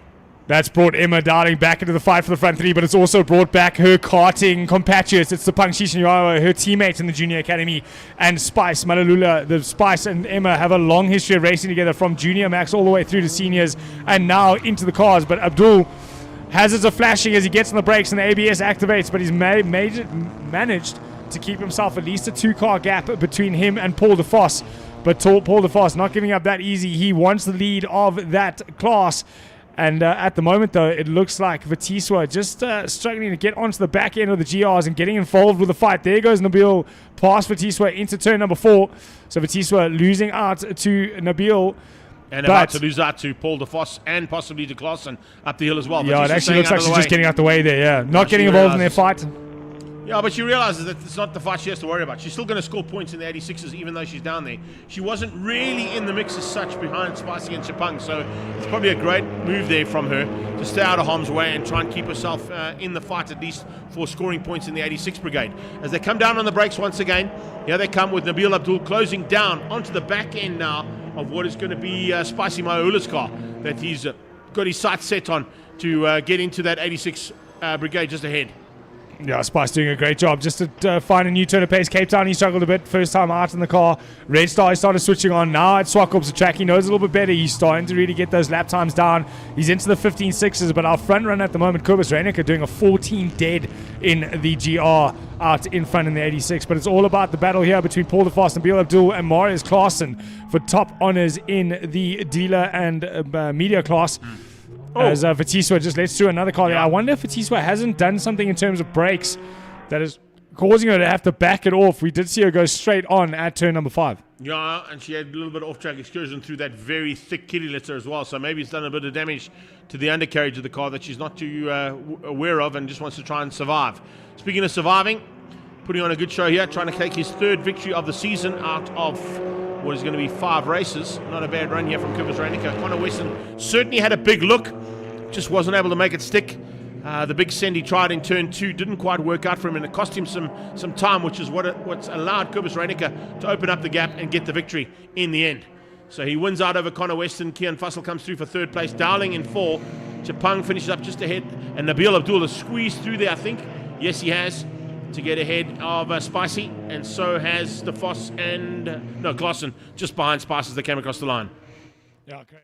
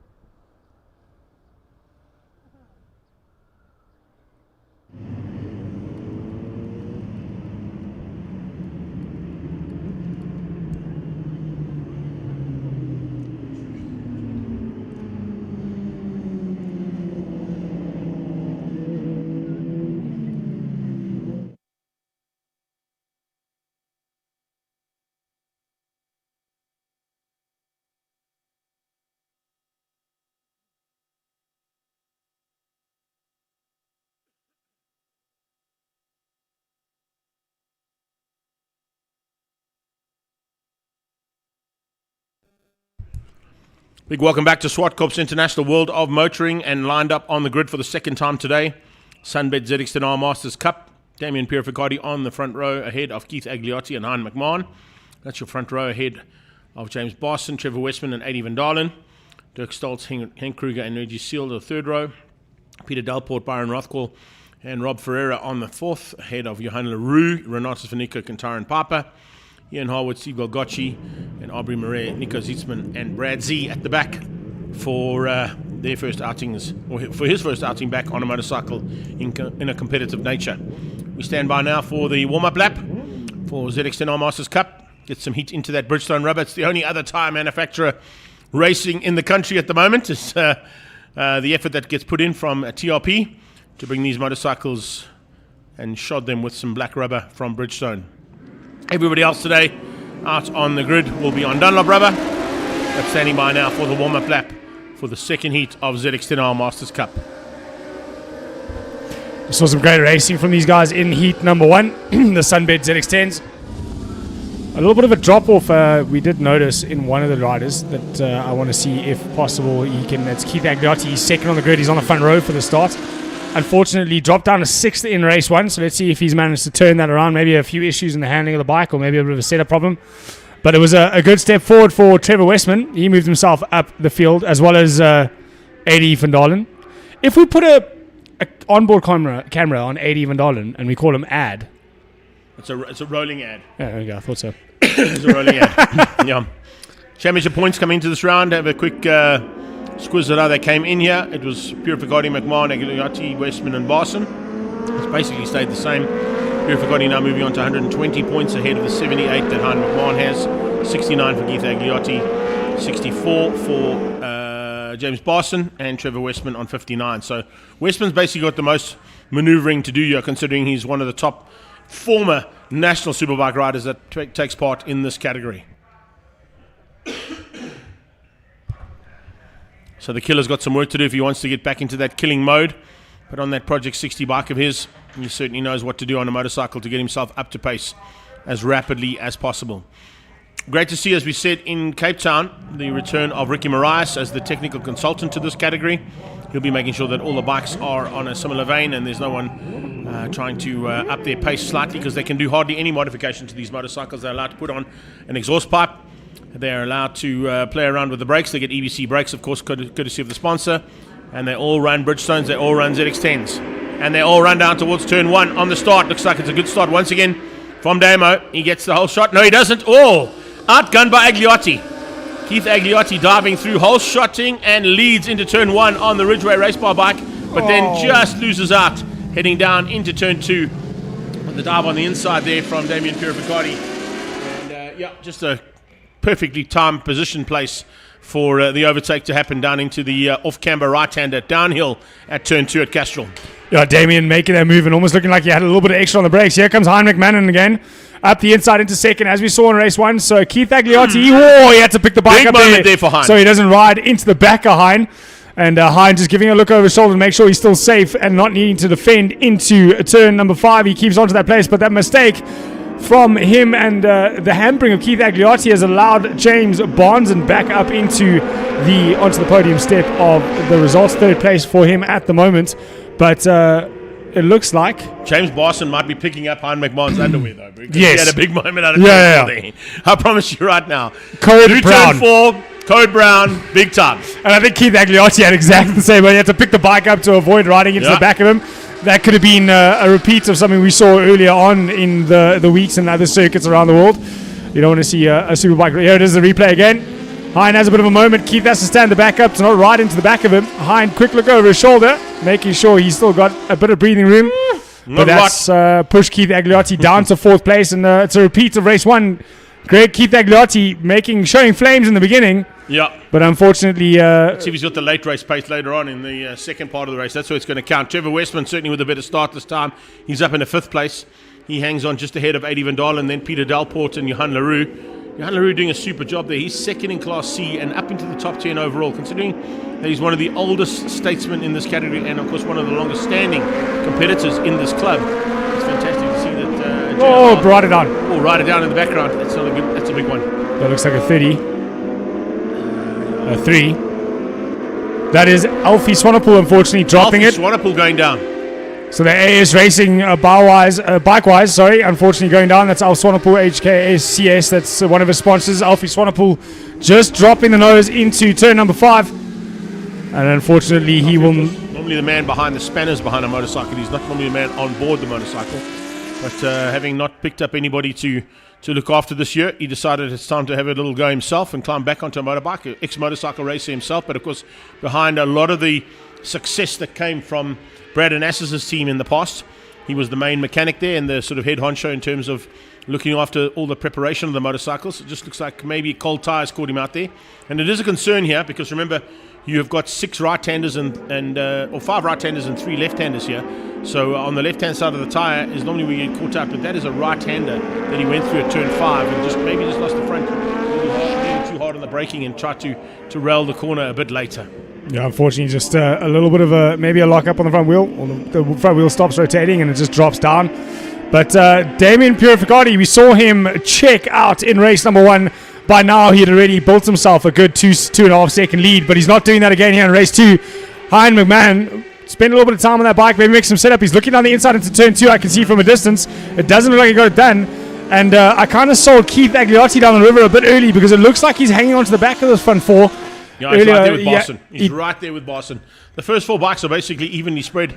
I would say probably equidistant apart as well in terms of the gaps that have opened up. It's opened up a little bit too much for Trevor Westman, but he's starting to close in ever so slightly. Then 80, then JLR. Behind JLR, you got Delport. Then this little fight, Henk Kruger coming into the mix there on the second of the Siemens bikes. You got Brad Z at the back and then Henk Kruger on the 2 Z bikes there. So doing a super job there is Henk. He's fighting it out with Reggie Seal and with Dirk Stoltz, who are just ahead of him. So he'd like to get a little bit higher up than that. Possibly still finish up in the top 10 overall. But Kruger now with some work to do. Kruger, of course, a man who spends quite a bit of time. Agliotti using those brakes to big effect there. EBC braking having to come into big play there. Unfortunately, it stopped him and nearly ended up going up the rear end of James Barson. So definitely some kind of issue there on Agliotti's bike in terms of stopping power. Do we get to call that a commentator's curse? Because I haven't said anything since I said his name. No. That was all good. Okay, cool. That was all on Keith that time. But yeah, all the trees unfortunately got that one all wrong. There's something wrong with that bike and his brakes. He's actually slowing it down. He's pulled it up there. Ridgeway Racing and EBC brakes bike unfortunately out of this one, and he'll probably just roll that round to pit lane and bring it in. Something has gone wrong horribly there for him. JLR though has closed the gap down and is starting to mix it up there a little bit with Delport and Reggie Seal. So there's about 4 or 5 bikes fighting for the final single digits in the top 10. And some manoeuvring happening through that little pack as well as JLR gets outgunned. And it looks like the 80 bike, I think it was. Yeah, it did look like an 80 on the side of that bike. Let's have a look quick through. It looks like Henk Kruger. So Henk Kruger fighting himself up into 10th place on the Siemens business brake vehicle, if I'm not mistaken. It is difficult to read the numbers. No, it's actually, I think that might be Peter Delport. It's the 110. It looks like an 80, but it's the 2 ones that are right up close to each other. Looking like an 8, they're so close together, yeah. Yeah, Delport coming into the mix there. So Peter Delport finding a way through there on JLR. Back of the pack there, also a nice run coming out of the 5.7 there, Renatus van Niekerk. He's the man, of course, who crashed at Red Star Raceway, and his bike was stuck in the middle of the track for about 2 or 3 laps that they ran under double yellows, even though the bike was in the track. There were no marshals at that point that he crashed out at. It was just sort of the link between the dog bone and the bottom right-hand corner that he crashed, and they couldn't get the bike out of harm's way, so they just left it there under double yellows. And he moves off the circuit to stay out of harm's way as well, which is not a bad plan. Nice battle this, though. Really great to see. 5 bikes fighting. 3 abreast at some points up into turn 5 now. They're going full send down the inside. Can he get a stop to turn before the cutback? We've got another pass just behind that as well. So all over the place, there's action aplenty. That is the 82 that we were talking about earlier at the back of that group. That's Henk Kruger. So Henk Kruger, Reginald Seal, John LaRue, Peter Delport. They are all going at it, hammer and tongs at the moment. Here we go down into turn 8. All 5 of them fan out. And it's the 44 under attack. That is Johan LaRue. Yeah, LaRue's under the attack the most there. Reggie Seal trying to put the maneuver around him there, trying to find a way through. But just ahead of that, 80 Van Dalen trying to come back at Peter Delport. So Delport and Van Dalen, triple numbers on those bikes heading down towards turn 2. Here they come.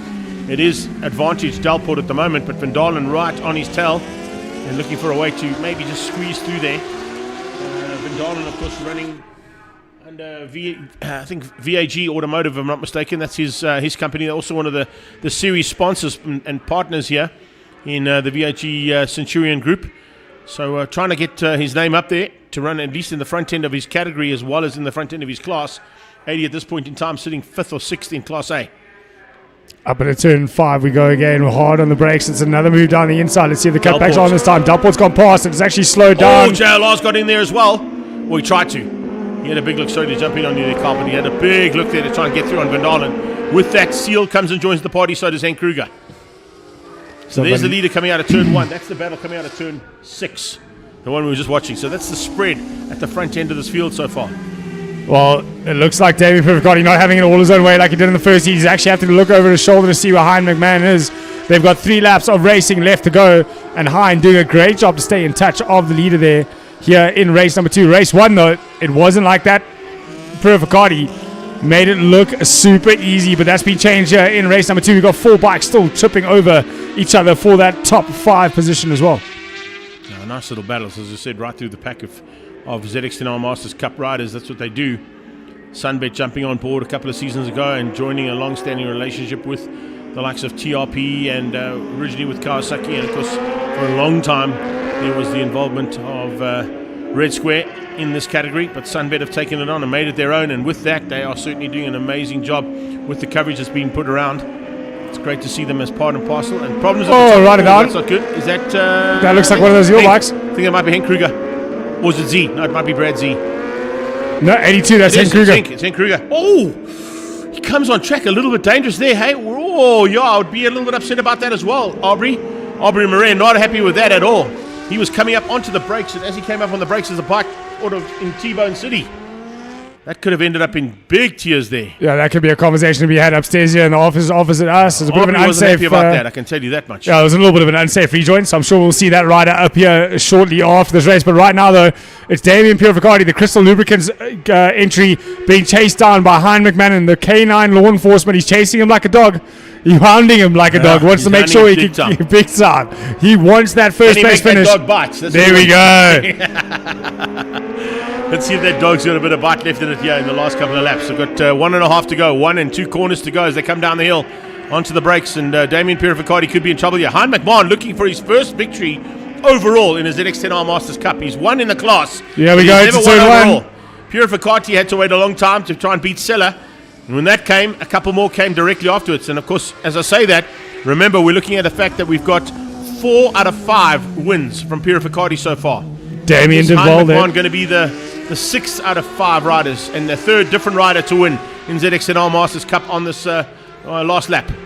I had a good idea there. He ran into 1 a bit slower, got on the gas a little bit earlier, tried to get up the inside into 2, but he's just another bravery on the brakes. Yeah. We've seen him up into 4 and 5. He's pretty decent through there, but it looks like Damien Purificati's got a little bit of breathing room.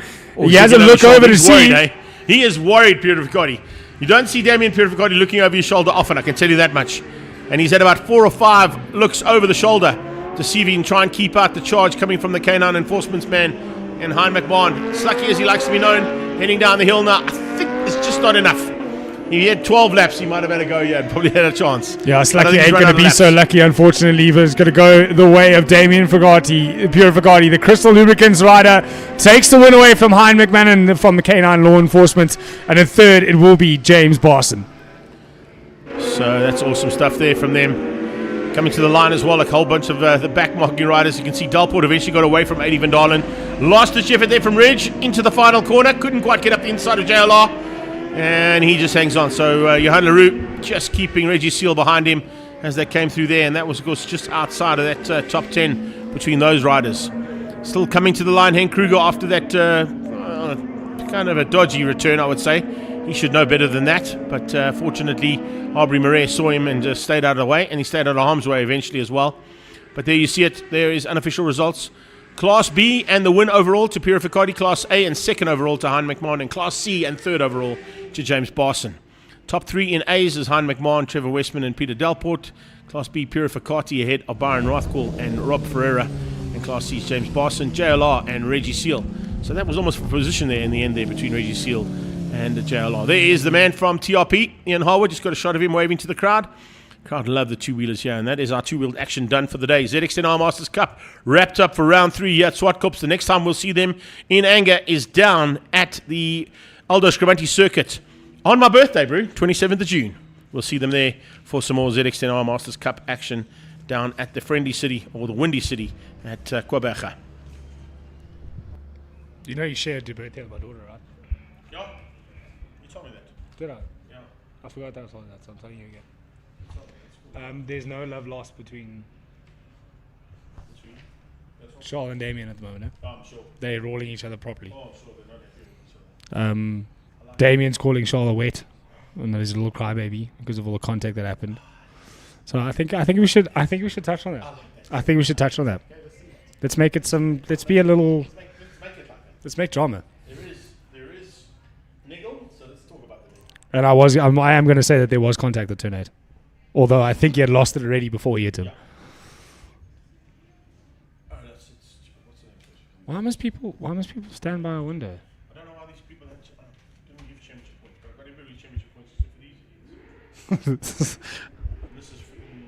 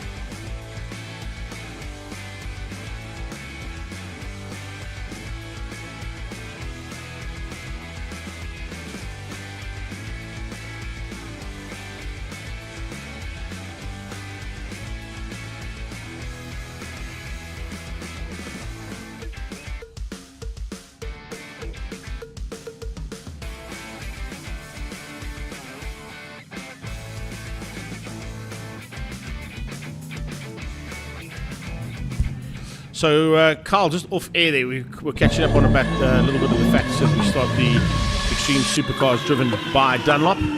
Their third and final heat of the day here today. Another 12-lapper coming our way, but looks like there might be a little bit of niggle. Yeah, I did a little bit of a walk around there when I was going to go get my lunch, and it was said between the drivers that there's a little bit of love lost. They're not agreeing with each other in terms of what they should. I did say it off air on the mic in a little bit more of an unprofessional manner. No stable but mates. they're not exactly stable mates, and I don't think there's love lost. So we might see a bit of really good, tight, hard racing between the two AMG cars, and that might fall into the realm of Jonathan. And so Jonathan might. It was over. I did say it. That's all good, but it's okay. We're allowed to talk about that. But we did walk around the pit to go find out the information. A little bit more of information that I got as well is that I did comment on how Damien seemed to have lost a little bit of pace. And it was reminded to me that, well, not reminded, I was actually told for the first time, I wasn't aware, that winners of heats get added an extra 15 kilograms to their car. Yeah, 15 kilos. And up until the point that you reach 60 or you take a loss. So if you lose, then the bailiffs come out. But if you get to 60 kgs, they can't put more in you. So you're allowed up to 60, or you are given up to 60 kilograms worth of penalty, a winning bonus penalty. So that may be why Damien losing those 3/4 tenths that he had the advantage on in the first heat. He's now lost a little bit of that advantage, but he's gained it back now. having not won the second heat. The one cool thing about this category. So it does bring everything in. Jonathan Dutoy now carrying the 15 kilos. Yeah. So it might be the balance of performance switching in the direction of the Mercedes-Benz AMGs.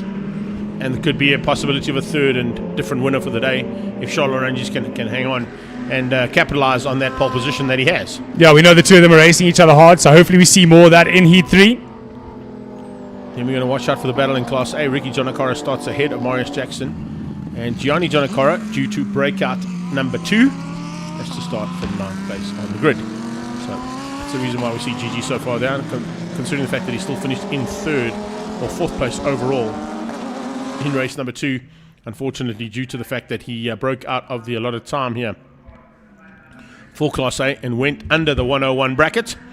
Means that he gets penalized and dropped to the back of the grid and has to start alongside Mark Dutoy and just ahead of Jimbo and Uli Sana. So a bit of work to do there for Gigi, but we did see him come through pretty rapidly. He had to get through the Porsche and the 2 Audis, and with the pace that he got, unfortunately it was too quick. So he's going to have to watch his pace and hopefully get to the front as quickly as he can, as we now almost under starters orders here for race 3 of the day for the Extreme Supercars driven by Dunlop. It'll be Aranjis and Dutoy on the front row. Charles Aranjis will be looking to at least capitalize on that pole position and maybe hold off the intentions being shown by his stablemate in the Oyster Catcher and Trans-Africa Racing Lamborghini. And then watch out for the lack of ballast hopefully now on the Likumali AMG to possibly be back into the running for a chance to go at it again with both Aranjis and Dutoy. As you said, a little bit of niggle there between the AMG drivers. They start line astern, 2 Lamborghinis line astern, and then we go to 2 Audis side by side. So literally the battle at the front end is basically all German, if you think that the Lamborghinis are pretty much Audis.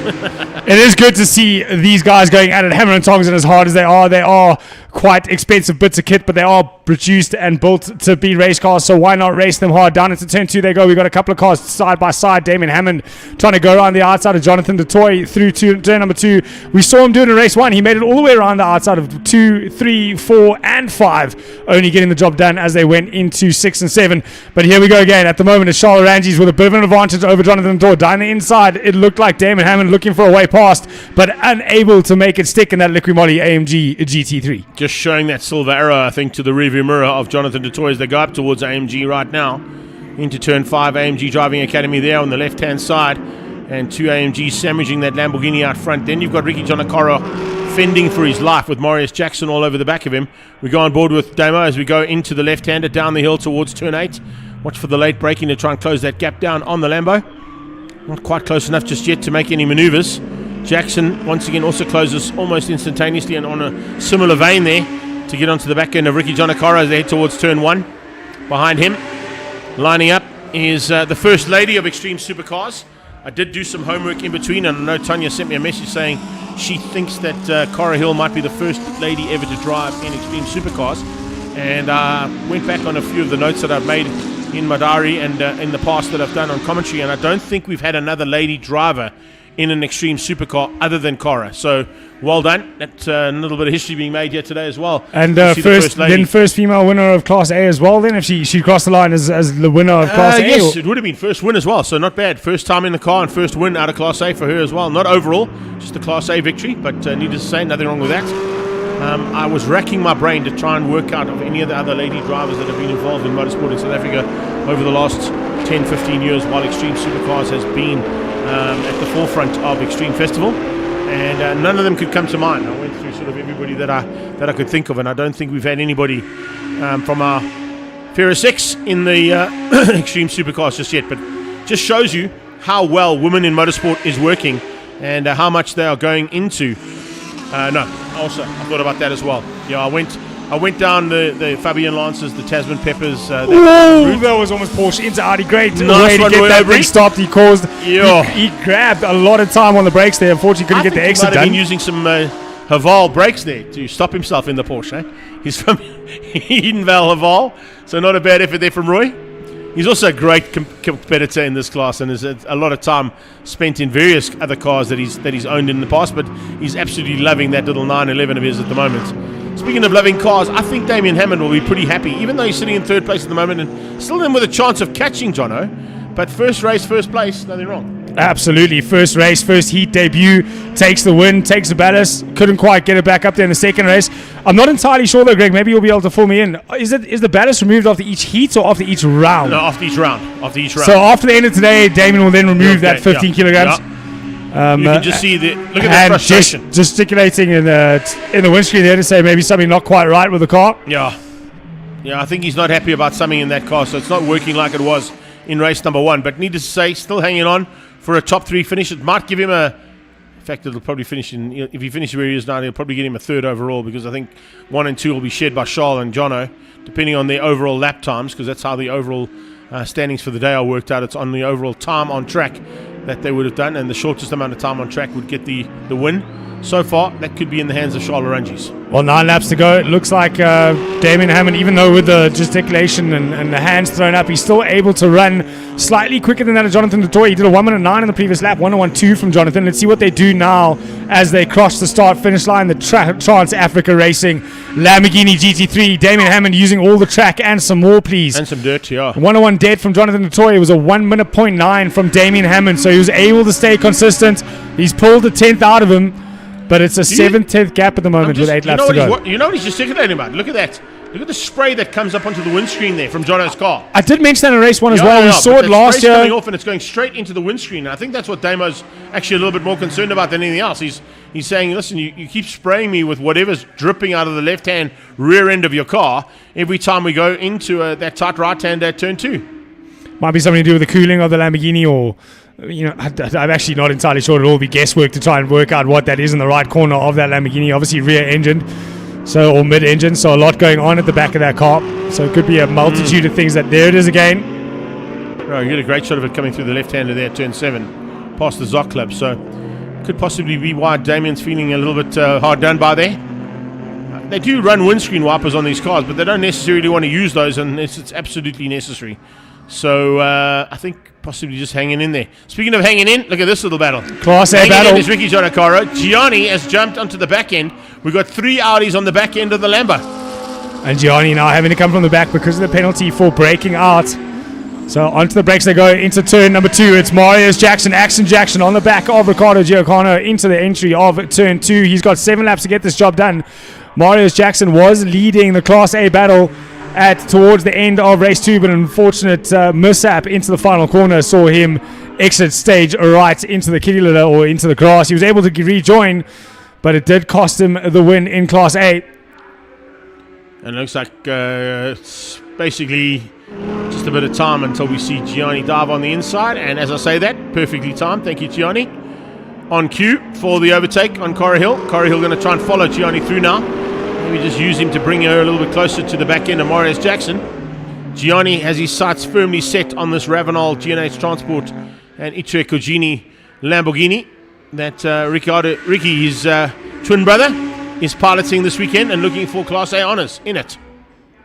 Yeah, Gianni, able to keep himself above the 101s in this heat. He did a 101.071. So 700th of a second away from breakout again. It is very, very close to him breaking out of Class A. He might actually even consider moving himself through to GT3. Yeah, I think there's a certain amount of times that you're allowed to break out before that happens, but I'll have to get confirmation on that. But anyway, let's see as they go down into turn 4. Gianni Jonacaro making his way up and pushing on. Corey Hill doing a great job in that GT3 car. These cars are difficult to kick around a track such as Zwartkops International Raceway. So doing a great job there, young Corey Hill in that Audi. Take nothing away from her. Gianni, though, Giancarlo, the quickest Class A car we have out on track at the moment. He's starting to pester the MJR entered Marius Jackson aboard his Audi R8 LMS GT3. So we've got the Italian Audi in front, and then the three standard German Audis. Yeah, the German ones. The German Audis. German versions. Yeah, it's incredible to think that, under the AG group you've got Porsche, Lamborghini and Ferrari and Audi all in the same stable as the holding company. And a lot of the development that happens in these cars gets put through to different areas. So all-wheel drive systems on Lamborghinis on the road come from the all-wheel drive systems, and of course the Quattro system out of Audi. They share sort of the knowledge between the Italians and the Germans. Not that they used to do that in the past, but there's definitely a bit of technology sharing that happens. And speaking of technology sharing, there's no sharing of the corner here, because I think we might see the yellow bonnet just squeezing through. Oh no, we didn't. Okay, that was just We felt the a yellow fast bonnet forward tap on the the. back. That was There a we fast go. forward a little bit on the Yeah. onboard. It looked like it was a bit of contact, but I think it was just a fast forward on the onboard. Yeah.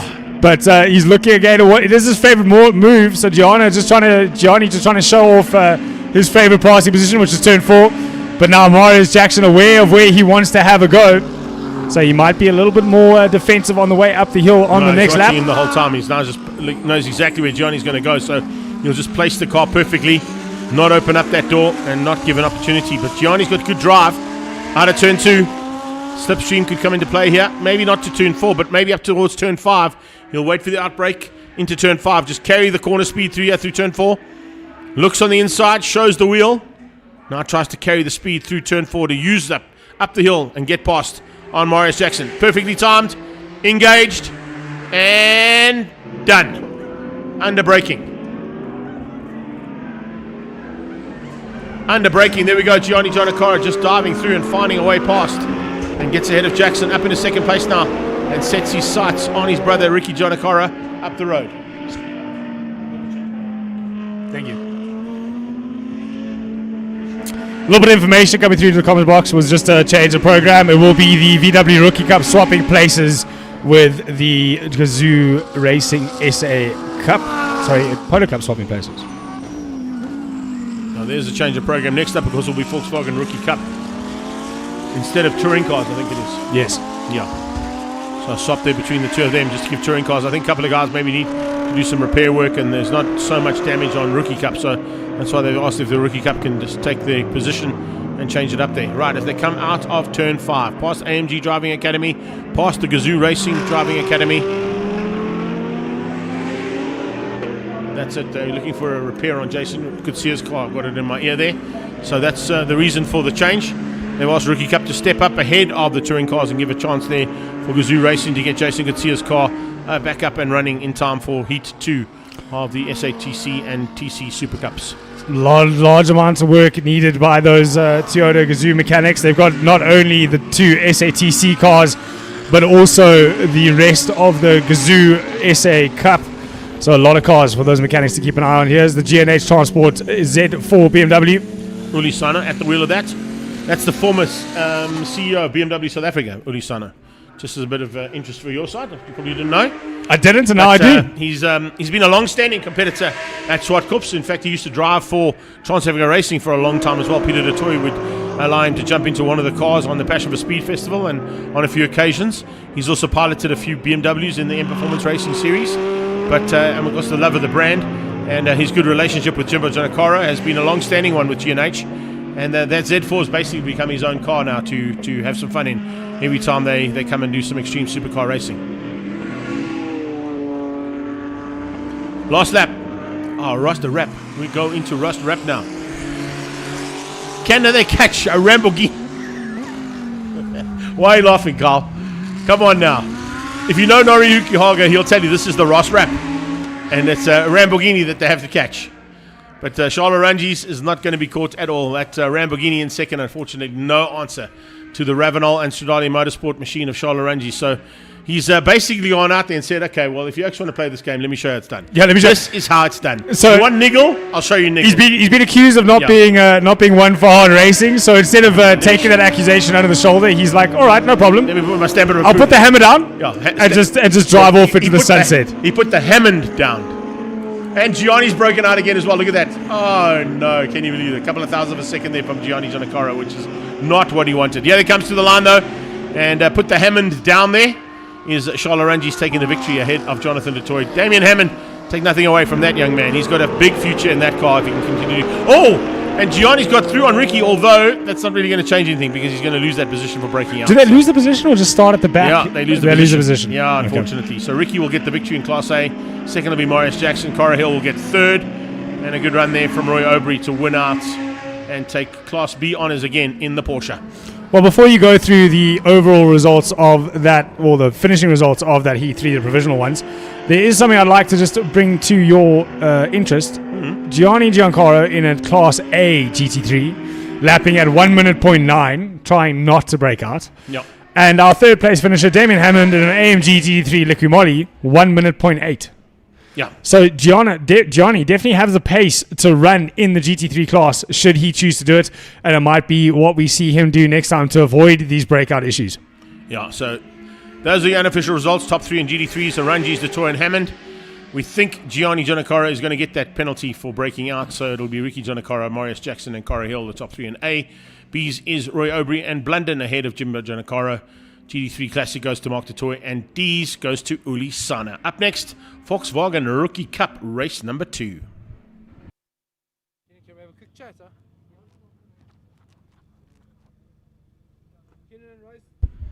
And standing by, let's catch up with one of them. Yeah, today's been pretty decent. I've just been on the back foot, but hopefully in race 2 I can improve and hopefully be in the mix. So yeah, that's just my goal for race 2. The car feeling great? Yeah, in race 1 I just struggled a bit under braking, but after looking through my data I know what I need to fix and where to improve. Oh, good luck, yeah? Okay, thank you.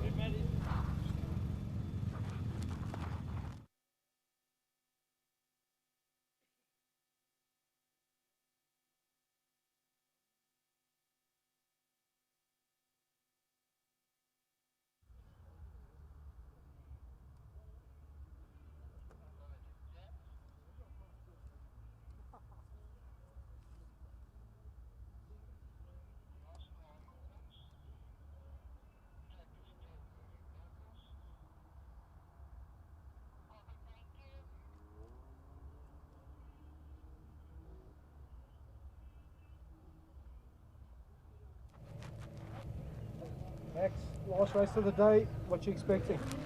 Not the best grid spot, but I'm expecting to try and make my way through the field and end with a good result. The first race didn't go my way.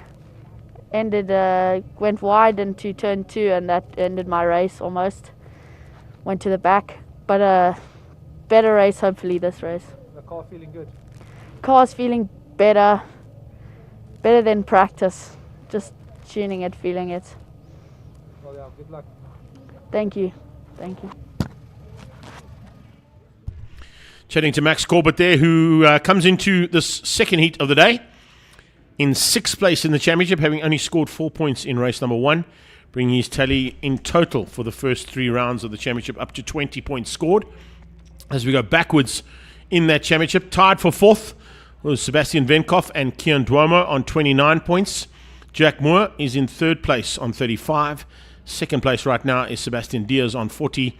And Luke Hill still leads the pack on 51 points scored in total in the first 5 races of 2026. So out of 5 rounds, we've still got a long way to go in this championship. We've still got, of course, Aldo Scribanti on the 27th of June. They go back to Aldo on the 1st of August. They come back to Zwartkops on the 19th of October, and they end in Cape Town on the 19th of September. That is the way Volkswagen Rookie Cup will be finishing 2026.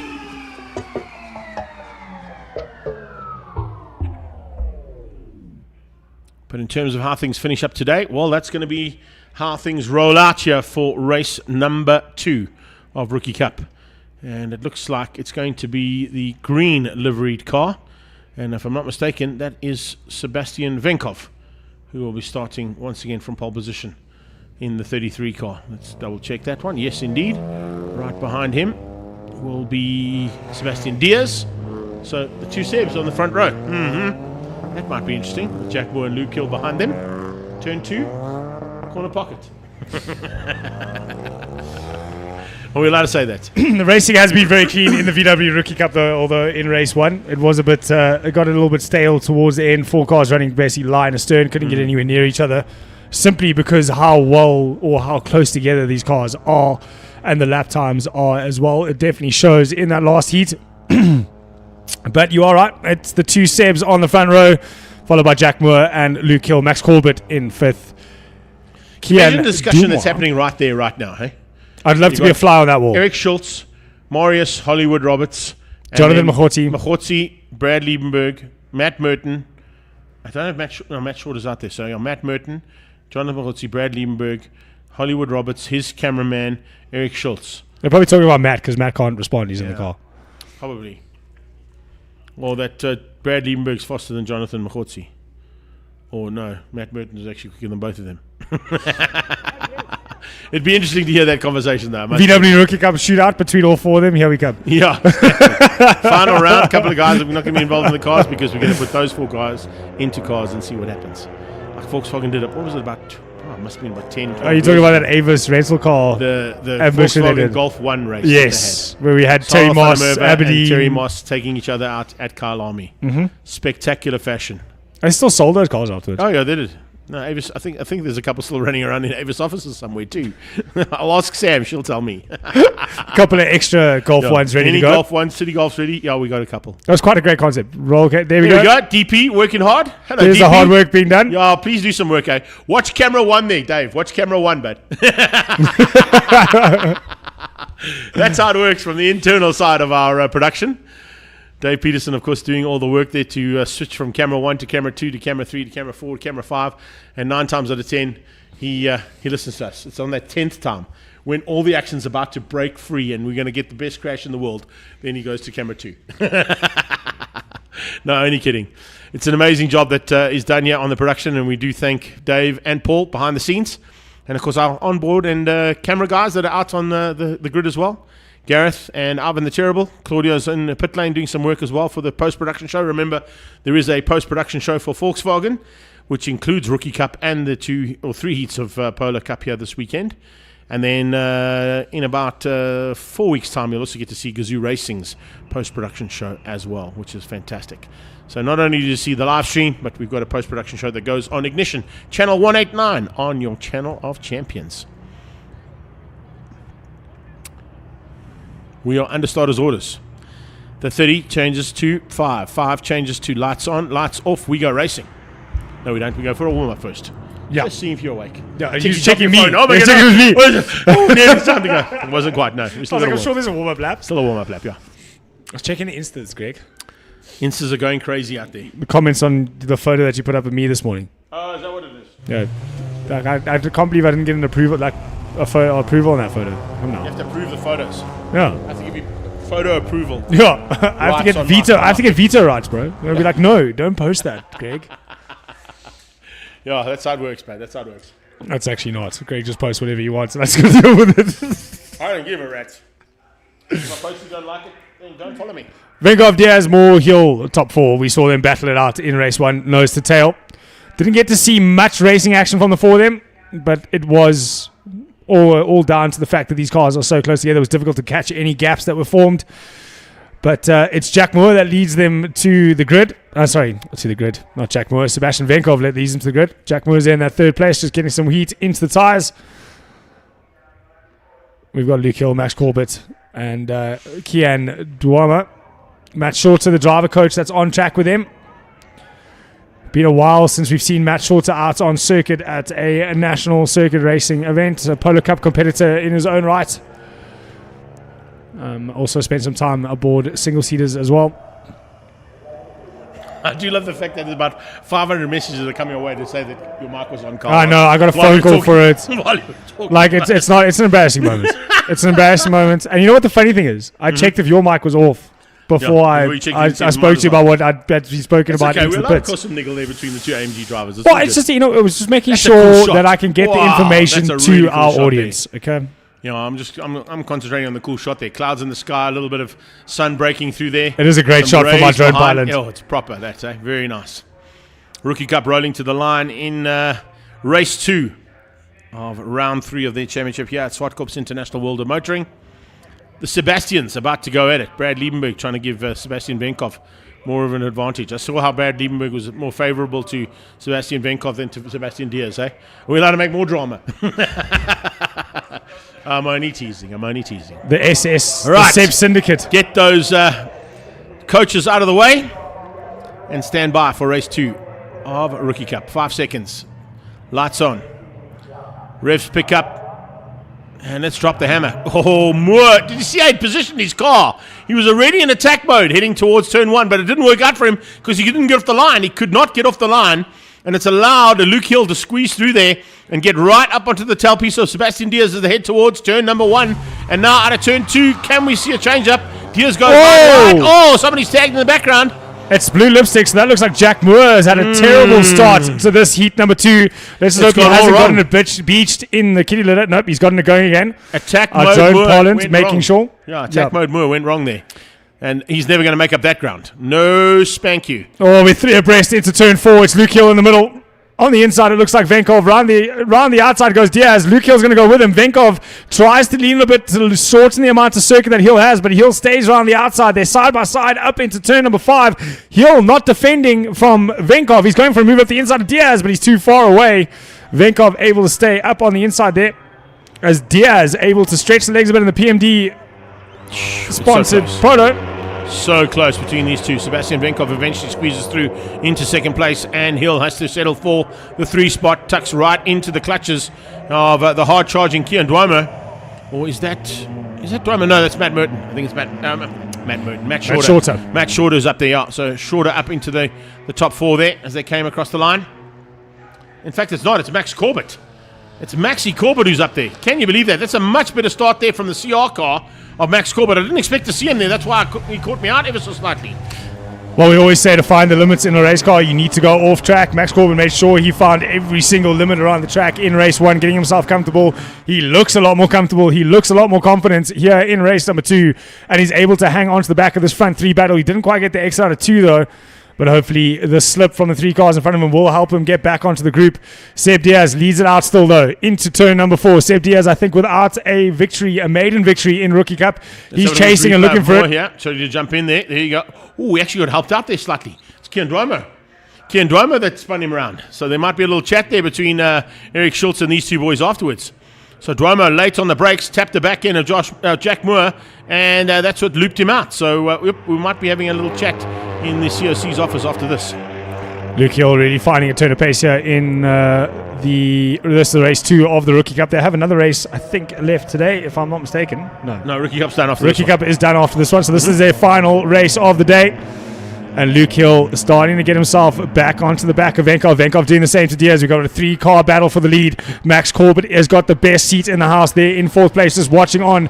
Just behind them, Jack Moore has gotten himself past the coach of Matt Shorter and starting to move himself up into the battle here. Late on the brakes was Venkov. Saw the tail of that car just step out as he got in there, but it hasn't compromised his run. He's still within touching distance of Diaz, but just not close enough to have a move or a look from that distance. I think at that point in time as well, we might have been caught out by the 2 blue lipsticks there, because I think it might be Matt Shorter just ahead of Jack Moore. Jack Moore has closed him down, yes. Hasn't found a way through on him because it's kind of like that teal blue color as opposed to the light blue color of the Rookie Cup colors, of course, in the top right-hand side of your screen there. So Shorter being closed down, Jack Moore doing a lot of work to close that gap down, but it was about 4 or 5 seconds between them before you can get through there. And Kian Dwymer's in there as well. So it was Jack the blue. Moore's It was a long way back, yeah. I saw the blue lipstick, assuming that was Jack Moore. Yeah. It's kind of more the sort of a teal color as opposed to the light blue that Jack Moore runs. I don't think Jack's going to be able to make up that ground. Not in 8 laps at Zwartkops, because unfortunately that gap is just way too big. And not as close as this field is. This field is so close together. As you can see here with these 3, they're still running nose to tail. They've got 6 laps left to go. It's been quite a distance of a race already for these 3. It is a long race for these Rookie Cup cars. Battle of the Sebs out front though. Diaz over Venkov. They're leading at this stage. And Venkov trying to close the gap down. He's done that, but now trying to find a way through is not as easily done. As a late great Murray Walker used to say, it's one thing to catch. It's entirely different to get past. Through turn 3, they go up to 4. This is one of the better passing positions, but again, it's not quite close enough. Venkov just got to find a little bit more on the brakes into 4. Maybe get on the power a little bit earlier while still trying to do that. It's a hard ask. It's a tough ask when Seb Diaz is turning the lap times that he's doing. But Venkov trying his best to close that gap, just so he can have a niggle, maybe have a bit of a nibble going up into 5, show the door a bit or show the nose a bit, and just unsettle Diaz, make him look in the mirrors more than he does on his apexes. Try and force an error, try and force a mistake, but Diaz has been absolute pin perfect from the start. Other option you got to do is what you got to do what we saw at Red Star Raceway, which you might not have seen on the live stream. is just start flashing your lights. Because that's exactly what Kobus Reiniger was doing to Connor Weston, to try and catch his attention and maybe just get him to miss his breaking point, you know? It is a little bit of a trick. Show the lights through the mirror and just keep flashing. But Venkov a lot closer this lap than he was the last 4 laps to go. Luke Hill getting excited there because if these two start tripping over each other, it brings them right back into the fight for the win. And I think Max Corbett with his front row seat is going to get some really interesting racecraft lessons from these 3 in front of him. Now, if Luke Hill can come through for another victory, it'll basically take him up to 4 out of 6 of the wins so far in this Rookie Cup 2026 season. He took the first 3 relatively easily, and then he came through for 2nd place in race 2 at Aldo Scribanti at the home track of Volkswagen Motorsport. So it's a bit of work there to be done if he wants to take the victory. And he's there you go. Show a little front end of that Polo. Show the Volkswagen badge. Say, all right, we're not done yet. I'm still coming. I still got a chance here. And the 2nd place is, it might have worked out for him, because look at that. He already pulls up alongside Venkov, heading to the top of the hill. He's not going to be close enough to outgun him on the brakes, but it's just more niggle, a little bit more drama being unfolded here in Rookie Cup, and just showing a wheel here and there, trying to catch the driver right in front. That's all about the racecraft that they're learning now. That's the important factor that these rookies are getting to test out, the metal that they can have to find ways through to attract some kind of a mistake from the person in front of you that you're fighting so hard with. End of lap. Is now going on to lap number 3. 3 laps left of racing. Venkov was a lot closer to the previous lap. Maybe a mistake into 2, and that's what brought Luke Hill back in and put him under attack. So he couldn't quite focus on closing the gap between himself and Diaz. He had to focus on defending Hill. And Hill super late on the brakes into 2. That's going to compromise his exit, though. We saw that a bit in the first race as well, trying to catch all the time he's lost on the brakes. And unfortunately, it doesn't quite help you on the exit of 2 up to 4. But we got a bit of a battle going with 3 of the Rookie Cup cars. It looks like Denau and Shorter having a bit of fun with, is that this time Moore getting involved in the battle between Shorter and Denau. Yeah, very good possibility that that's the case. I can tell you that much. As they come up onto the top of the hill and onto the brakes, Venkov with the work to do. Hill looking to just try and close down on either one of those Sebs. And Venkov this time was latest on the brakes into turn 5. Closed the gap down pretty big margin, closed down there as they came into 5 onto the back end of Sebastian Diaz. So maybe he's realizing with 2.5 laps to go, it's now or never time. Got to try and find a way through on Sebastian Diaz and make this victory mine. No, 2 laps left to go as they cross the line now. There is one blue. There is the other blue. So that would be Kian Duamo. And is that Josh Moore that's got ahead of the 2 of them? It looks like it might be, yeah.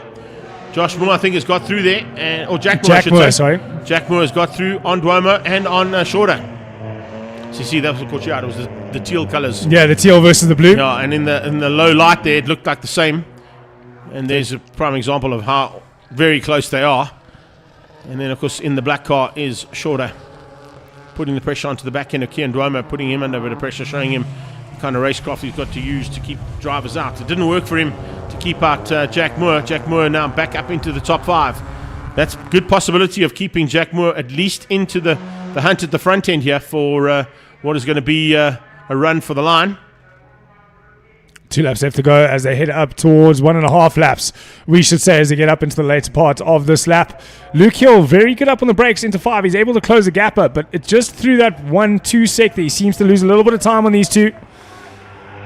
It'll be 1 lap left to go after they cross the start-finish line. It'll be the last chance for Venkov to have a charge to get the win. It'll be Sebastian Diaz's maiden win in the Rookie Cup, and I think his maiden main circuit victory.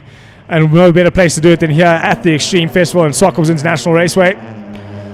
On the exit of the final corner, turn 8, Seb Venkov getting a good run out of there. He's right up underneath the rear bootlet of Seb Diaz. Diaz needs to be clean, neat and tidy out of any of the laps that he's done today.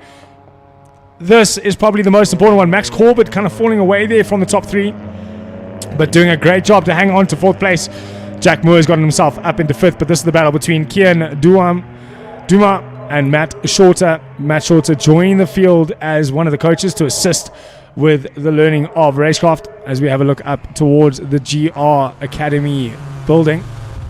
Down into turn 2, Duomo under pressure there from Matt Shorter. Shorter putting the pressure on in the closing stages. Back to the front though, here they come. Out of turn 4, Sebastian Diaz, Venkov and Hill, who's going to have what it takes here. Hill probably going to have a go. He'll be sort of hard pressed not to. But instantaneously defended there by Venkov, cut across the nose and shut the door in his face firmly. So no opportunities. I think this is exactly how they're going to finish up. I don't think there's going to be any changes here. I Just could given the see run from Luke here to the Hill having line. a run down at the bottom though. Luke Hill right up underneath the bootlet. Might have a look. Yeah, they come down towards turn 8 for the last time. Venkov not going to catch Diaz. Diaz is going to get this one. Diaz gets it from Venkov. Venkov in second place. And it's going to be Luke Hill for 3. Great racing from the front three there. Seb Diaz, Seb Venkov and Luke Hill, the top three. Max Corbett brings it home in fourth. A nice drive from him to maintain that fourth position. And only a couple of tenths off the front three. Jack Moore recovers to fifth. And Kian Duama will come home in sixth place, just ahead of Matt Shorter. Jack Moore unlucky in that turn 1 incident. I think maybe just 3 cars into one corner doesn't quite go. And unfortunately, he was forced to loop it around and get himself back onto track and recover. But a good recovery in fifth. But that's it for Sebastian Diaz. That is his maiden national main circuit win, freshly out of karting. Sebastian Diaz from PMD Transport, VersaFlex won on the top step in the final heat. Sebastian Diaz takes it from Sebastian Venkov. Luke Hill in third place, Max Corbett in fourth, Jack Moore in fifth, and Kian Duama in sixth. That obviously provisional results, but I don't see any reason as to why that would change after this final heat. Yeah, if we look at the way things line up as well in terms of the championship on the maths that I've done quickly, heading into Aldo Scribanti on the 27th of June, Luke Hill will maintain the lead of the championship on 58, and it'll be 52 points there for Sebastian Diaz. It'll be Jack Moore on 40 and 38 points for Sebastian Venkov. So that's, of course, provisional results that I've worked out just from the points that we've got in front of us. And that'll be heading on the 27th of June to Aldo Scribanti for the next round of the Rookie Cup. Up next, looks like we're moving into some South African touring cars, giving a chance there to Toyota Gazoo Racing to get their second car all sorted out. Hopefully they got that right for Jason Kutsia. And we'll be back with action here from Extreme Festival Round 3 in a few moments' time.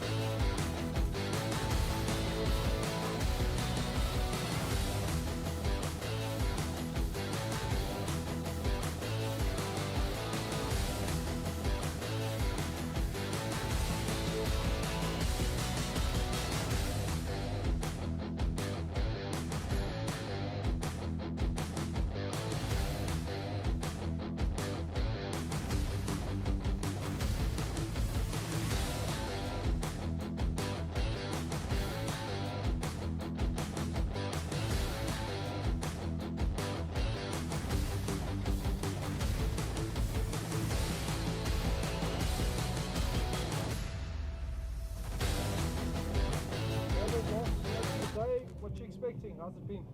Yeah, been a bit of a tough weekend, struggling for pace all around. But look, anything can happen in a race. So keen to just try to get my nose in there early and see what we can do from the start. Yeah, car's all right, but 1 or 2 tweaks that we've been trying to do and change. But yeah, car's fine, feeling good. Let's see what we can do. Okay, well, yeah, good luck, eh? See you then. Thank you.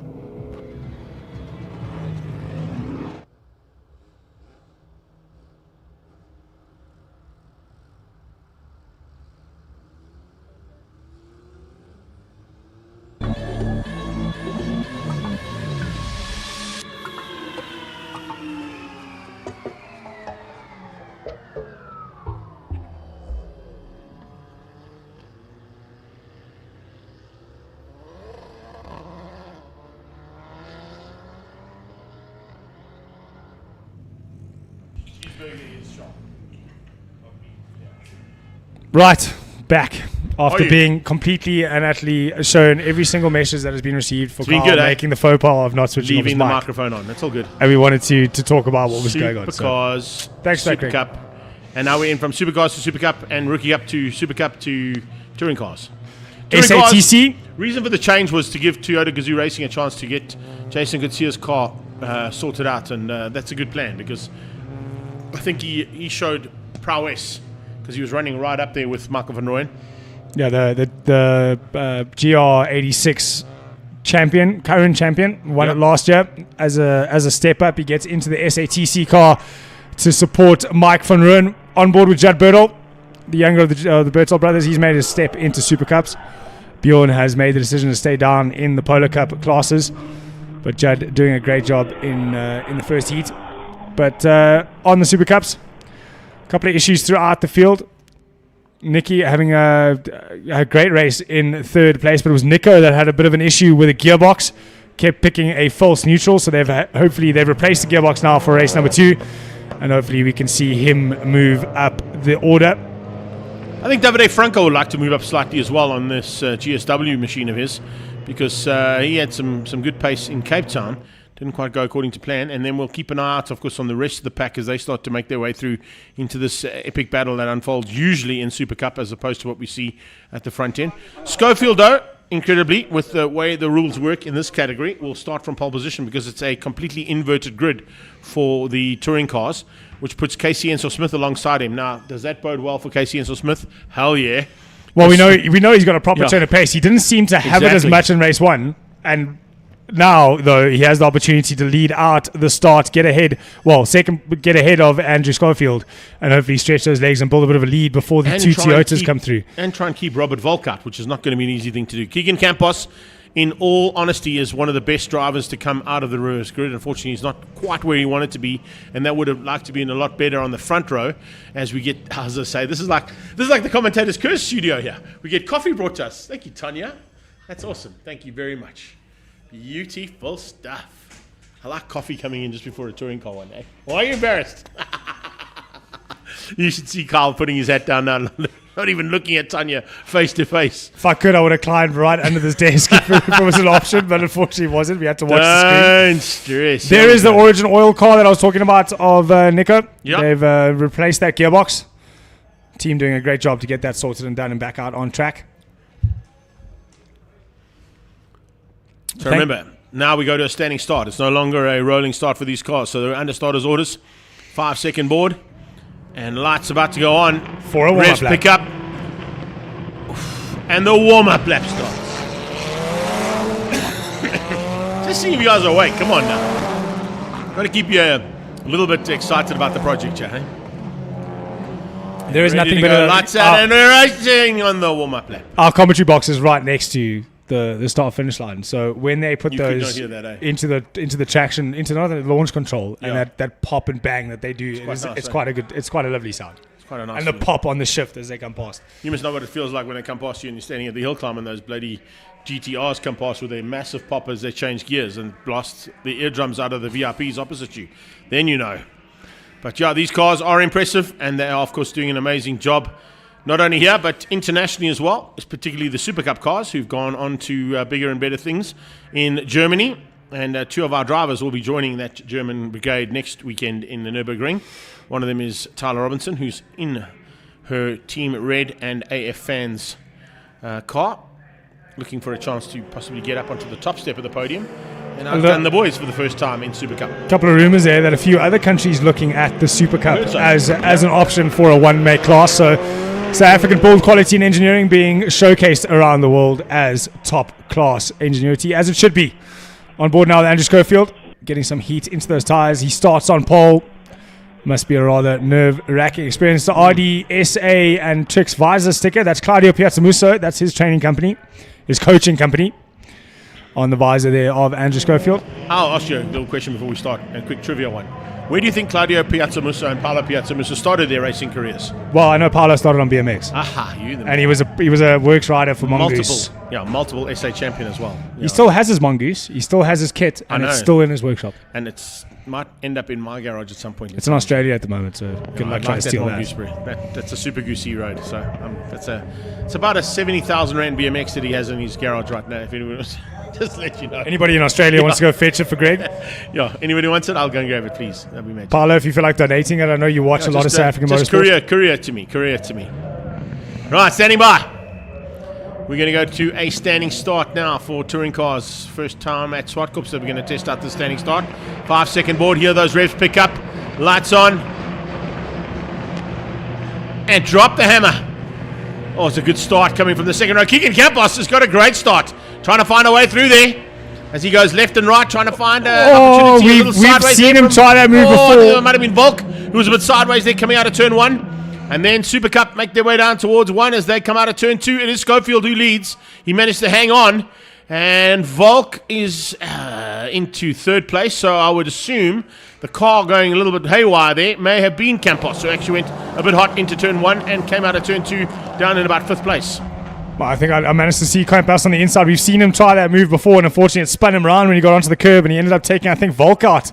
I think it was last year that we had those issues, but at the moment, it is, I think that was Julian van der Walt that ran wide, because Julian van der Walt looking for a way past Van der Walt on... and Campos. Campos was, yeah, there he is there, you're right, yeah. Campos dropped right to the back. Van der Walt dropped into second last, and right behind the champion, Michael van Rooyen, who's third last in the 7-car field. So as they and come getting down, very, very defensive through 5 and 6. That's opened the gap for Jason Garcia to get onto the back of Robert Volk. So a little bit of a breakaway from these 4 on the other 3, and it's simply because Michael van Rooyen is defending. Oh, we've got a few problems. That's the Furious with an issue. Coming together there at the back end of the field, and it looks like it might be... Is that Tyler Robinson? No, it's Jared Rousseau. Jared Rousseau, the 44 car there, coming together possibly with Nico Zaveris. So the two of them may be having a bit of an issue coming out of turn 6 right in front of the Zoc Club. So out front, Jason Newsmore doing what he did in the first race, getting away now from Tyler Robinson, who's got... is that... yeah, that's right on his tail is Rory, or on her tail is Rory. There's Judd up the inside of Vistanis. And Franco, David Franco. And then Davide Franco joining the party.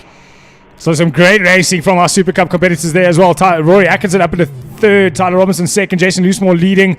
But at the front, at this battle, it's Judd Berthold and Nicky Vistanis going flat at it with Franco trying to join. Someone's gone off at 4. Little tap there. Somebody getting a little bit nasty through there. Nico Safiris getting a little how's your auntie from Davide Franco. Franco just trying to find a way past and trying to force the issue. Didn't quite work out. Joining the party right behind him is Paulo Loureiro. Loureiro now coming to join the party and have some fun. And a bit further back from that, possibly going to see Jared Rousseau fighting it out with, I think it'll be Rick Loureiro. So, yeah, the two Loureiro boys have definitely joined the back end of that Super Cup second battle. Agent Andrew Schofield with a proper turn of pace out in the front, though. He's actually stretched his legs a bit on Casey Enzel-Smith. So Andrew Schofield, he has been in this position before, but he hasn't been in this position for this long. We've done a couple of laps into the race already. There's only 10 laps left to go of this 12-lap race, and he's done well to hang on to the lead as long as he has. But I think it might be because Casey Enzel-Smith starting to defend against Robert Volk. Yeah. And Jason Garcia trying to finally get a decent finish out of that Toyota after a few races of bad luck. Schofield looking at this cockpit going, I wish it was as fast as my jumbo jet that I fly. He normally flies Boeings or Airbuses, so he's trying to make that little BMW of his go as quickly as one of those on a straight line. But Casey Enzel-Smith was battling a little bit with Robert Volk. I think he's decided to turn his attentions to the leader and not concentrate. Michael van Rooyen dropping right to the back of the pack. So some kind of an issue there for the champion as he drops right to the back of this touring car field. And the number 1 car in 7th place is not where he wants to be. Yeah, his last lap previous was a 110. He's now doing 104s again. So the only thing I can think of is either a mistake or an incident on track for Michael van Rooyen to fall that far back. He was battling hard with Julian van der Walt and Keegan Campos and being rather aggressive with the defensive moves. So maybe that causing an issue. Down the inside goes Julian on Jason Garcia. Jason going to go right around the outside, chops the nose off Julian, just about hangs on to the edge of the circuit. So super defensive from Jason. He's going to have to go defensive again up into 5. Andrew also coming under attack from Casey Enzel-Smith in that newly liveried Golf GTI. And it looked Van der Walt's gotten it done. And if you think about it right now, these 6 cars, all 6 drivers have got single-seater championships under their belt at some point in their careers. Incredibly. Or experience stands to reason. Stands to reason. Wow. A lot of the British touring car grid, a lot of the world touring car grid, all of those drivers coming out of the Formula Ford or Formula 4 categories. Yeah. So it seems to be the way to go. So maybe we'll see some more MSA4 drivers make their way from MSA4 up into SATC. The prize at the end of the year from Ian Schofield is a test drive and possible full-time drive like Casey Enzel-Smith picked up after his test into the Golf. So that's part and parcel of the prize fund that gets put up there by Ian Schofield as part of the sponsorship with the South African Touring Car Championship. So if you come out of MSA 4 and you win the championship, you get a test drive in a GDC. And if you have got the medal, he'll put you into the GDC for the year, which is exactly what Casey Hensel-Smith did and proved to perfection how that works, because he took the first victory of the year in Cape Town. Speaking of Schofield, though, the one we should be talking about now is Andrew Schofield. He's held on to this lead for 4 laps so far. The Clayton Racing, Casey Hensel-Smith, VW GTI, unable to find a way past just yet. So Andrew Schofield doing a great job to hang on to the lead here in SATC aboard his newly facelifted BMW, the Fly Sapphire entry and Chemical Logistics, being chased down by his stablemate, the African Heating and Chemical Logistics entry of Casey Hensel-Smith. Just behind that, though, the returning champion of yesteryear, Robert Volk, looking to hang on to that podium and possibly pick up some scraps if these two trip over each other. But the big charge coming from Julian van der Vaart and Keegan Campos as they try to chase down the leaders. They took 2 tenths out of them last lap. It's not going to be enough come the end of the race. They're going to try and work together, those two. Same thing as what Tyler Robinson and Rory Atkinson should be doing, trying to work together to close that gap down on Jason Loosemore. Loosemore, what is that, to the tune of 6 seconds up the road. That's amazing. Unbelievable stuff there from Jason Loosemore. Sorry, I was actually on the wrong page for you, Greg. It was 2.9. It's not your bad, my bad. I'm the one who had it on the wrong page. 2.9 seconds off Jason Loosemore is Tyler Robinson. But to be in their defense, Rory and her have probably been tripping over each other for the Rory's gone. Rory's missing. Rory's gone, coming out of turn 3. He must have made a mistake up at turn 2. Rory Atkinson's made a mistake and has dropped right out of the pack there. Possibly down just behind Nicky Vastanis, I think. Or is he just ahead of him? No, that's not him. He's dropped right out of it. It looks as though we're missing Rory Atkinson completely. Atkinson's lost it at turn 2. So it must have been some kind of issue done at turn 2 there for Atkinson. That's a massive maneuver there from him, and in terms of the championship, that's going to change things up dramatically, because Atkinson came into this round leading, and it's now going to be the possibilities of Jason Loosemore overtaking him in the lead of the championship. There's the first 5 cars. There's Atkinson. So he's rolled to the left-hand side, just looks there mechanical. by the cart, and turn 3. Exit of turn 3. That looks mechanical to me. There's Loureiro. He's coming across the line now. He's moved himself up a position with the fallout of Rory Atkinson. So up into that seventh place. Polo and Rick just ahead of him. So Rick doing a slightly better job than Polo at this point in time, but the best job on the day and in race number 2 of this category, certainly coming out of this man, Andrew Schofield. Scof must be just loving life right now watching this. He's we got a safety car. Oh, could that play into the hands here of Andrew Schofield? 5 laps left to go. A safety car at this stage is a crucial and vital aspect of South African touring cars. That is for sure. That also brings Michael van Rooyen back into the fray. Should we restart this race with a couple of laps left to go? Yeah. Which we should do. Rory Atkinson's car not far from that entry wall. There's Rory getting back to the car so he can move it. So unfortunately, obviously, we assume a mechanical. Yeah. I don't see damage. And I don't think it was close enough to the back end of Tyler to do any damage. Yeah. So I think it was all on his own, so something went wrong in the car. Safety car is out, as you can see there, and the Pretoria Toyota will pick up on the front end of this field, which of course is led out by Andrew Schofield. Now, as I say, Andrew Schofield, what are we looking at? 7 done and 5 to go. 2 laps under safety. 3 laps to go. Might have a 3-lap sprint. We could even get a 2-lap sprint race here. Should it take a little bit longer to get that car out of the key litter and back? Well, Andrew's saying just take as long as you want. Take as long as you want, guys. You take your time. We got plenty of time. It's been a long day. We know you've been out in the sun. All the time in the world. Yeah. The Orange Army, they work hard during the day. So Andrew just don't worry, guys. Yeah, just take your time. I got plenty of time. Come on now. Meanwhile, we know that our Orange Army here at Zwartkops International Racing. I'm an on-time kind of pilot guy. Yeah, we know that our Orange Army here at Zwartkops International Raceway is not going to take their time getting the car cleared. Not the way. So One thing though, it's going to help out is Tyler Robinson, because she's going to get a little bit closer here. But even if she does get closer to Jason Loosemore, the pace that Loosemore's found, I don't know where they found that in the Renegade Racing team, but they've definitely found something special in that car, because he is miles ahead of Rory Atkinson and of Tyler Robinson. Judd Berthold and Vastanis right behind them, and it'll be interesting to see if they can keep out Davide Franco and Rick Loureiro on the restart. Right, 4 laps left to go. So unless that car is moved by the time the safety car goes past it, we will probably have to do another lap under safety. Speaking of the Super Cup cars, and Jason Newsmore's pace. The nice thing about that class, that data that they have in the cars, the telemetry, is all shared amongst the competitors. Yes. So they can actually see where Jason Newsmore is quicker and what he is doing differently to create that turn of pace that he has.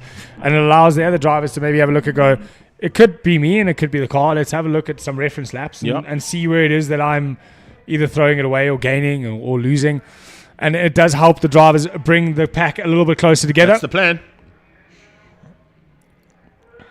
Right, Rory's car being pulled off now. So we should see the safety car come in.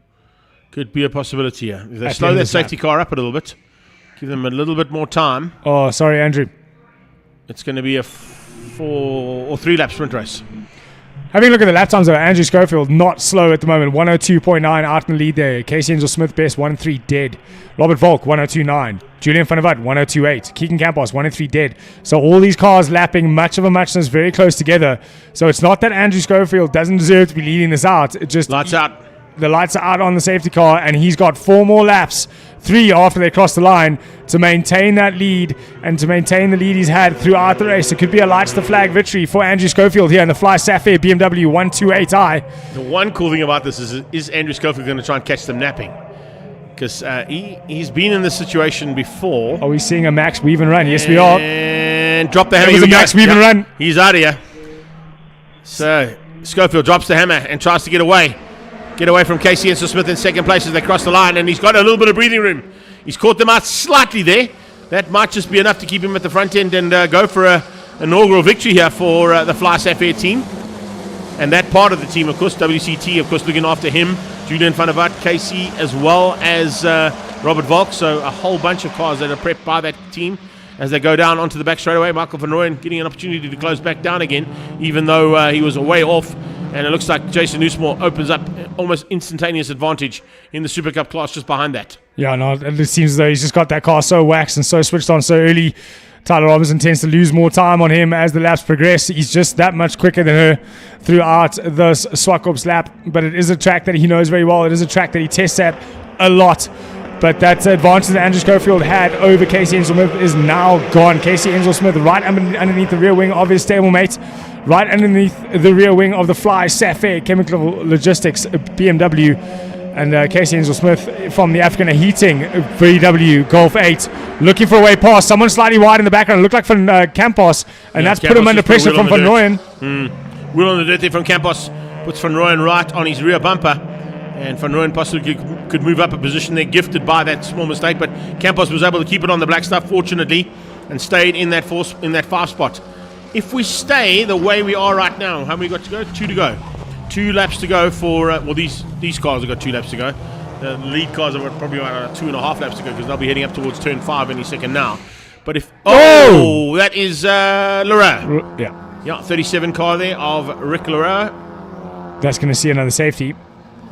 Well, it's in the kitty on the exit of turn 1, so very good possibility of a safety because that's a dangerous position. Yeah, that will definitely be a safety. That's definitely going to be a safety car, I reckon. We're also missing Couture. Jason Couture has gone missing off my timesheet. Here we go. Might be under double yellows because they've only got a lap to go after this, so they might keep them under double yellows here just to finish up the race. If Schofield hangs on, it is yellows. They're going to keep them under yellows down into turn 1. So hopefully everybody doesn't have any issues through turn 1. And they can all make it through unscathed. They do in terms of the touring cars. And we still got the Super Cup cars to come through there. I was about to say though, if they stay the way they are right now, this is the first lockout of all 4 positions for WCT. They have never taken all top 4 positions ever.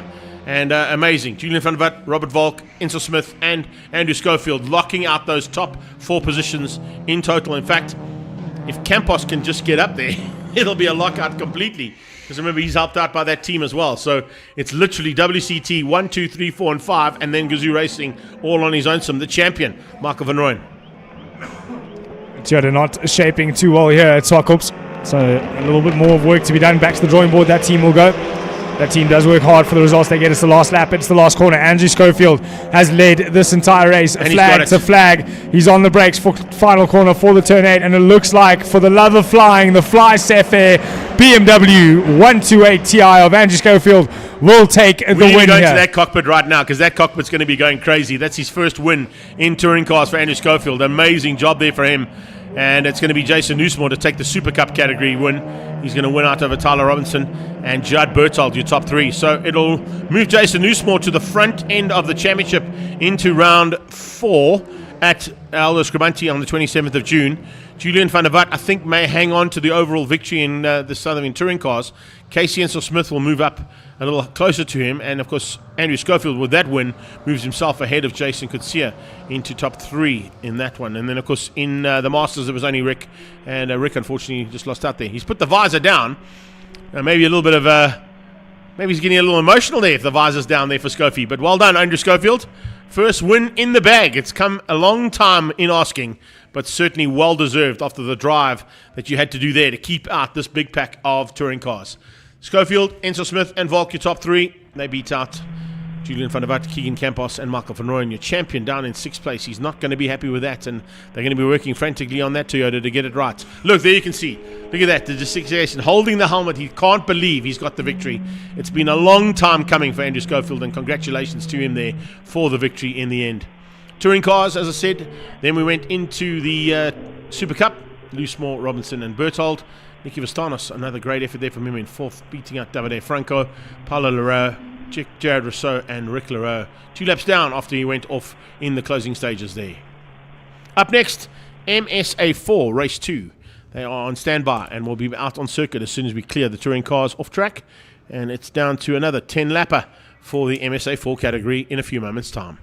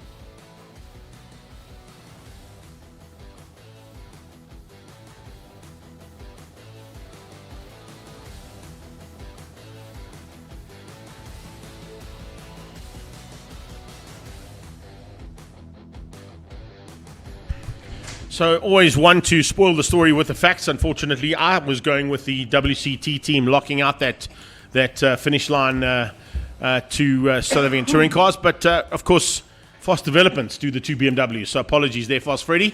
Nice run there from Andrew Schofield to win out for Fast Fred. But if you take into account that the 2 BMWs were originally done by WCT, I apologize on getting that one slightly wrong. So there you have it. Well done, Fast Fred and Fast Developments, for taking the victory there and bringing Campos up into the fray as well. But yeah, as we said, I thought it was going to be a full lockout. It wasn't. It was a win for Fast Developments and Andrew Schofield. Let's get down and have a quick chat to Ken Swartz, waiting to go for MSA4.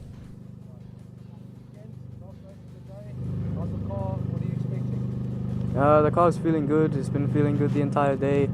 I'm just hoping to have a good race and keep it very clean. Car going well, okay? Yeah, no, ever since we put the new tires on, yeah, the car's been much better. Oh, thank you very much.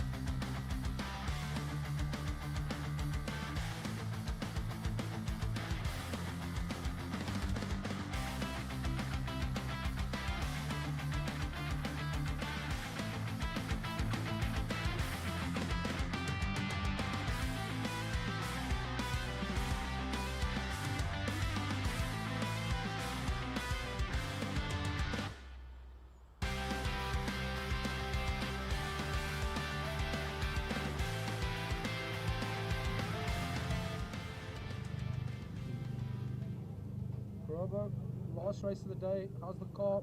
What you expecting? Car feels good. Expectations is just to be better, do better, and hopefully make up a couple of positions. The car has been feeling amazing all day. A little minor tweaks here and there between qualifying and race 1, but other than that, we're looking into race 2 very confident. And the team behind you, good support? 100%. Campus Racing with Pizza Jackets. I have Martin here, my mechanic, Liam, and Guido behind me. Has been a very good weekend for us. Well, in terms of pace, not really, but in terms of improvement, 100%. Well, good luck, man. Thank you.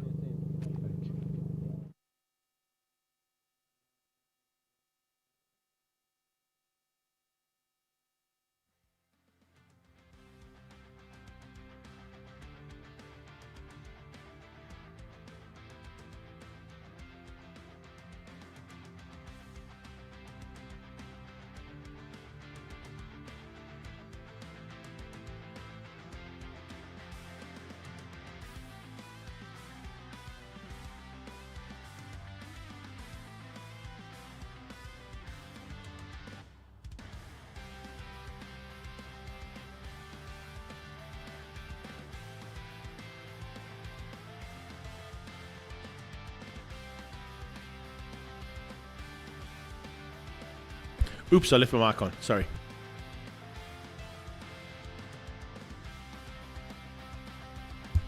MSA4. We're just waiting for some cars to be cleared. I think they just want to go and collect that BMW. And, well, is there BMW? No, it was Rory Atkinson's Golf GTI Polo Super Cup car that they wanted to get. There it is. I'm never going to hear the end of leaving my mic on, am I? No, never ever. Okay, cool. Sweet. Oops, I left mine on there. Call me Michael Anyway, Mic on from now once on. we've got Rory's car out of the way, we'll be getting into MSA4 race number 2.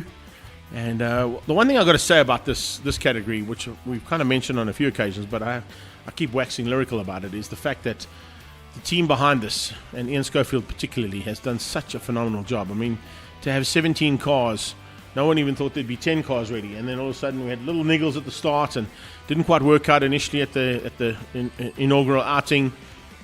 Eventually got them running at Kyle Army, and from there on out. But the one thing about it, and I did this when I went to go visit the DAW, I went to go visit the DAW workshop and chat a bit about the history with Garth Oberski, because the original Wings and Slicks idea stemming all the way back to 1986, I think it was, when they took the first Formula 4 chassis out of the DAW factory, put a set of slicks and wings on it and called it a Formula GTI with a 2-litre VW motor.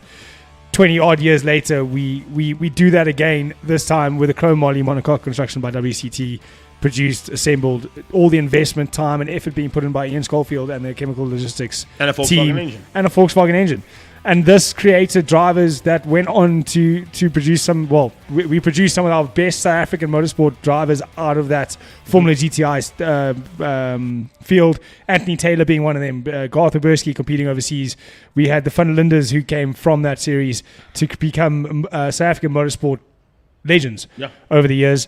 And I'm hoping to see the same out of these youngsters. They've stepped out of karts into cars. This is their first foray into main circuit. And we have some real top competitors out here that have not only competed with single-seaters locally, but a lot of the drivers competing internationally as well. Gianna Pascal, one of those drivers from the War Motorsport Academy. She's been spending some time overseas with the Formula 4 team doing testing and development to get herself going. We've got Anastasia Gerassis as well with from Apex Court Sets, running with Cora Cora, spending a lot of time on simulators and just taking that next step forward in terms of driver development. Gone are the days where you arrive at a circuit, do loads of laps of testing and then go into a race. There's now all sorts of other aspects that are put into it. You see these drivers skipping rope, jumping around, getting warmed up, using stretching bands to get their muscles going, all the way down to spending hours and hours on simulators at home to ensure that they've got these cars waxed. And it shows in the racing. It shows how close the drivers are, and it shows how good the racing is. Shows how well the cars are built as well for a driver like Troy Dolenchek to step up in substitution for Inzalo Corsa, his usual driver, and climb into the cockpit of the car, having not been in a single-seater probably for the last 3 years, and almost instantaneously becoming competitive. So it just shows you that on a well-built car with a good setup and your team behind you, you've got a chance of running at the front end of MSA4. And with 2 warm-up laps now to get a bit of heat into the rubber, it'll then be up to Shrin Naidu and Akil Alibai to head things up at the front end of the field. Markable side note, is third on the grid. Alongside him will be Ken Swartz. Chase Haskins will be alongside Liam Palome. Then it will be Karabo Malamela and Guido Bedoli, Renzo Ribeiro and Bianco Furi making up the top 10. Then in the ladies, it's Gianna Pasquale, who was quickest in the qualifying for the second race ahead of Adam Kaji.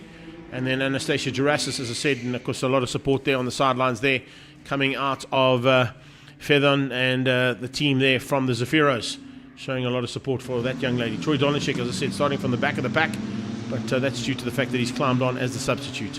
There are a few drivers that haven't made it out though, and one of them is, just trying to pick up who I missed there.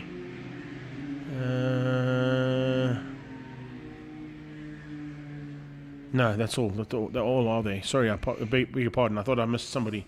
It was Keegan Campos. That's only because he came in for the one outing. That's why. He wasn't sure if he was going to be able to do a full season in the BMW at that stage. Climbed into a single-seater, made a welcome return in Cape Town, and hasn't been back since. But hopefully, if there is a chance for him, we'll get him back into one of these at some point in his career. He did enjoy the car and said it was a really well-built motor car. But he was enjoying, of course, a lot more the BMW he was just behind the wheel of, I'm sure. King Gambos cut his teeth in the Formula Fords. Yeah. The original Formula Fords, no wings. And that's where he set his base up in motorsport, in Southern African Motorsport, but he's moved on to SATC now, competing in that BMW 1 Series. But these drivers, all of them stepping out of karting, all of them stepping into the new age of main circuit single-seaters. Wings and slicks is the way to go. The Halo system put on these cars to ensure safety. Karabo Malamela was one of the first drivers we saw test that out, and it was here last year around turn 4 in the last heat of the day. So hopefully we don't see a repeat of that, and hopefully we see some good, clean, close racing. The fastest 2 minutes of your life will happen right now before we go to the start. 2 minutes, 1 minute.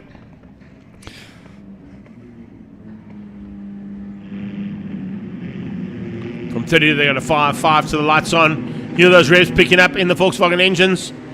Lights out. And down towards turn 1 we go. Good start there from Shirin, looking to try and hang on to that pole position ahead of Akil Alibai. Alibai might have got a slightly better line though down into turn 1. Usually at this point in the day, that inside line is not a bad option to be on, because it gets you right to the front. And as you get to the front, unfortunately you get taken out by Shirin Naidu, who came through looking for a way back again at Akil Alibai. Yes. So Alibai, I think, might be in the dust there slightly, just waiting for it to settle. But no. It's a big change up at the front. Michael Mercedes will hit the front now. Ken Swartz is down into 4th place. He had to take a base of action. There's as Guido. The two cars came together. And just looking to see where Akil ended up. Did he get back into the pack there? I think he might. Yeah, there he is. There he is at the back of the pack here now. Yeah, so Akil Alibai has got going again. Shirin was on 2 wheels coming out of turn 2. So Besaidnot leads over Karabo Malamela. Malamela's got Ken Swartz on his tail, and then Palome. Much better start there from him. Palome working his way through very nicely. Oh, Troy Dolanchik trying to get around the outside of Adam KG. Adam KG having none of it though. Troy stays in the loud pedal and tries to get it down the inside into turn 8. He has a look. He's deep on the brakes. We've seen how late he can brake. He's down the inside on Adam KG and looks like he's got that move down. But the move into the beginning, it looked like Akil Alibai was going to the middle of the circuit to cover that off, and it looked just slightly like there was a slight lock of the brakes from Shirin, and that just got one front wheel under one rear, and it picked up Akil Alibai onto 2. Troy Dolanchik down the inside again. There's another move. That looks like Gianna Pascal going down the inside. But have a look, he's coming through that pack as that's well. Akil Alibai recovering, and that's the other Kokoro car. Cars out of turn 2, and right behind him is Shirin. So both cars, even though they went up in big contact, and there was quite a massive amount of contact actually on Shirin, if you think about him being up in the air for a while, and Akil Alibai on a similar vein. When you land back down again, you expect something to go, and this is how well these cars are being built. Yeah, you'd at least expect a bent wishbone or something wrong with the suspension, but both these cars still circulating pretty well. I mean, Akil Alibai has already made 3 passes. There's another bit of contact there. Yeah, that looked like a war car. And Hawaii, that's Bianco. I think that might be Bianco Furi. Yeah, Bianco Furi coming together, and by the looks of it, with the 27 car of Adam Kaji. So Adam Kaji and Bianco Furi coming together at turn 5. So they've, fortunately, I think will probably both be able to get back on track, but they're going to drop to the back of the pack on a similar vein to what we saw with the top 2 into turn 1. Ken Swart putting Guido under a bit of pressure there after the start. He's trying to recover himself back up into the top 4. That's where he started. So a little bit of work being done by Ken Swart. Here comes Troy Dolanchik though. He's made another pass. That looks like it was on Ribeiro. So Renzo Ribeiro going down a spot to 7th, up to 6th goes Troy Dolinchik. So from the back of the field in 2 laps, Troy Dolinchik has put himself up into the top 6 and is looking to chase down Ken Swart and Guido Bedoli, for the front there. Out in front though, it's Michael Bezenot. Leads it out from Karabo Malamela. I do love the fact that we can hear the crowd. I actually looked through the window now. You look through the window and you go, hold on a second, did we miss something? Did we not see something that was happening on track? Yeah, there's the road. That's Gianna Pascal. Yeah, Gianna Pascal has spun out of turn 4 and gone down the slip road, which is, of course, the start for Top of the Hill. Don't forget to have that in your diaries for July. Top of the Hill is the hill climb and time attack event that Zwartkops runs here. And, of course, that is the start line. They go the opposite way around. Zwartkops to climb the hill to the top to make it Top of the Hill action. War Motorsport machine back on track there. Wes will be watching and saying, oh, wonder what happened there. I don't know if Gianna might have been helped out there ever so slightly. She was sort of in the mix there with a kill. So maybe when a kill came past, caught her out slightly.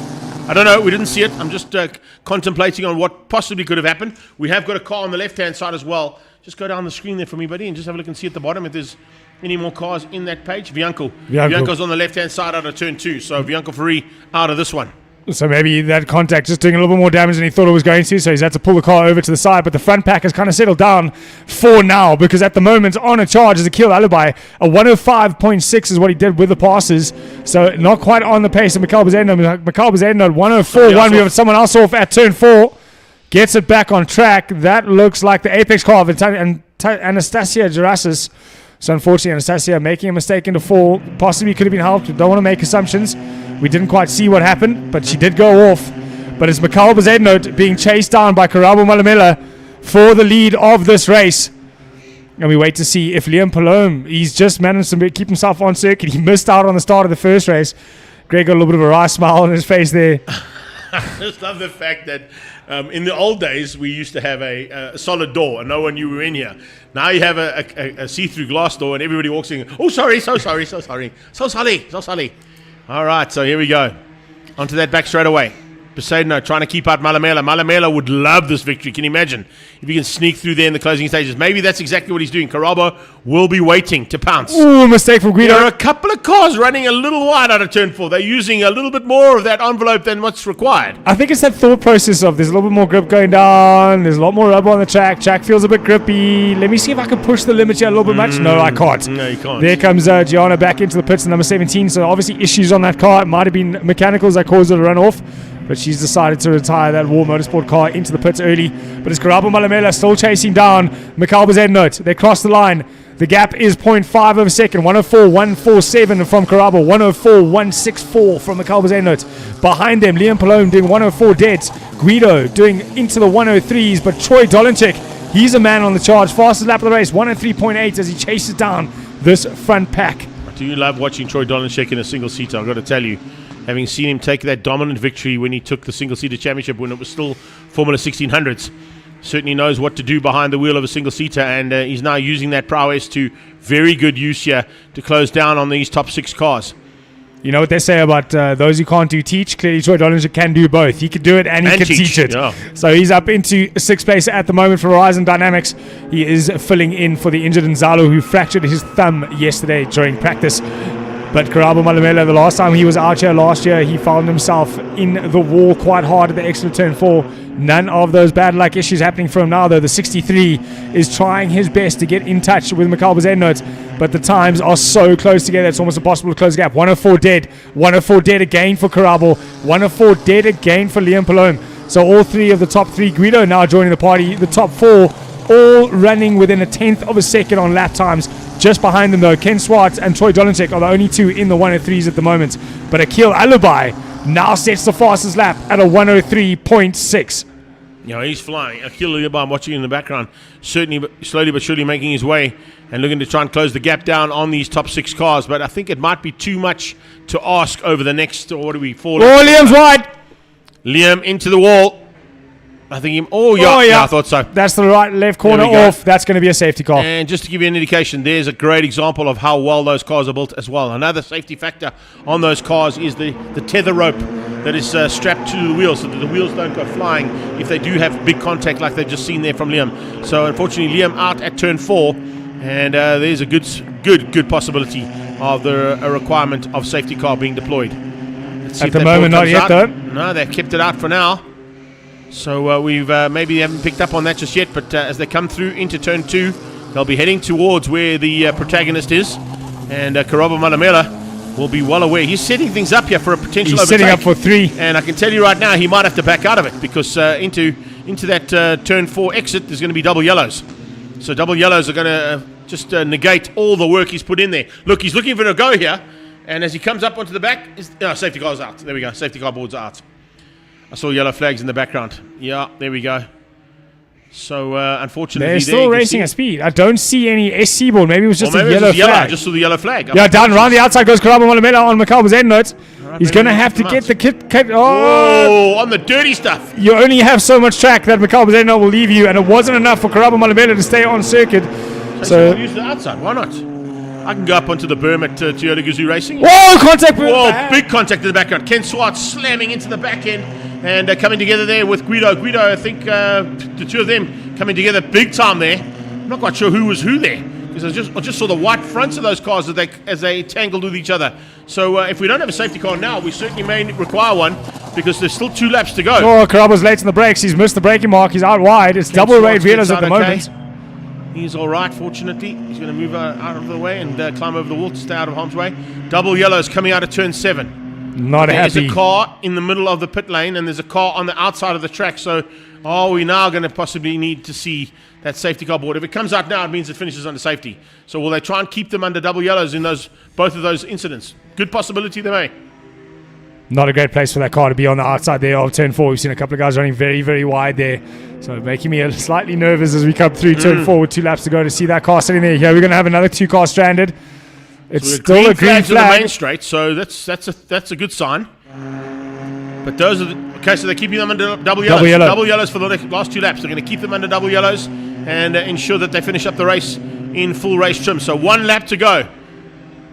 Mr. Besaidenote getting a little animated on the wall there. Go, go, go. Is it me, or is that Troy Dolenchik in third place? It And is. just behind him in fifth, there's Akil Alibi looking to get past Renzo Ribeiro. So Yeah. what a recovery from Akil Alibi and Troy Dolenchik. Troy Dolenchik starting at the back of the grid. Akil Alibi getting put to the back of the grid after turn 2. Alibi gets back up into the top 4. There's a chance he'll still maintain the lead of the championship, despite what happened at And the a beginning good of this overall race. result at the end of this race as well. Yeah, for sure. But we're going up into turn 4 and 5. I think it'll be the only passing position he has with only 1 lap left to go. Mikhail Bazeno has it all his own way at the moment. He's got a nice bit of breathing room on Karabo after he outbraked himself into turn 2. Akil Alibi is close enough to have a dig into 4. Are there yellow flags at 4? I don't see them. No. So there could be a move here for that 4th place. Troy Dolenchik, though, putting Karabo Malamela on the last lap under pressure. But this is where it's going to end. Nobody can pass into the last sector. It's double waved yellows.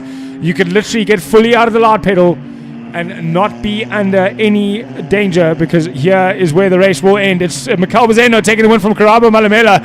Troy Dolenchik, what a recovery from last on the grid to third. 4th place, though, goes to Akil Alibi after that collision into turn number 2. Renzo Ribeiro hangs on for 5th place. Coming across the line is Chase Haskins from Cloud CTO and Kokoro Racing Academy.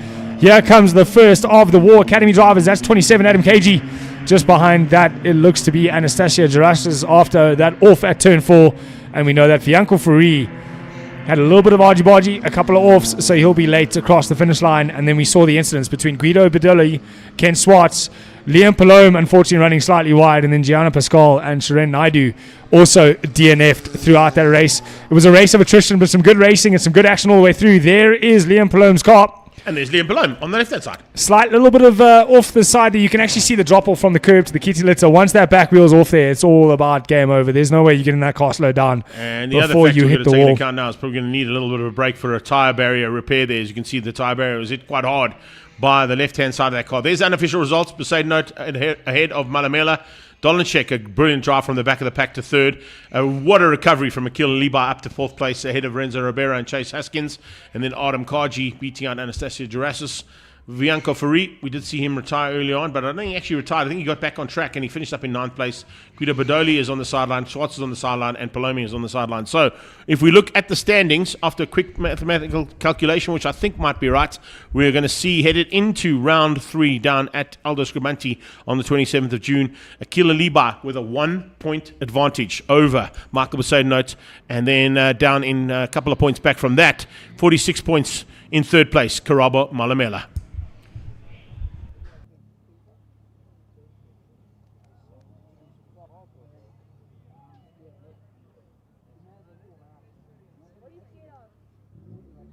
Here's a quick replay going into turn 4. That's Paloma making it into the kiddie litter. Trying to drive through, which is not a bad option, and then getting it onto the concrete strip that takes them for top of the hill.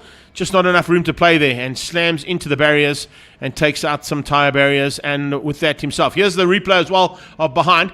Okay, so the protagonist there was Guido. Guido came out of turn 7 a little bit too hot, slammed right into the back end of Ken Swartz, and then went flying across with a broken wheel after his contact. So, yeah, the man in trouble there, I think, would be Guido. I wouldn't be surprised if that was possibly a misgear, because Guido was right up underneath the gearbox as they came out there. Yeah. That's under acceleration. There shouldn't be any lift or anything happening there. So unless there was a misgear or a misshift from Kent, that's the only way I can see a driver like Guido running into the back of someone in a straight line like that. Yeah, he would normally not. I think that would also be deemed a racing incident. I don't think that was done on purpose, but you can see some of the drivers out of their cars. They know that they've got a little bit of time to kill here. The Team Red drivers all getting together there for a little team chat before they go out. Good to see Berlin Robinson in the mix there, so they must have got her car sorted out. Yeah, Roshan Goodman alongside her. And then, of course, it's Cyril Jacobs Jr. and Milan Emsley, the top, those 4 drivers out of Team Red. But as you said, Carl, I think there may be a chance here for possible check-up there. First time that the medical team has gone to check on anybody, so thank you, Doc and Hunley, for the amazing job that you always do, and for keeping us safe on all occasions here at Zwartkops, and of course at all the Extreme Festival events up on the Highveld region of South Africa. There will be a little bit of time to kill here before we get into Astron Energy Polo Cup Race 3, and then after that it'll be Race 2 of Gazoo Racing SA Cup, the final 2 races of the day. But there are some cars and a tyre barrier that need to be recovered and repaired before we get back into race action on track. A little bit of an update on Berlin Robinson. We've seen her in and out today. We've seen the onboards of her car sitting up in the Team Red workshop. It is all due to an off-in warm-up this morning, and unfortunately collecting the tyre barrier and having to repair the car before they could get her out. So that is why we haven't seen Berlin Robinson in any of the other heats today. They've been getting that car back together and fixing a few niggly issues that have obviously come up because of that off. There was a little bit of information sent to us via WhatsApp while we are online. So thank you for that, making sure we get all the information we need to get as much of it to you guys, the audience. There is Ruan Khurson on the door of Jaden Khursen's car, having a chat with him before the start. I see Brooke Loretti there as well, one of the top female karters in the Tillison T4 Academy, as well as in OKN, racing out of the Kokoro Racing Stable. She's here to support Jaden in his AA Polo Cup. The bright yellow, can't miss it out there on track. Doing a great job today in his debut year, his debut season. As we see Guido getting his car towed up, sent back. The 3-wheeler, it started out with 4, it ended with 3. And a little bit of extensive damage done to both those cars, but they've got time in between this race and the next round down in on the 27th of June. So a little bit of time to get those cars repaired, turned around, and back down to the next venue for another Extreme National Festival.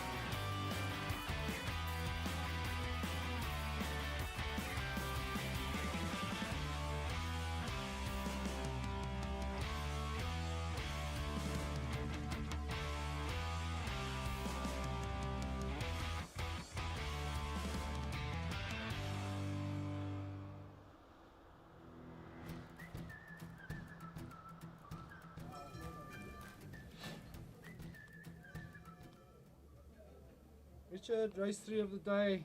How's the car feeling? What are you expecting? The car's very good. I'm very rusty. My first time doing front wheel drive. So I can't complain about the car. But I'm learning a lot every race. Excellent. How was race 2 for you? Race 2 was lekker. I had a good race with Mark. Got past him. Enjoyed it. And learned a lot more. Good. Well, good luck for race 3, eh? Thank you very much.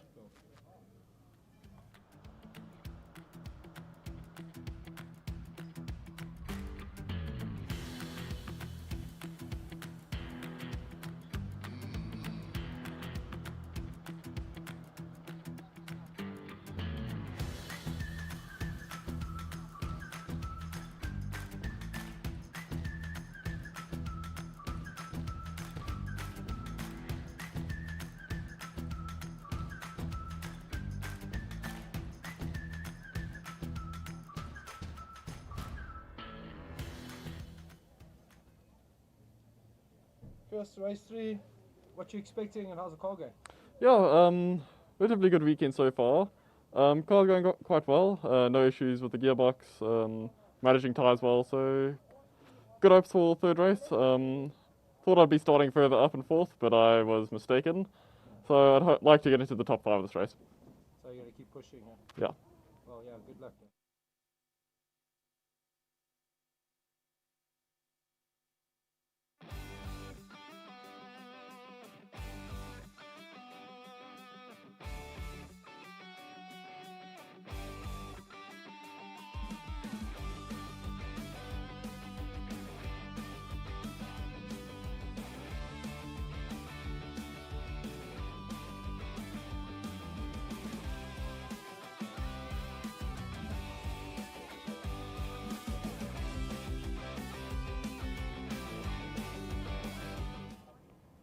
Milan, race 3 of the day. It's a bit delayed.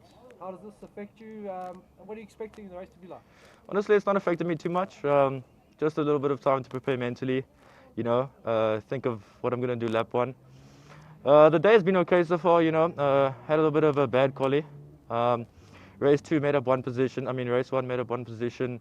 Race 2, we fell back in the start. We tried to fight our way back. Overall, it's been an average day, but I'm here for a good time, and that's what it's all about. But we'll be back for PE, and we'll be doing our best, for sure. The car going really well, yeah?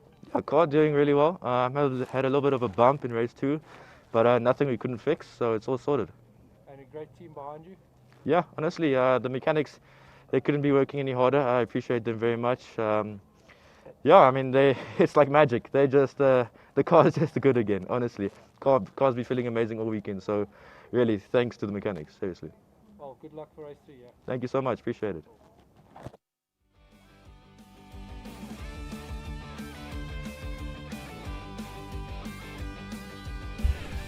Carl, I think what we need to do here is talk about ons gaan nou braai. No, honestly, this is They've just a gone to feature. fetch the meat. They've just gone to fetch the meat out of the freezer because Barry's hungry. Barry! There, look, the guy's even chatting to us. There he is. He looked around. As I said, Barry. Alex's name is Barry. He's talking. He's still looking. But the cool thing about that is exactly that, Carl. Is Zwartkops has opened up all around the circuit chances for people to get up close and personal to the fence, like we used to do in the old days, and get up close and personal to the action. Fortunately, shows you as well as how well the barrier was built there. But before we go into more of that, let's catch up here with Bjorn Berthold before we get into race 3 of Astron Energy Polo Cup. Race 3 is a bit delayed. How does this affect you? How's the car been going, and what you expecting? Car's been going well. I've been very unfortunate in race 1. I misjudged turn 4, and after securing 3 positions, I ran a bit wide and cost my whole race 1. In race 2, I was up 4 positions, and then there was an overtake on me, which cost me 3 positions. But we're going into race 3 with an open mind, clear head, and a bit of a confidence boost as I'm parked next to 4 red racing team red cars, and I can hear them talking about me already. So it's nice to know that there's a little bit of a presence. For sure. And the team behind you?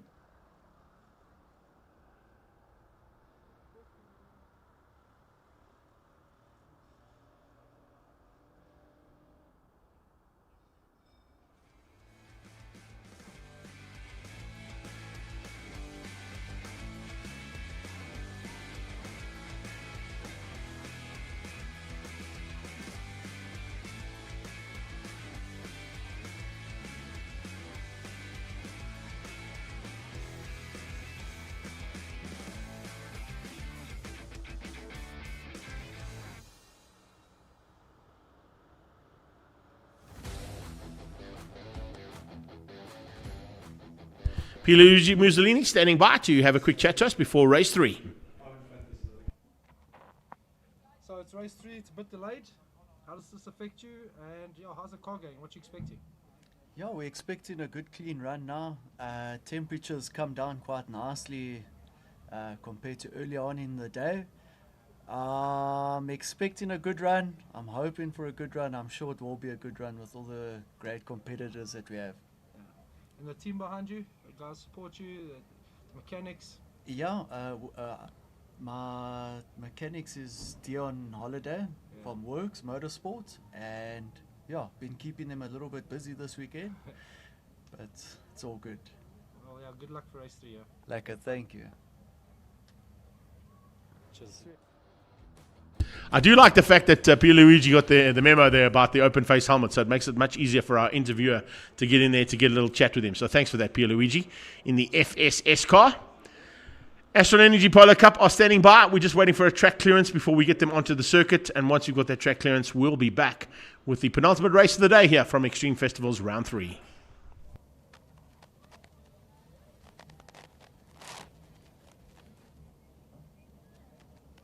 Liam, race 3 of the day, it's a bit delayed. How does this affect you? And yeah, what you expecting? No, I mean, it's okay. Delays happen. A little bit hot in the car, but otherwise all okay. Today's been okay. Bit of ups and downs, some unfortunate incidents at turn 2 at the race starts, but we'll try and pick ourselves up and try and move forward in this race. Okay, and tell me about the team. Good support behind you, mechanics? Oh, of course, yeah. Everyone at Nathan's Motorsport is super supportive. Everyone's, very encouraging, and we're all, working towards getting some good results. And Maura's also had a fantastic day, so hopefully he gets another good result now in race 3. Okay, well, yeah, enjoy race 3. Good luck. Thank you very much.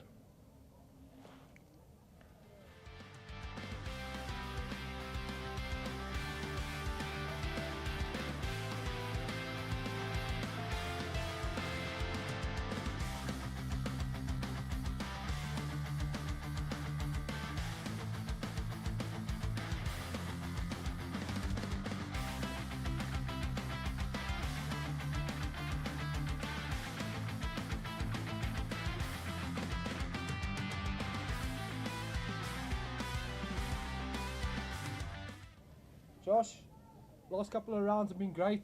Apparently, he had 2 fourths. Bit of an issue with the car today. What you expecting in race 3? Race 3, I'm just expecting to get a good start and just try to climb my way up the field. We've had quite a disappointing weekend, struggling with electronic problem on the car, on the throttle side of things. To be honest, just looking forward to the next round. Hopefully be up there like we were in Cape Town and Red Star, and just give it all in race 3.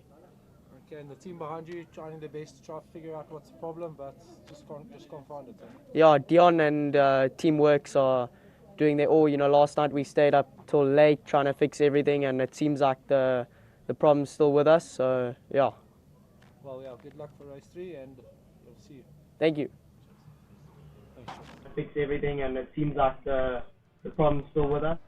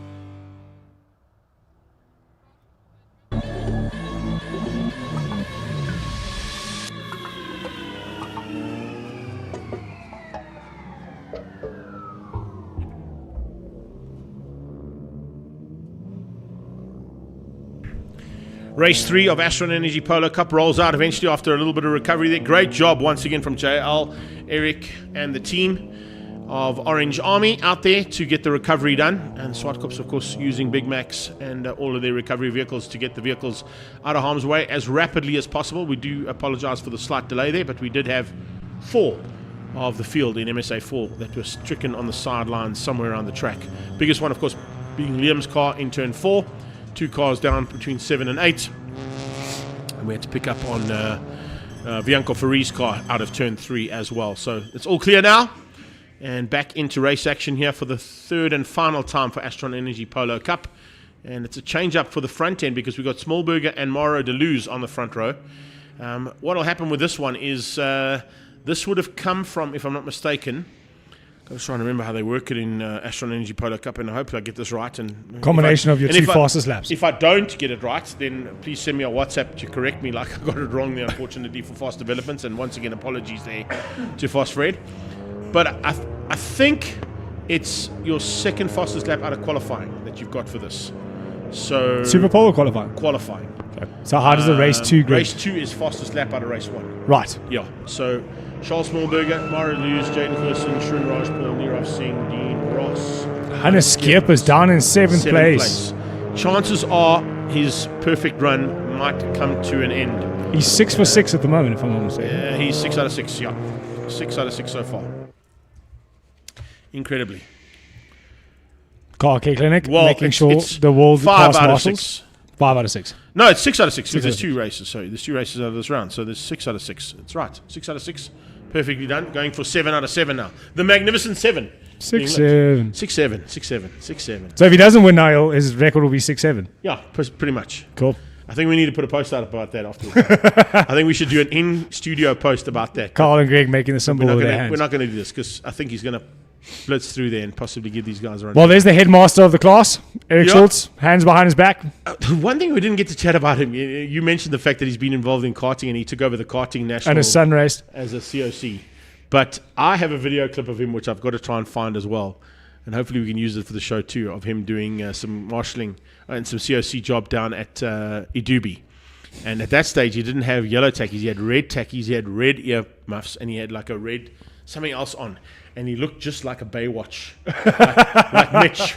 You know, Mitch Buchanan from Baywatch. And I've got a video of him running up over pipeline to the tune of Baywatch. So definitely keep an eye on the Commentators Curse Facebook page for the next week or so, because it might just come out there.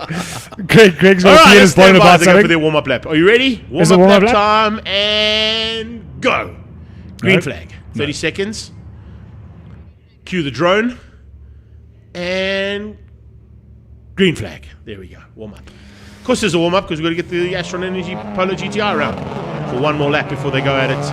And go and try and sort out this final race of the day here for the Astron Energy Polo Cup. Race number 3. 3-race format this weekend in Aldo Scrivanti at the home of Volkswagen. We go back to 2-race format. But it definitely just changes up the tactics and, of course, your race strategy for a day when you've got 3 races of 8 laps each, which is 3 times 8 is 24. If you have 2 10-lappers, it's 20. So it's only 4 more laps to worry about. But 4 more laps under race conditions in Polo Cup, Carl, as you know, is a big differential. A lap in a Polo Cup car is surviving a lap is an accomplishment on its own. But look, I think the nice thing with the third heat, you've had a mishap in the second or a mishap in the first. You know, it gives you another additional bite at the apple for Berlin. It means you can actually get a heat under a belt today and score some points towards the championship. Well done, Team Red. After all the disasters they've had today. But that Apologies is motorsport. to Ivan the Terrible for breaking the camera. Yes. We unfortunately won't have the onboard camera because they broke the mount there on the camera. So but the car's fixed. Quite right. But the car is working. That's the most important factor for Berlin. And she at least gets to have one heat in the fray for 2026's championship. Looking to sort of emulate what her sister's done in the past. She's been one of the top contenders in Polo Cup. Second only, I would say, in terms of overall positions at the end of the season to Tasman, who, of course, won the Masters Championship when she came back into Polo Cup for a while before she went on to raise an incredible family that she's done there with Keegan Campos. Let's not forget her W Series. No, I'm talking about Polo Cup only. I'm talking Polo Cup only, yeah. Polo Cup Fair only. enough. Yeah, Polo Cup only. She had a great outing as a Polo Cup driver. Didn't quite get to the front end of the championship, but came back as a master and won the Masters Championship. It was the first time a lady had won Polo Cup Championship and the first time a Masters Championship had been won by a lady as well. So take nothing away from her. And of course, Tyler is coached by Tasman. So it's not a bad way of passing on that knowledge that you've gained. You do it on numerous occasions. And there are a couple of drivers out there that do it on numerous occasions as well. We take hats off to all of those ladies and gents that pass on the vital knowledge on how to drive cars fast around racetracks. I wish I'd had a couple of coaches in my day. Maybe I could have been off the microphone and in the race car a bit more. Well, I think that was probably the biggest advantage of my career, was to have the coaches that I had around me, and I think it's quite nice to be able to pass that forward. I was actually talking to Marilise Berthold. She was reminding me this morning of a photo of I think it was either Judd or Bjorn being carried off the circuit by me to the car after a race, and it's quite nice to be involved with so many of these drivers. And now I get to commentate and watch them go at it full ball. It's going to happen now. Full tilt, 5 seconds time. Lights about to go on for the last time. That was 5 seconds to 5 seconds, by the way. Lights, and we're racing. Oh, Jada Kirsten didn't get away. It is Charles Smallberger, though, looking for the chance to get the whole shot, and I think he's got it. Yes, he has. No, he hasn't. Wow, look at that. Mara Deleuze coming straight up the inside and looking for a way to go around the outside into turn 2. Is there enough space there for him? He's got that outside line. Shren Rajpal, and look at Dr. Hunter Skippers. Around the outside into turn 4, and into turn 2, I should say, into 4th place, side by side there with Nirav Singh. Yeah, Jaden Kirsten got such a terrible start there. It looked like he almost started in second gear. He's down to 6th place, but a great move from Hunter Skippers to get himself around the outside of turn 2. It was all about the bravery. Let's see how much bravery he's got now through 4. He's around the outside again. It's going to be a difficult ask to get it done on the exit here. He's going to run out of racing room. He's got a bit of curb to keep him going. Nirav gave him a bit of space, though. A little bit of space to play with there, which is nicely done from the Ninja. As they get up onto the brakes, though, I think he might have the out-braking maneuver, and he's got through. Around the outside comes Chris Tate. Tate trying to find a way past on Nirav. Nirav will shut the door on him, but he'll have to watch the inside line because here comes Jaden Goosen. Jaden Goosen trying to make his way back after a terrible start. He's staying inside Dean Ross there. He leaves just enough room for Dean to get out onto the curb. It means he can't get the run. Here comes Tate down the inside because of that run. Let's see if he can get it done on the brakes. But back to the Masters category. It's Derek Smallberger that's had it all his own way today ahead of Wayne Masters. He's going 3 for 3 ahead of the Masters master, being Wayne Master. He's took the championship last year. Dominant victory here at Zwartkops in the last race of the year. But unfortunately for him, and fortunately for Derek, the roles have been reversed and Derek's got himself into the front. More racing action between the Polo Cups as they head into turn 2. The FSS machine there trying to find its way up the inside. Mussolini. Yeah, Pierluigi having a great run. Trying to find a way the inside and just sneak through there if he can on Berlin Robinson. Berlin Robinson, what a start from her. Already moving herself up nicely up into just outside the top 10. Here is side by side Dean Ross and Tate. Ross holding the inside line. Tate around the outside. He's going to have the inside line for turn 5. He'll try and hang on to that under braking unless we can see Tate use and push the pass and go around the outside. Here come the 2 Works Motorsport machines closing down on Mara Deleuze, who's looking to try and close that gap down on the leader, Charles Smallberger. And here we go, Paybar and no brake machine of Dean Ross. And that Polo looking very good. But Berthold's on his tail now, putting the pressure on. And then 3 of the Team Red cars behind that. Roshan Goodman, Milan Emsley, and I think behind that was Berlin Robinson. They've all made massive progress up through the field. Big send down the inside. I couldn't quite, that looked like Smallberger. No, that's a Russ. I can't see that name. It's Goodman. Roshan Goodman. Roshan Goodman making a massive move down the inside into the final corner. Nirav Singh, he's lost a bit of time on Jaden Goosen as Goosen tries to get the hammer down and catch the front 4. Hannes Skippers, Shren Rajpal, Mario Deleuze and Charles Smallberger are that front 4. As we have a look now at that front 4, it's Charles Smallberger with a decent gap of Mario Deleuze, and they've got a bit of breathing room between themselves and Hannes Skippers, but we know the pace of Hannes Skippers and how quick he is around this Zwartkops circuit. Let's see if he can close that gap. But Charles Smallberger, it's 2 Smallbergers leading out both classes at the moment. Yeah, Smallberger leading out the Cup class and the Big Mac, of course, out front in the Masters, leading out the Masters, master of the Mastering Universe, Wayne Master. What? Why are you laughing? I don't understand that. It's just funnier when you say it. It's just the way you say it. It's just funnier. But he is the master. He is the master of masters, yes. Because there's no one who's been able to catch him over the last couple of seasons. So well done there to Wayne. But this time out, he's going to be found wanting because it looks like Derek Smallberger is looking for 3 out of 3, as we said. Now into turn 1 they go. Oh, this is good stuff. Mara Deleuze in second place, just showing you. Well played in terms of how that Polo Cup and Volkswagen Rookie Cup work. in terms of bringing through new talent. Now, as far as I understand, with Mario Deleuze being part of Nathan's Motorsport, they still have the insight from the coaches that are working with the Rookie Cup, the help of Matthew Merton, Bradley Liebenberg. So that continues through into your Polo Cup journey. And the relationship between a driver and a coach is intensely important. If it doesn't work, it's difficult to learn from, it's difficult to improve on. And talking about improving, Wayne Masters seems to have mastered the circuit. He's sorted himself out. He's found some pace, and he's onto the back of Smallberger. Down the inside, though, into turn 4. Is that defensive or a pass? Oh, nice move there from Berlin Robertson to get through on Mussolini. Coming along for the ride. Oh, hello, Liam Crystal into the mix as well. That's a much better drive there coming out of Liam Crystal. Falling by the wayside at the back of the pack, though. I think right at the back was either Milan MC or Cyril Jacobs Jr. Mussolini comes back, though, at Crystal. Then opens up the door as he runs a bit wide out of turn 5. Crystal going to try and squeeze on the inside. Can he make it stick? No, he can't. Tucks in behind that FSS machine and tries to find a way through. Now, back to the front end. Second pack, led out by the Ninja, Nirav Singh. He is pushing hard to keep out Tate and Dean Ross.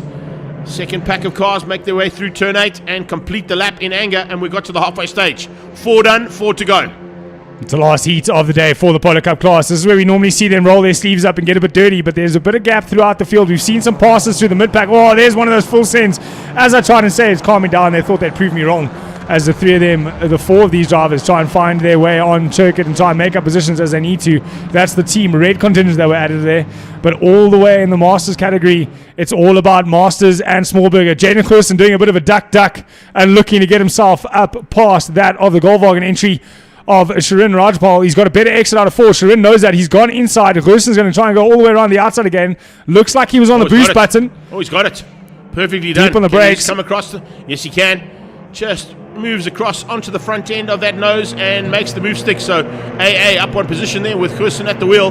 He's closing down now on the Doctor. And watching that battle unfold out front, because look at Mario Deleuze closing on Smallberger. Smallberger is having to go defensive. What that's doing is it's slowing Smallberger down, and Deleuze is going to allow Hannes Skippers to close that gap down even more. Remember, Skippers is looking for the Magnificent 7. 7 wins out of 7 starts.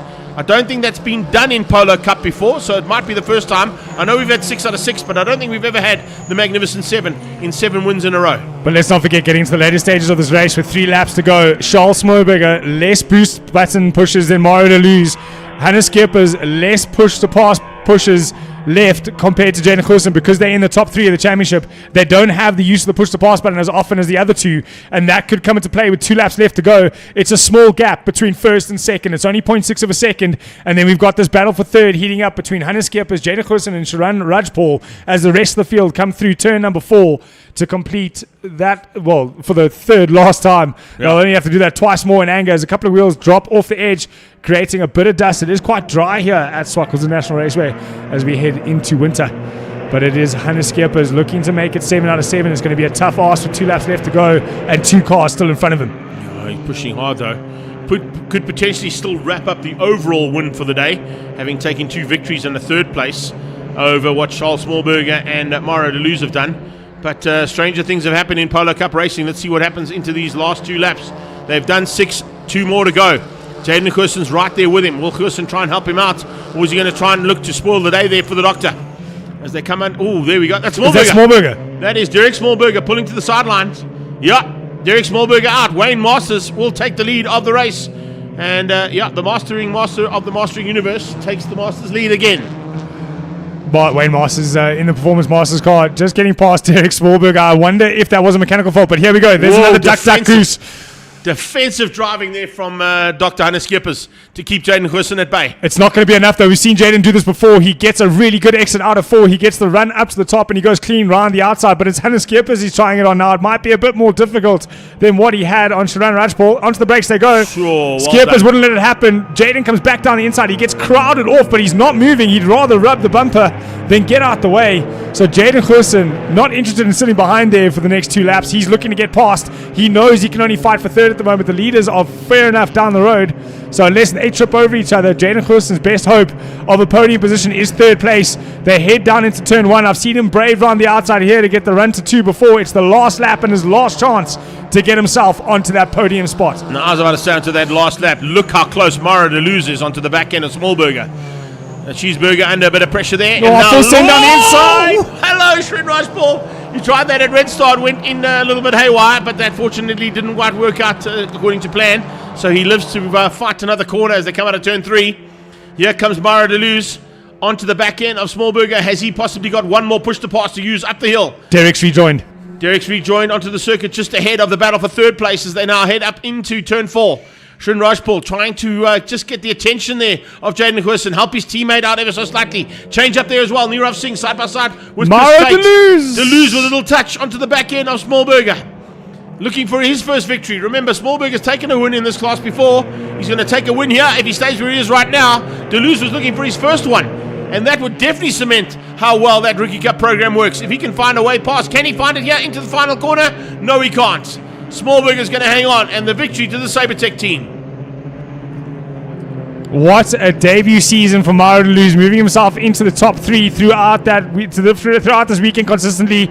And in all fairness, he had to go up into turn 4, but to be fair, he had nothing to lose, as he had to go for the inside and the win there. But the winner of the Masters category will be the pilot of the Performance Masters Polo. It's Wayne Masters, the number 4, coming across the line to take the win ahead of John Kruger. Yeah, Kruger right on his tail, and I think it'll be the payball car coming through in the background there for third place of Mike Barbaglia.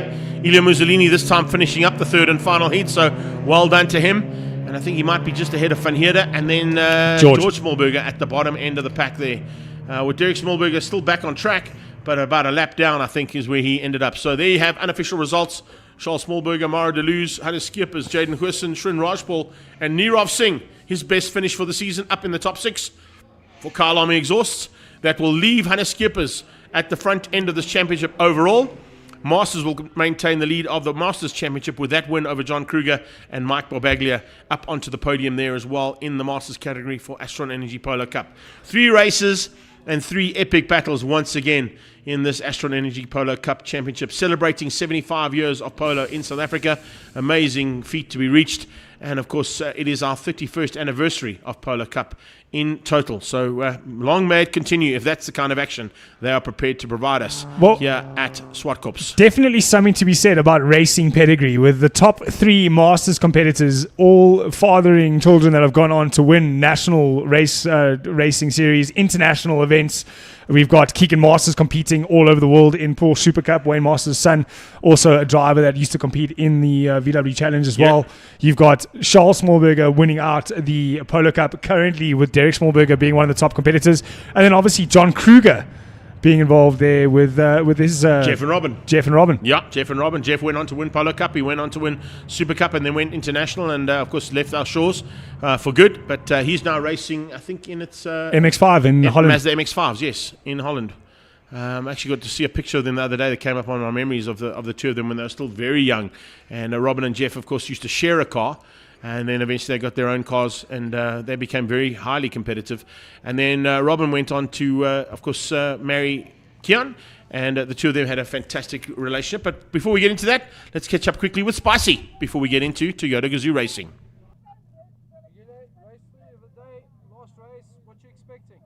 I'm not expecting much. I'm just trying to get up to top 4, top 3, and then, yeah, that's really all. And the car going well? The car is fine. I just need to just fix my mistakes. Okay. Well, good luck for today, yeah? Thank you.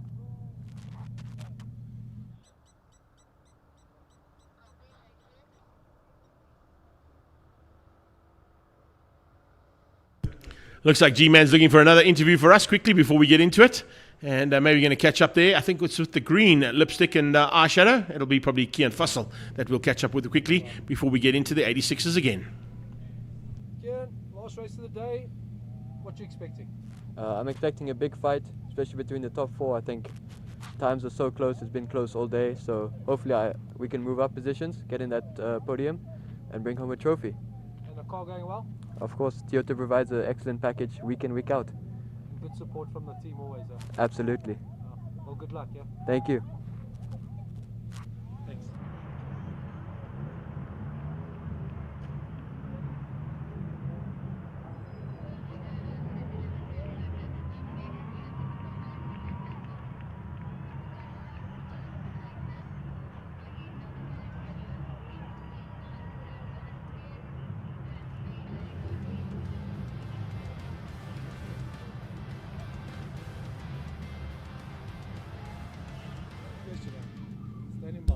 Jaco Barnsa is ready to go as well. Let's find out what his plans are for this second heat of Gazoo Racing GRSA Cup. How was race 1 and 2? Race 3 is the last one of the day. What you expecting? No, I just want to keep on learning and keep pushing myself. It's been every session, the times has been better. So for my second race ever, so just got to keep on learning and pushing. Excellent. Yeah, well, good luck. Yeah. Thank you.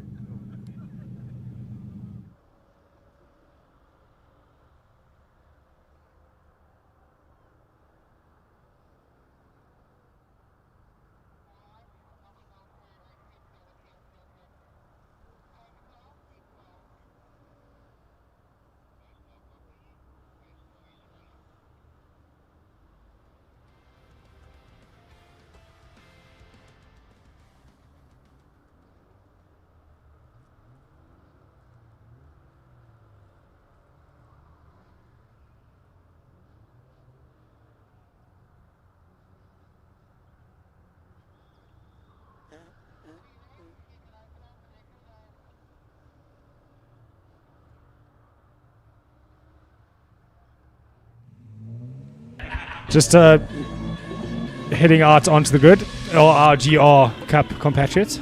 Are they? Yes, Thank just you left the kindly. gate. There it is, Toyota Gazoo Racing GRSA Cup. Wrong way, Ray, just a little bit close to that pole for my liking.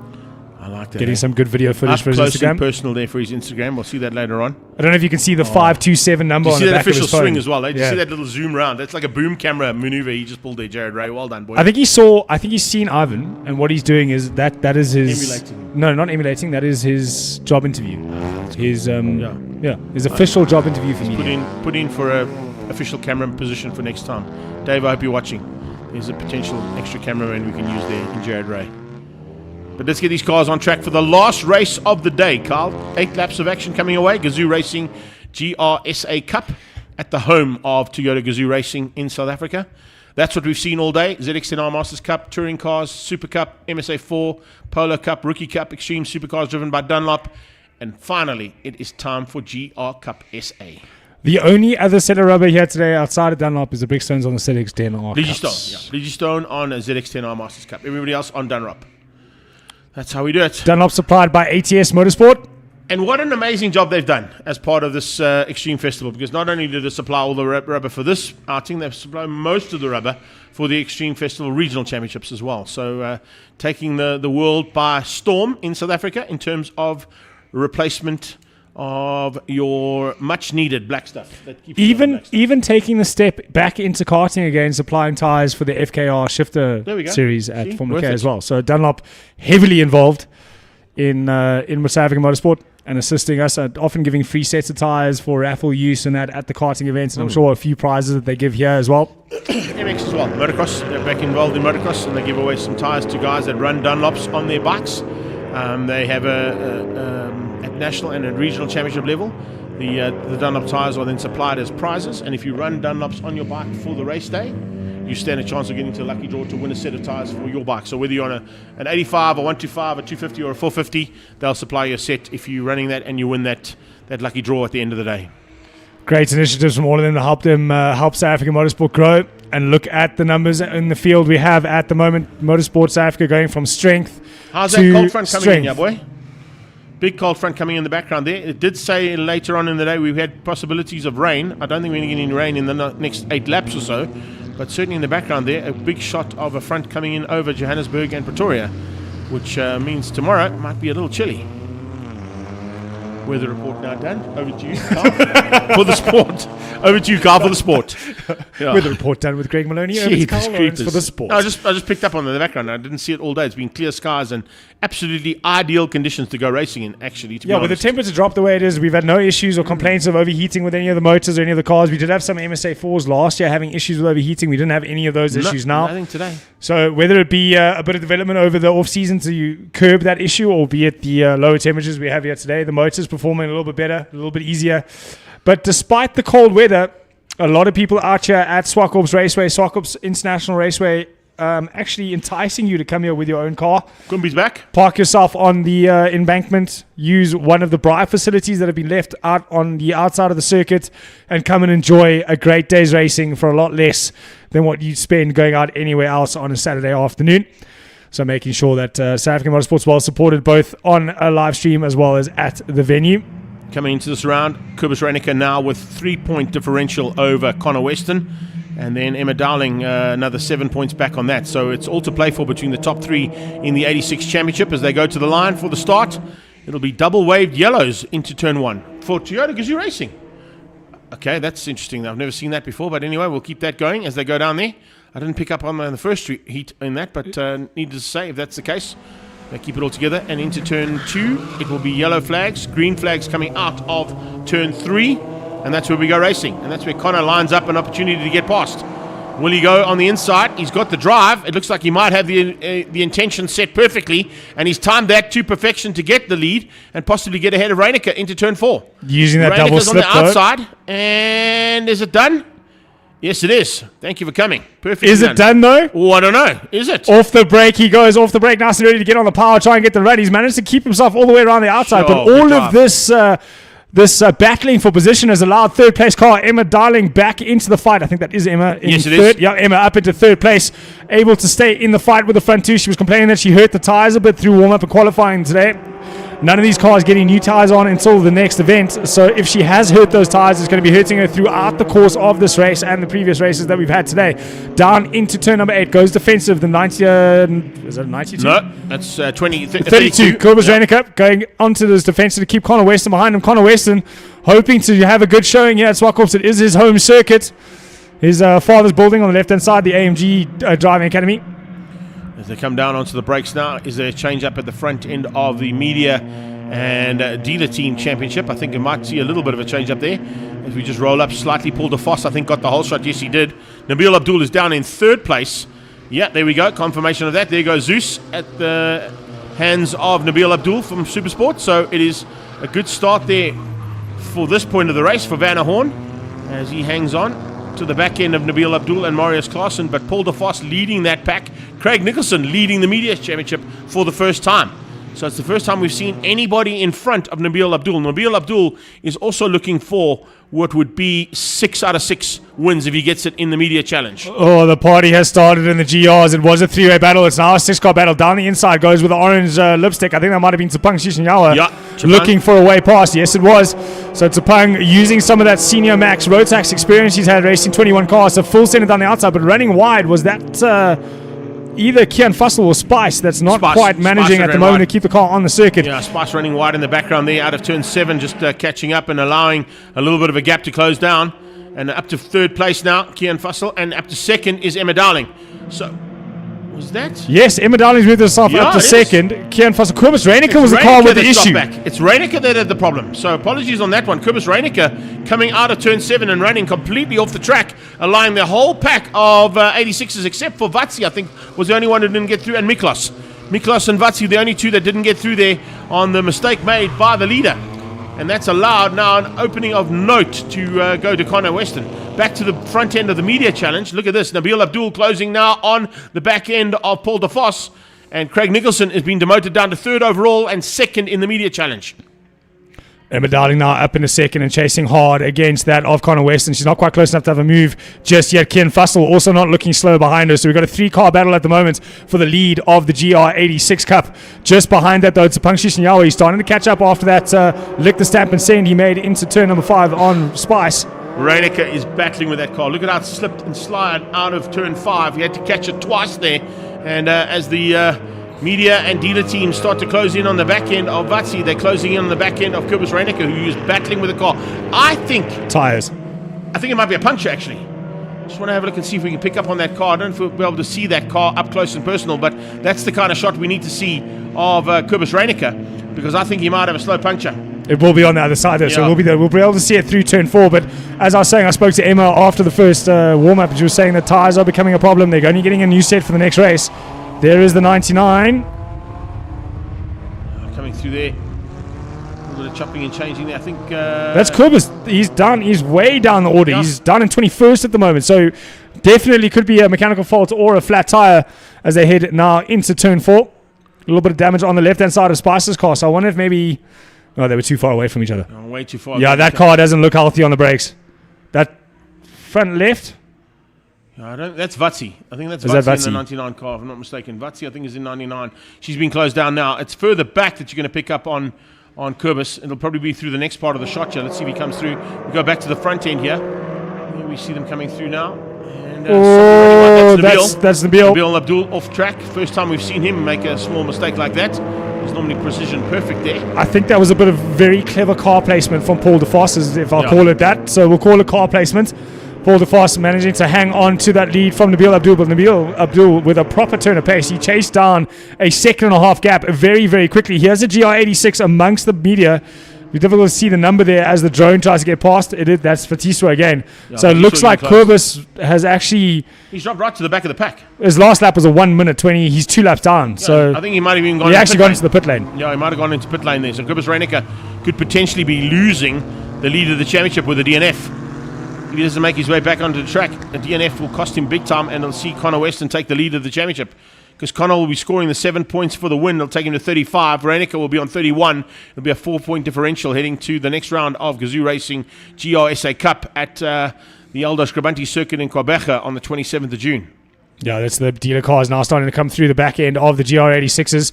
That's Mikolos getting passed up into the top end of the circuit 5 and 6. And that is the battle for the lead, though. That's between Craig Nicholson and, Paul DeFoss and Nabil Abdul. Yeah. Just behind that, though, Craig Nicholson, Fatiswa has been passed by this group as well now. I love the fact that you've got Nicholson and Klaassen, who are very similar in terms of their colouring, and then chucked into the middle there, you're going to see the likes of Marius Klaassen and Van der Horn fighting hard in the lime green. So in this light, lime green and bright yellow look almost identical. I'm sorry, I thought those were both yellow. Yeah, there are two yellows, and there's a green one behind. This light is perfect. There you can see it. But in the down light, coming down the hill in that low sun, makes it very difficult to spot between those cars. But needless to say, they still hang on. Nabil Abdul trying to close the gap down now, and hasn't quite got there just yet. But certainly Paul DeFoss could be watching those rearview mirrors for the rest of this race, as we're now into the second half and into the closing stages. Watching the closing stages, though, at the front end, it looks like Emma Dowling is closing on Connor. And there could be a chance there that Connor Weston could be in a bit of trouble right in the closing stages. If that's the case, Connor Weston only gets 5 points. He'll still take the lead of the championship, but it'll be to the tune of only 2-point advantage into the next round. Emma Darling putting massive pressure on our leader at the moment in the GR Cup. At the front end, they're both doing the same times. They're both in the 14.5s. Although Connor Weston, he did a 14.5 previous lap, 14.6 this lap. Emma consistent in the 14.5s, so she's hanging on. It's only 0.4 of a second between the two. Vanna having a big look there, trying to dive back on the inside and find a way through on Vatsi. Vatsi trying to keep him out as they head down the hill.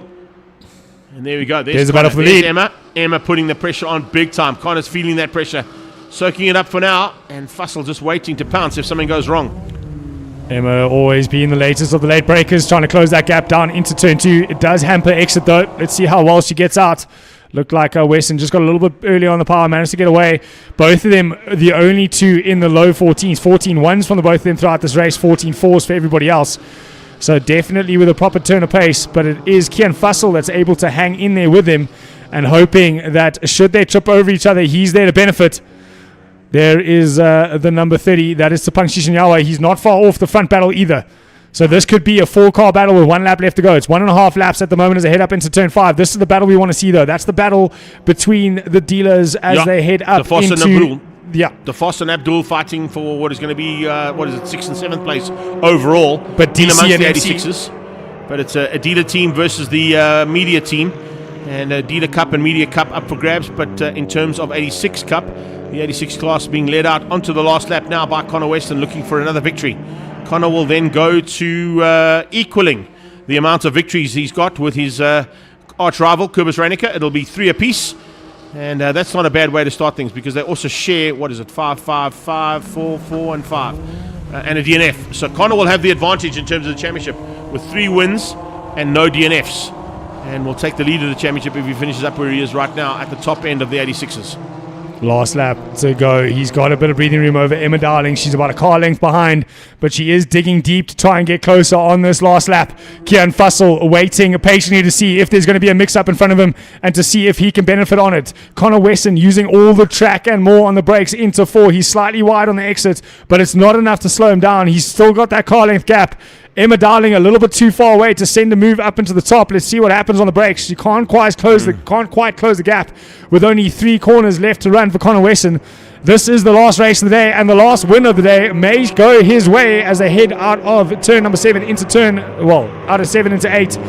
It looks like it's going to be Connor Weston. He's got more than enough of a gap. On the brakes he goes. He can take it as easy as he likes.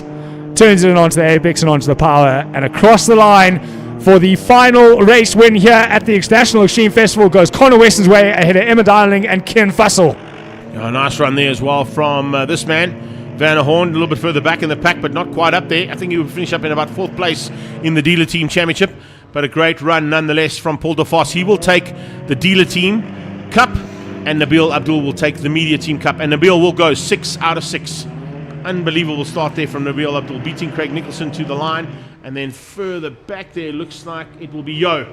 Wow! Yolanda in 3rd place for the media team. That's a good effort there from her. First time out for her. She's going to be pretty stoked with the podium in her second attempt at the Gazoo Racing GRSA Cup. So nothing wrong with that as they come to the finish. There you go. Confirmation of the unofficial results. Connor Weston, Emma Darling, Fussell, Sinchanwana ahead of Ria Chile, and then Miklos just ahead of Vatsi, who finishes down in 19th. If we look at the dealer teams, it's De Vos ahead of Marius Klaassen and Van der Horn. And then in the media challenge, Nabil Abdul, Craig Nicholson, and yes, I'm right, Yolanda comes through for 3rd place. So Yo getting a chance to get into the car for the first time, and she ends up on the podium in her second time of asking in the Toyota Gazoo Racing GRSA Cup. What a way to finish up today's racing. Once again, great action provided by our GRSA Cup competitors, and great race action actually all day long from all the competitors here at the Extreme Festival of Motorsport. So to wrap things up, we have seen action today from the ZX10R Masters Cup, sponsored by Sunbet. We have the South African Touring Cars and Super Cup category. We have an amazing GRSA Cup to bring us to the end of the day. We had MSA4 bringing us some fantastic single-seaters, Astron Energy Polo Cup for 3 races, 2 very good Super Rookie Cup races as well, and 3 Extreme Supercar action driven by Dunlop, brought to you here on the Extreme Festival of Motorsport. And us. Great. And you. And okay, us. and you. And me, and and us. me, and you, and you. But to wrap up first, we say thank you to the Orange Army, to Race Control, and to everybody from Zwartkops for all of the effort that they put on the sidelines to keep us running smoothly throughout the day's racing. This final race was supposed to start at 5:10. We are finishing at 5:25. Shows you just how well the day is run in terms of incident, and with 2 big incidents to clear. And tyres to fix, and track to repair. So great job from everybody at the Orange Army and everybody at Zwartkops International Raceway. Without the organisers, the marshals, and the volunteers that we have on these days, there will be no motorsport. So thank you to every single one of them. And guys, if you want to get involved in motorsport at that level, it is available. You can volunteer to get involved with us at motorsport level. Chat to the guys at Zwartkops. Get hold of them via their social media. We're back at Zwartkops on the 13th of June. We get back here, of course, for the Regional Extreme Festival. And then we head back down on the 27th of June, as we mentioned, all day long for round number 4 of the National Championships of Extreme Festival. So regionals here on the 13th, nationals down in Quebec on the 27th of June, and we look forward to bringing all of that action courtesy of Two Wheels and Planet Margate. On behalf of Carl Lawrence, the Buttercup and voice of karting and single-seaters in South Africa, and yours truly, Greg Maloney, the voice of choice. Take care then. Bye-bye now.